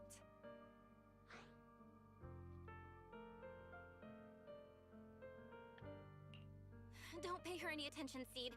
Let's forget the commendation and get out of here. Seed Senior is different from these intelligent constructs. His consciousness was uploaded into another body, and he's on a classified mission right now. He'll be back sooner or later. How long are you gonna keep running from reality? There is no such mission. He is long gone. I was right about you from the start. A heartless monster who came from nowhere, incapable of understanding death and suffering, bringing nothing but disaster. If everyone else insists on protecting you, I'll be the one to tell you. A logic core like Seed Senior's can never be restored. He's long dead. Dead! The dead can't come back to life. Even if that body suddenly starts moving now, it won't be him. His consciousness, his soul, his memories, they are all gone. Forever. Two things caused his death. One is the damn Iron Order failsafe, and the other is you, Seed. He destroyed his logic core just to save you from the Hollow. It was me? Seed Senior is dead? No, that's not right. He's just resting, carrying out a secret mission. He promised me he'd come back. If the logic core breaks, he's dead. Death means we'll never meet again. It was because of me. The logic core broke because of me. From the very beginning, we were destined to never meet again. Just because he met me, he had to die? Why? Why couldn't he have lived? In an instant, everyone feels bone-chilling cold. The next second, the fallen mechs and intelligent constructs begin to mutate. Spontaneous combustion discharges explosions in an instant. The entire area turned into a hellscape wrapped in death. Mechs and intelligent constructs left out of death. What's going on? Why are they exploding? Help! Just as I thought. Everything I'd heard about you was right. This is your true nature. A monster capable of destroying everything, so you finally unleashed your demonic powers. If you plan to kill me too, then do it already! I've got nothing left to live for. Seed, what's gotten into you? Calm down! Stop all this!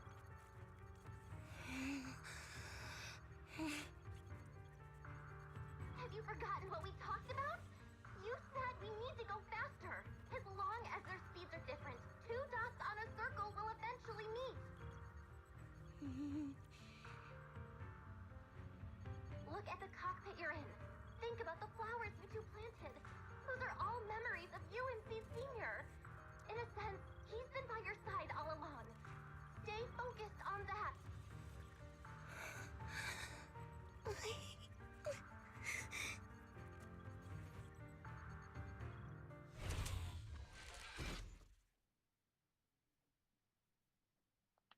Seed Senior. If it's by your hand that I die, well, that's better than getting caught in the blast, I suppose.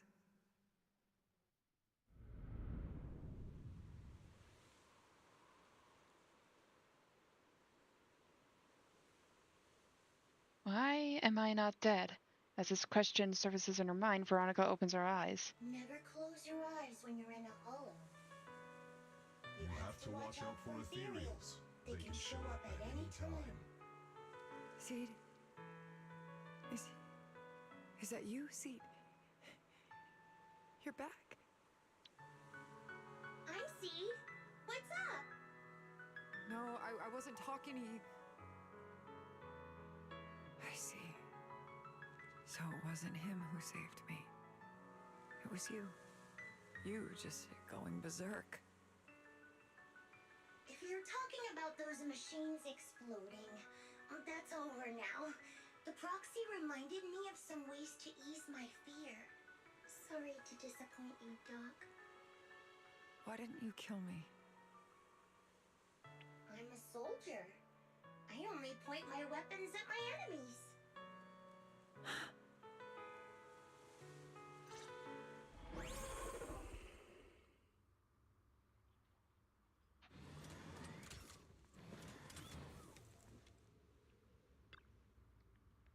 Doc, you feeling better? You're safe now, and my mission is complete. Veronica stands wordlessly, staring blankly at the ruins before her. After a long while, she finally snaps out of her daze. So it's over. Everything I'd planned, everything I had, it's all gone up in smoke.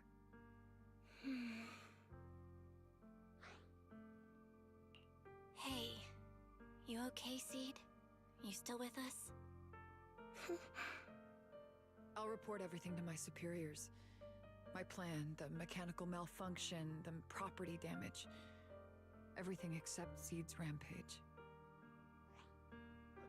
Me too! I won't say anything! I'll turn myself into public security like a good citizen! Maybe this whole thing was a complete mistake.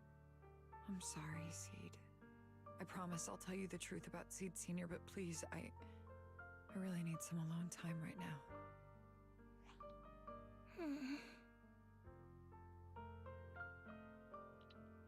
Veronica limps away with Tara trailing behind her, looking defeated. As she turns back to glance at Seed, a faint smile still lingers on her lips, though it seems to tremble ever so slightly. As the two of them vanish from sight, that faint smile finally gives way to overwhelming unease.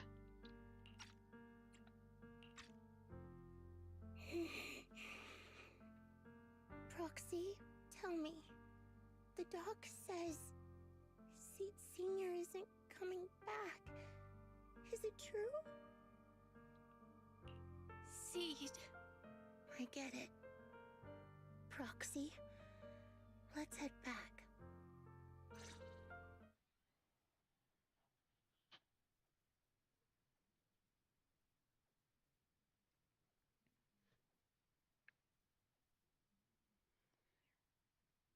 Hi, Oni-chan 2.0, 2.0.0? After leaving the hollow, Seed hurriedly says goodbye. Let's give Seed some space to cool off before we figure out a proper solution. Bill, is the mission over? I never thought something like this would happen. Bill, I'll inform Magus and the others about the current situation right away. Before we get a response from Magus, you should get some proper rest, Bill. After such an intense battle, your physical condition is important too. Thank you, Eyes.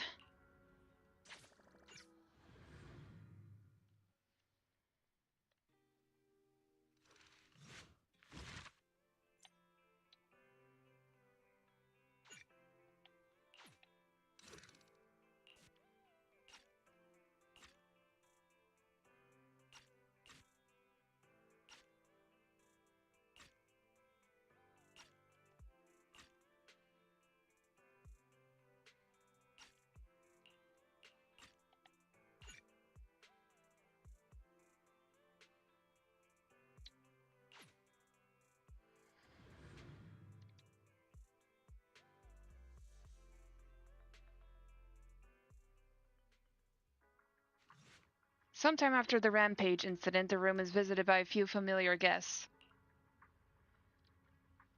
Wow, suddenly we've got a whole bunch of guests. Sorry to bother you again, Proxy. Seed, how is she doing?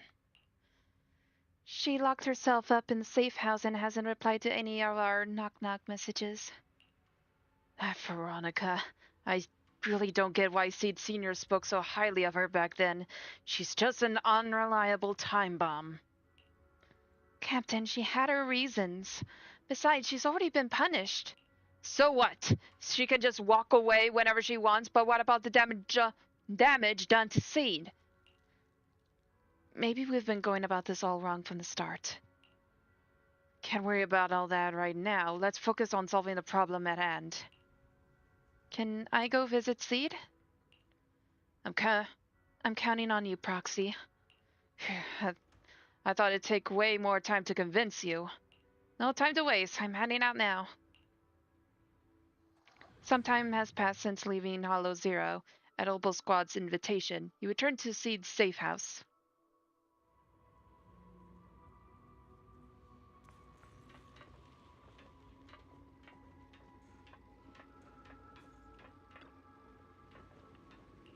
Seed?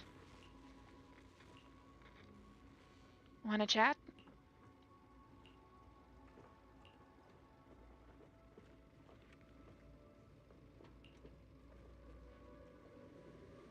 Can't let Seed stay stuck in that headspace. Maybe there's something that can get through to her. The box is left here in an orderless fashion. Seems to be out of use for a long time. You press your hands on the box with your fingers gliding over the surface. A slightly cool, gentle touch passes through you. Seed seems to be moved. Perhaps you should consider its connection to Seed Senior. The box was handmade, right? Shoot, that just come out.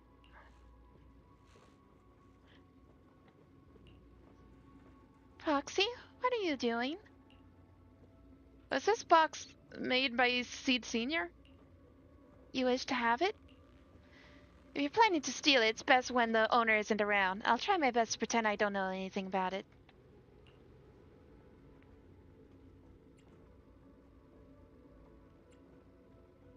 No way its surface could be this smooth. Foxy, I've changed my mind. I'm afraid you can't steal it anymore. Just as you're about to say more, a melodic ringtone suddenly chimes from Seed's phone. Proxy, this wasn't your doing, was it? Seed waves her phone, and suddenly the knock knock interface lights up, and there it is, a message from Seed Sr. It's such a long message. That's not like him at all. Hold up! How is that possible? Is that really Seed Senior's account? But Magus and Trigger said outsiders wouldn't be able to access Seed Senior's account. Could he actually? It's his actual account. You seem pretty flustered, Proxy. What's wrong? No hacker would dare break into a military personnel's knock-knock account. Unless it was you. I had nothing to do with it. In that case, we can start mixing the plant juice. And you, Proxy, are one of the ingredients. If I'm one of them, then there must be others, right? Correct. She should be here any minute now. At the very moment, a familiar figure appears in the doorway. You look perky, Doc.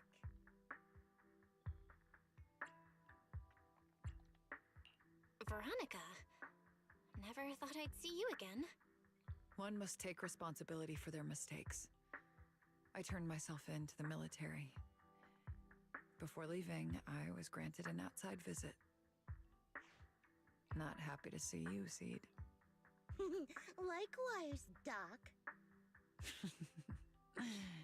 Still as irritating as ever. But I guess it's time to return what Seed Senior left in my care. Veronica hands a data card to Seed. It has the coordinates from Hollow Zero 11 years ago. Seed Senior told me that's where he rescued you. If he's hiding any secrets, I'd bet they're there. I couldn't figure it out back then. There were so many people in Opal Squad more suitable to keeping it, and he entrusted it to me. Now I get it. He knew I wouldn't be able to resist watching you, testing you. Only I would never let you live on in such blissful ignorance. I have to give you these coordinates after completely shattering your peaceful life. He foresaw it. My actions would push you to grow. Thanks, Doc. But I won't thank you, Seed. I really hated you. You destroyed those intelligent constructs, took away their last shred of hope. You ruined all my unrealistic fantasies. You tore away my disguise and made me realize that what I held dear was nothing but a lie. I kept hoping they'd come back, but I couldn't accept the truth, that they were already gone. So anyway, they were like the same. When my friends were truly gone, I found I couldn't keep hating you. What hit me instead was a chilling, almost unbearable sense of release. You are a brave soul on a journey. And I am just a coward, running from the truth. Hate to admit it, but when you saved me, I saw a glimpse of Seed Senior in you. Doc, I promise you, when I see Seed Senior, I'll tell him everything you said today, word for word. I didn't know so many people missed him. Don't bother. In any case, I hope you find the courage to face the truth. Goodbye, Seed. With that, Veronica walks away without looking back. Proxy, these coordinates are from 11 years ago. With the rate of spatial shifts in Hollow Zero, it's probably useless for navigation. It's just a string of numbers that'll get you lost. But I'm sure you can find the right coordinates, right? I think I'm ready. I'll take care of it. Let me get in touch with my brother. Fairy should be able to handle it. Hey, Belle. You must need to verify something important if you're calling me so suddenly, huh? Yeah. Could you help me calculate the location of coordinates from 11 years ago inside Hollow Zero as soon as possible? No problem. Let's leave it to Fairy. Yes, Master. Master, I've conducted a comprehensive analysis of multiple years of data. What you're seeing now is the most reliable recent data.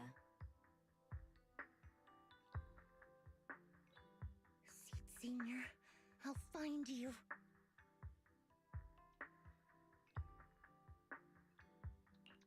Seed, I don't think it's a good idea for you to go alone. There are too many unknowns in Hollow Zero. I know. The plant juice isn't done yet. It's still missing some ingredients. Stay alive until I come for you, Proxy. After making arrangements with Seed, you return to Swabian Temple. You start preparing for the Hollow Zero operation.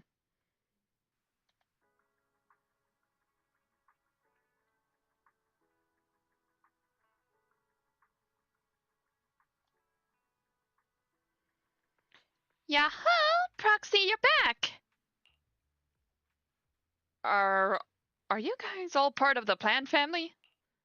What's with all that mumbling? Look, we dropped by without notice, but you get it, right? Captain, didn't you promise to be more polite? We spent so much time rehearsing what to say before coming in. This is Seed's commission and a unanimous decision by all members of Obel Squad. Never thought that kid would one day actually come to us asking for help. Thanks, Proxy. While I was away, Proxy has been helping out Obel Squad too. Save your thanks for later. If we keep talking about this, things are gonna get pretty awkward. Seed's become quite frank. Belle, if you're ready, you should head out now. I'll support you from out here.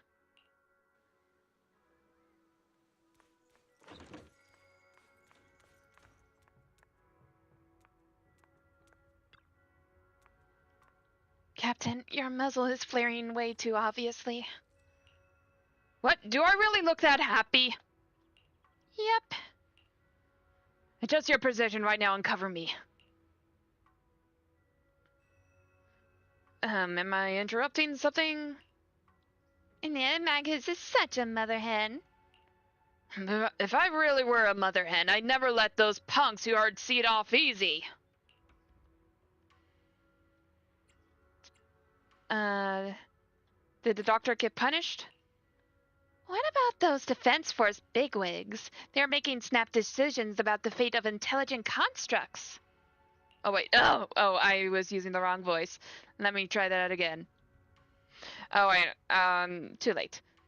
After messing everything up big time, they just casually toss those stupid plans aside and have the nerve to say they'll never start another military intelligent construct program ever again. You really think that's gonna solve everything? By the way, how did Magus get to know all this? Captain just invaded. I didn't say anything. Everyone knowingly averts their gaze. I think we're all set with the battle prep. We can head out anytime. Let's roll, everyone!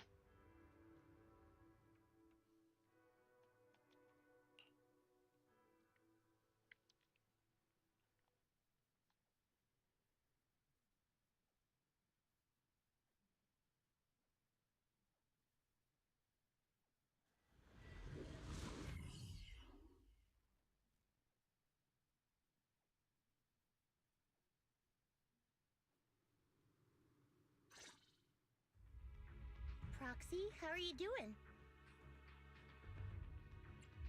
You mean like physically? I've got some mild ringing in my ears, and sometimes it's a bit hard to breathe. But I guess that's pretty normal when you're in the hollow. Compared to me, Seed, you look pretty tense. The plant juice is my last resort. If even that can't bring Seed Senior back... Stop overthinking it, Seed. Honestly, everything you're doing is already more than enough to shock everyone. Yeah, I can vouch for that. When Seed invited the whole Obel Squad to Hollow Zero, it was the first time I'd seen the Captain's gun barrel open that wide.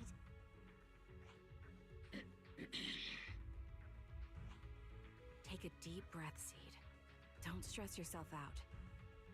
Even if we can't reach our destination this time, there's always next time, and the time after that.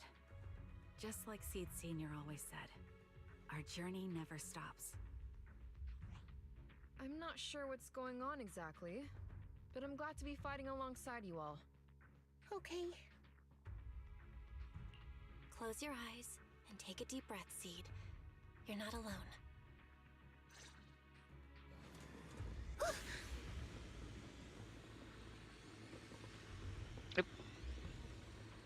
I used to think the best way to protect you was to wrap you in some perfect little world, even if it was built on lies. I was always afraid you'd lose control, afraid you'd get hurt. You handled yourself better than I ever imagined. You handled everything with Veronica better than anyone could have hoped. We're all proud of you. I am proud of you. Maybe I've been too stubborn. Maybe you've already grown up. And it's time I finally let go. We're all in this together. That's what we signed up for the moment we joined Oboe Squad. Remember? Magus. Sounds like those parenting books are actually paying off.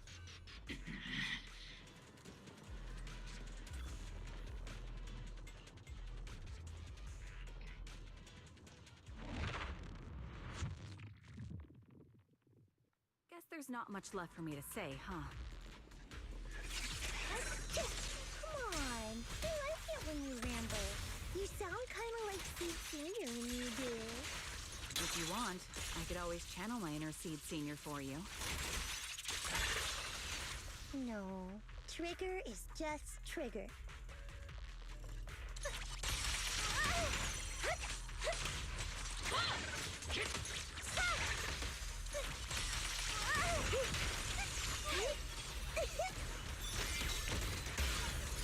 Keep distance. Sustain fire.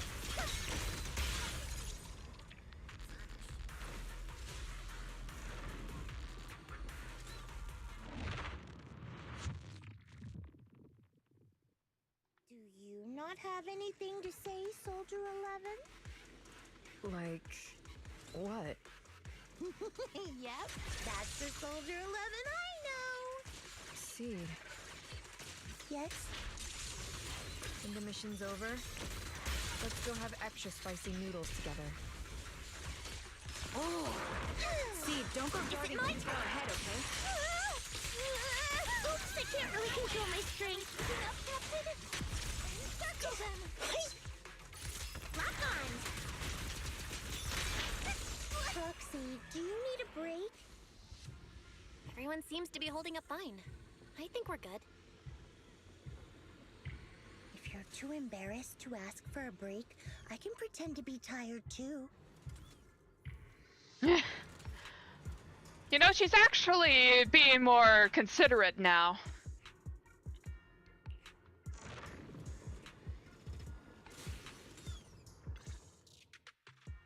We're almost there. After everything, we're finally going back to where it all started. Captain's sounding all poetic today. I'm not trying to sound poetic. I'm just starting to doubt myself. Could he really be waiting for us somewhere? The knock-knock messages Seed has been receiving are hard to verify. Even I can't... Right. Where are we headed? So you actually don't know anything. We're going with Seed to find a friend who's been gone for a while. His consciousness might be waiting for us somewhere in Hollow Zero. You mean Seed Senior? Right, you know him? When you joined the squad, he was already... Seed has mentioned him many times. He must be someone really important to her. Whenever Seed is feeling down, Seed Senior and I chat with her. Hold up. What does that mean? What's wrong? Everyone's been feeling down after the military supplies went missing. Especially Seed. She wouldn't say a word. So I dug out his old phone. And not long after, she started cheering up. Yep, so that worked. What?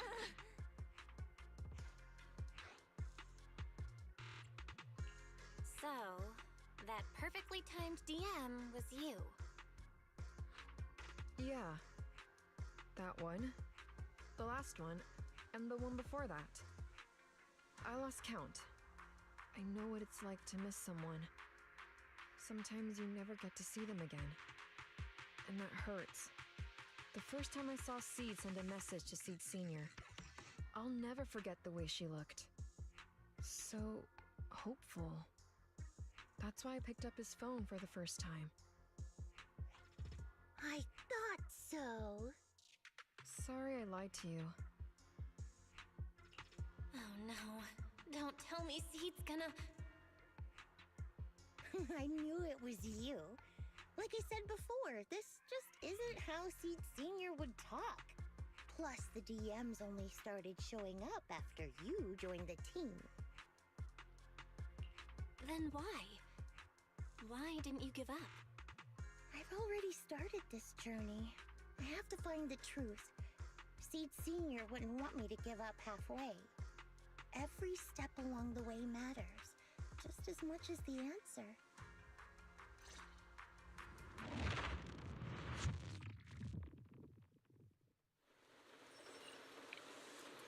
The rain's getting heavier. Foxy, will the sky ever clear up? The sun will always shine after the rain. Yeah, I think so too. When I first met Seed Sr., it was such a bright sunny day in Hollow Zero.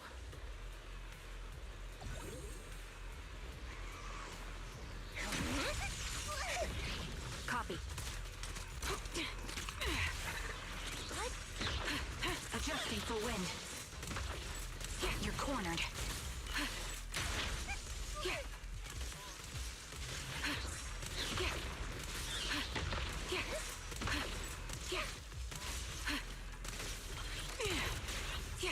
Target locked. Oh.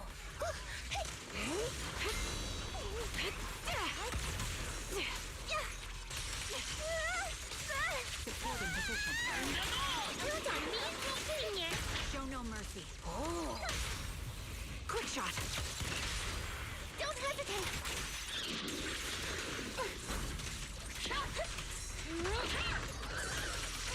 Show no mercy. Captain, the bear is scorching hot.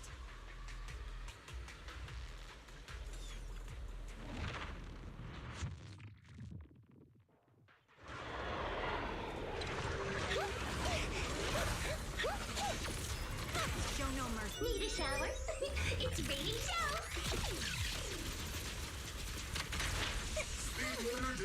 Pierce right through. Maintain silence. Sniper's Creed. One shot, one kill. Not over yet. Time to pin them down. Quick shot.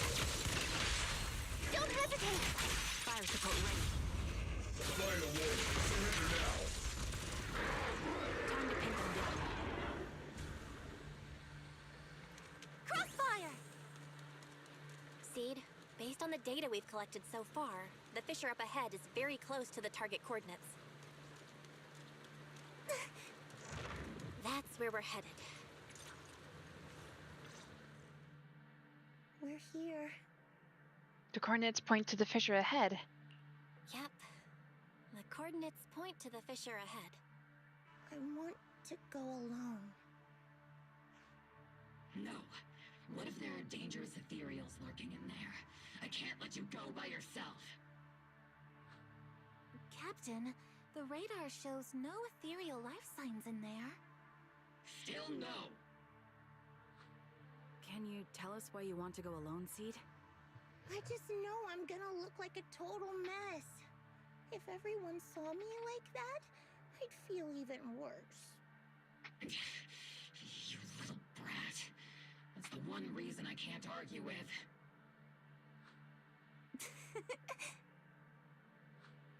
Understood, Seed. Keep your comms open. We'll be on standby if you need us. Don't forget about the super spicy noodles after this.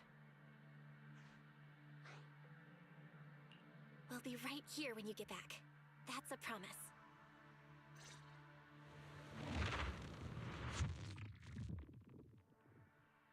Oh, the fog is thick. I can't see anything. Seed Senior, are you there? Never mind. I don't even know if you can hear me. I'll just record this anyway. I hate you, Seed Senior. Why did you leave without saying goodbye? Why couldn't you stay just a little longer? Why does it feel like I can't breathe in the cockpit even though it hasn't gotten any more Forget it. Let's talk about something happier. I'm taller now. I can handle a ton of missions on my own. And I made friends. Oh, and I found my people. Proxy's a lot of fun. I really like her. If it weren't for Proxy, I'd still be stuck in that nightmare.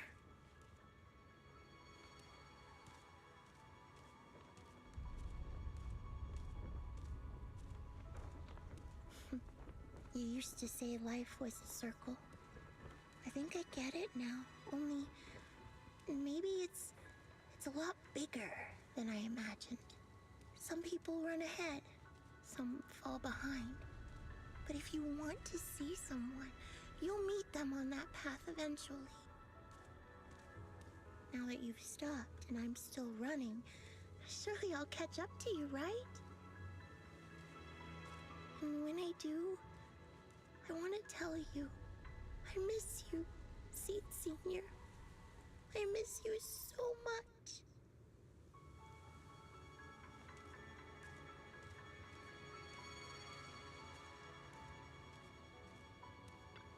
Fuzzy memories that have been sealed for a long time resurface.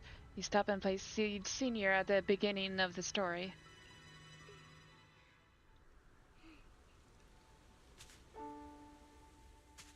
Seed Senior, are you listening?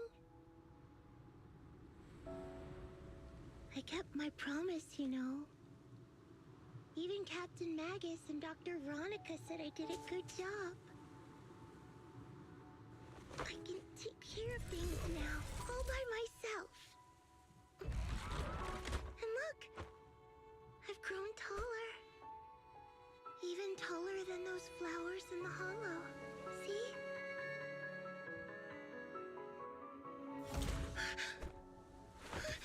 Seed Senior?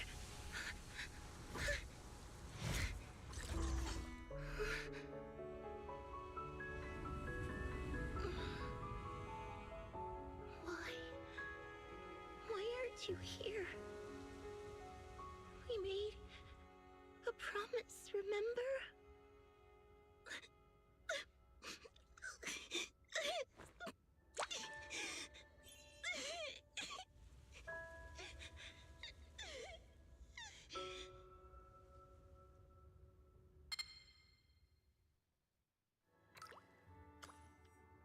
The crystalline liquid falls onto Seed Senior's body, and the long dormant machine seems to whir to life on its own. The golden glowing arm slowly rises, reaching out as if to encourage the girl standing before it, or perhaps attempting to gently embrace her. Seed rushes forward, tightly hugging the giant warm figure. Special sample detected. Sodium and potassium ion concentrations match human tears. Pilot identity confirmed. Biometric synchronization level 100%. Now playing Seed's final message. Final message? Sorry, Seed. I couldn't keep my promise. Forgive me for leaving without saying goodbye. But I couldn't bring myself to imagine how much the truth might hurt you. Especially when you were still so young. That's why I couldn't risk it. I even selfishly asked the others in Oval Squad to go along with it. If you realize they've been lying to you, please don't blame them. They only did it because of me. Seed, where are you now? And what missions are you on these days? You must have grown a lot taller, huh? Yeah, I have. If the cockpit becomes too cramped, you can reach out to someone named Veronica. I hope you two get along. I'm sure she'll help you make more space in there. I planted some seeds in the hollow where we first met, hoping they would bloom into flowers. Oh, right. About those potted plants I asked you to take care of. Have they grown into beautiful flowers? Even if they haven't, don't eat them. Give them a little more time to grow, okay? To be honest, I don't know when you'll hear this message. Maybe when you're sad, or while you're crying happy tears. The only thing I know for sure is, at this moment, Seed, if you can let those tears fall without holding them back, then to me, you've already become a flower in full bloom, standing tall and proud. If that's true, maybe I can face my own death with a little more peace. You know, I've read a lot of books about death. When I first learned that I couldn't escape it, it didn't feel real to me. The fear only crept in much later. Those books say death is a new beginning, a poem, a heroic song, or just a few words carved into a gravestone. But in those books, there's a word I like much more than death. Life. I think life truly is a circle, just an enormous one. We walk it together on a journey called Finding Our Hearts. By now, maybe we've only made it a fifth of the way. Sadly, this is where I have to stop. But you'll keep going, so you'll get further and further away from me. At first, you won't even notice, and you won't look back. But that's okay. Don't be afraid. This isn't the end, because I found you, a seed named Flora. From the day we met, I planted a new seed in each of your footsteps. These seeds once belonged to me, and now they're yours. When I stopped, I left the seeds with you. You'll continue to sow them as you move forward. So just keep going, step by step.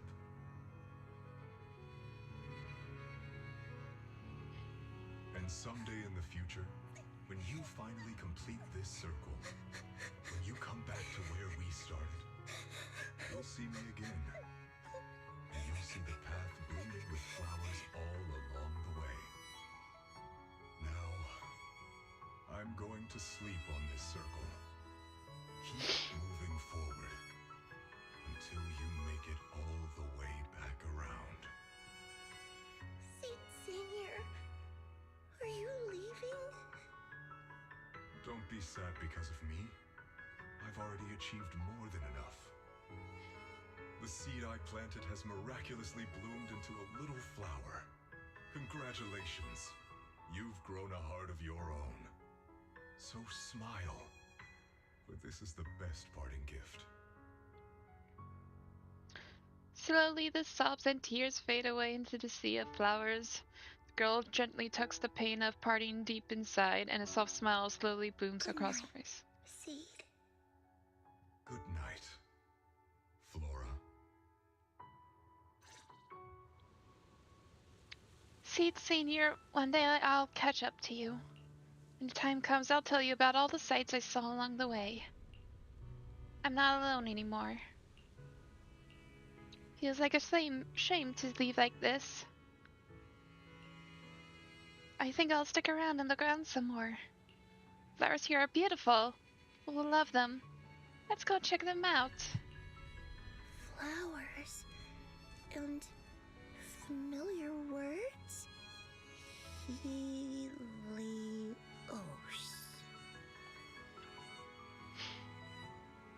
The kids seem so full of energy.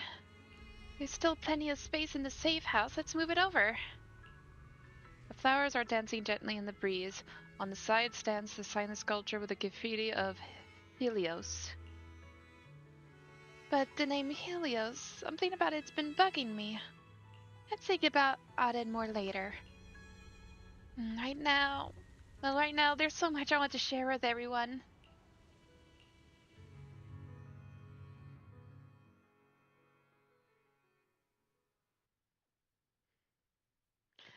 Okay, that made me I cry!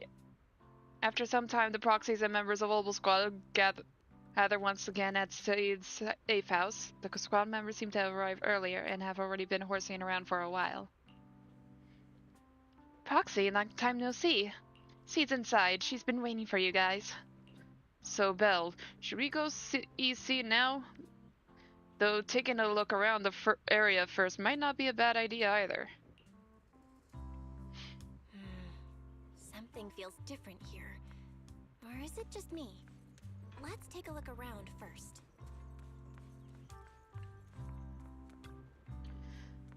There was never really any crisis for us there. She's grown up even better than we imagined. If I could have a ramen eating contest with Seed here, does this mean no one will ever will bother us anymore?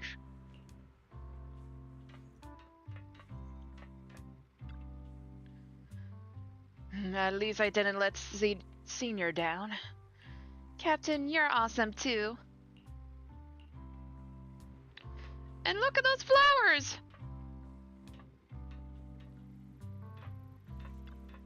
Crystal clear dewdrops cling to the leaves as flowers sway gently in the breeze. Even the edges of the flower pots are polished to a shine. The owner must really cherish them.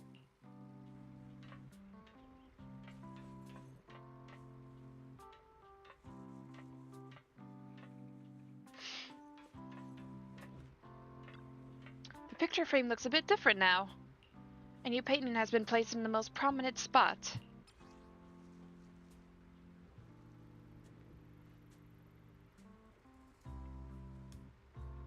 A heartwarming, simple drawing filled with vibrant colors packed with content where the big head friends almost take up the entire paper.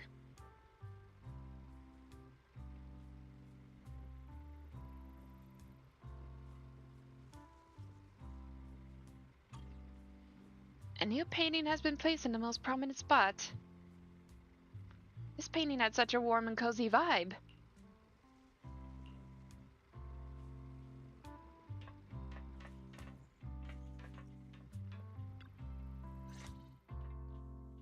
Yahoo! Proxies, you're here! Hey there, Seed. Here, this is for you. A hefty flower pot lands in your hands. The flowers inside are swaying in the wind, looking bright and vibrant. Picked straight from Hollow Zero. Everybody gets one. So these are the flowers that Seed Senior planted. So these are the flowers that Seed Senior planted. We'll take good care of them. You can also make some plant juice, you know. Classic Seed. Joke? Looks like Proxy's getting used to Seed's style. Well, we are the same kind after all. Oh, that reminds me. I think I finally remembered where I came from. On that statue in the Sea of Flowers, I saw some writing that looked familiar. I think I carved it myself, stroke by stroke, when I first escaped there as a kid. Just like you, Proxy, I'm from Helios Academy. What? You're from Helios Academy? What else do you know about that place? Sorry, I only remember the name. Most of my childhood memories are pretty hazy. I'll try to think about it. Maybe something else will come back to me. So Seed also went to Helios Academy. Is that why she's always going on about one of her kind? You didn't expect there to be other survivors from Helios. If that's the case, maybe you could get more information from her about the Helios Academy and the fall of the old capital. Maybe you'll get even closer to the truth about what really happened that day. No memory. The hope that had flared up inside you was quickly extinguished. If she really doesn't remember anything, then guess all you can do is wait. Just as you fall into deep thoughts, Seed suddenly hands you an old worn-out phone. Almost forgot. Proxy, please take this. This is Seed Senior's phone. we'd like you to keep it. We don't want anyone with bad intentions to take advantage of it. Everyone in Obel Squad agrees that Seed doesn't need this kind of false protection anymore. Don't worry. We'll keep it safe. Seed, are you okay with this? Of course. Oh, by the way, Trigger, has it been a while since anyone's cleaned the dorm room Seed Senior and I used to stay in?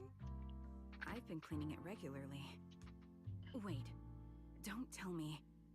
Are you thinking of moving back in? Give us a minute. Orphe and I will go get it ready right now. With a growing smile, Trigger and Orphe hastily leave the safe house, dragging a confused Soldier 11 with them. Ooh, they're way too excited. Besides, I never said I was giving up this safe house. Well, we should probably head out too. Hold up! You can't leave yet! After making sure the rest of Obel Squad is out of sight, Seed carefully pulls out her phone. Can you fix this? I swear, I didn't do anything. It just broke down.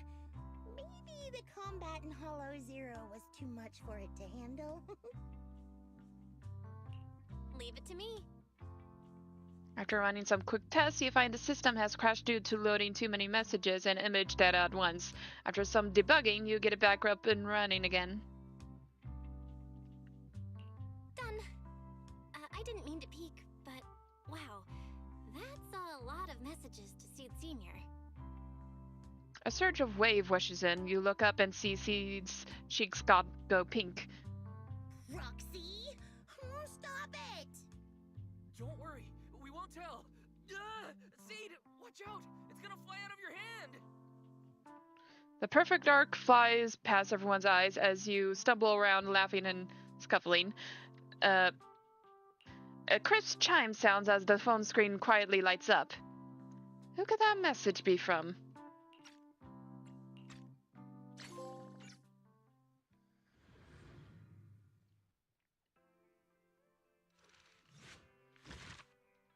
Finished it!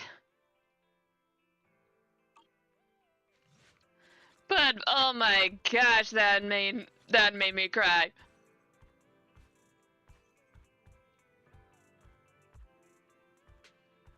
Oh yeah.